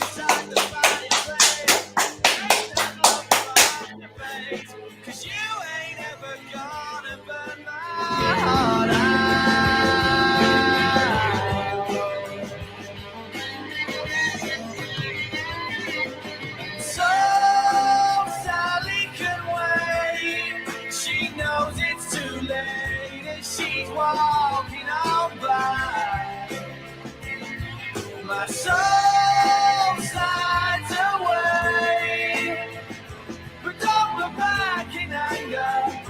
I heard you say.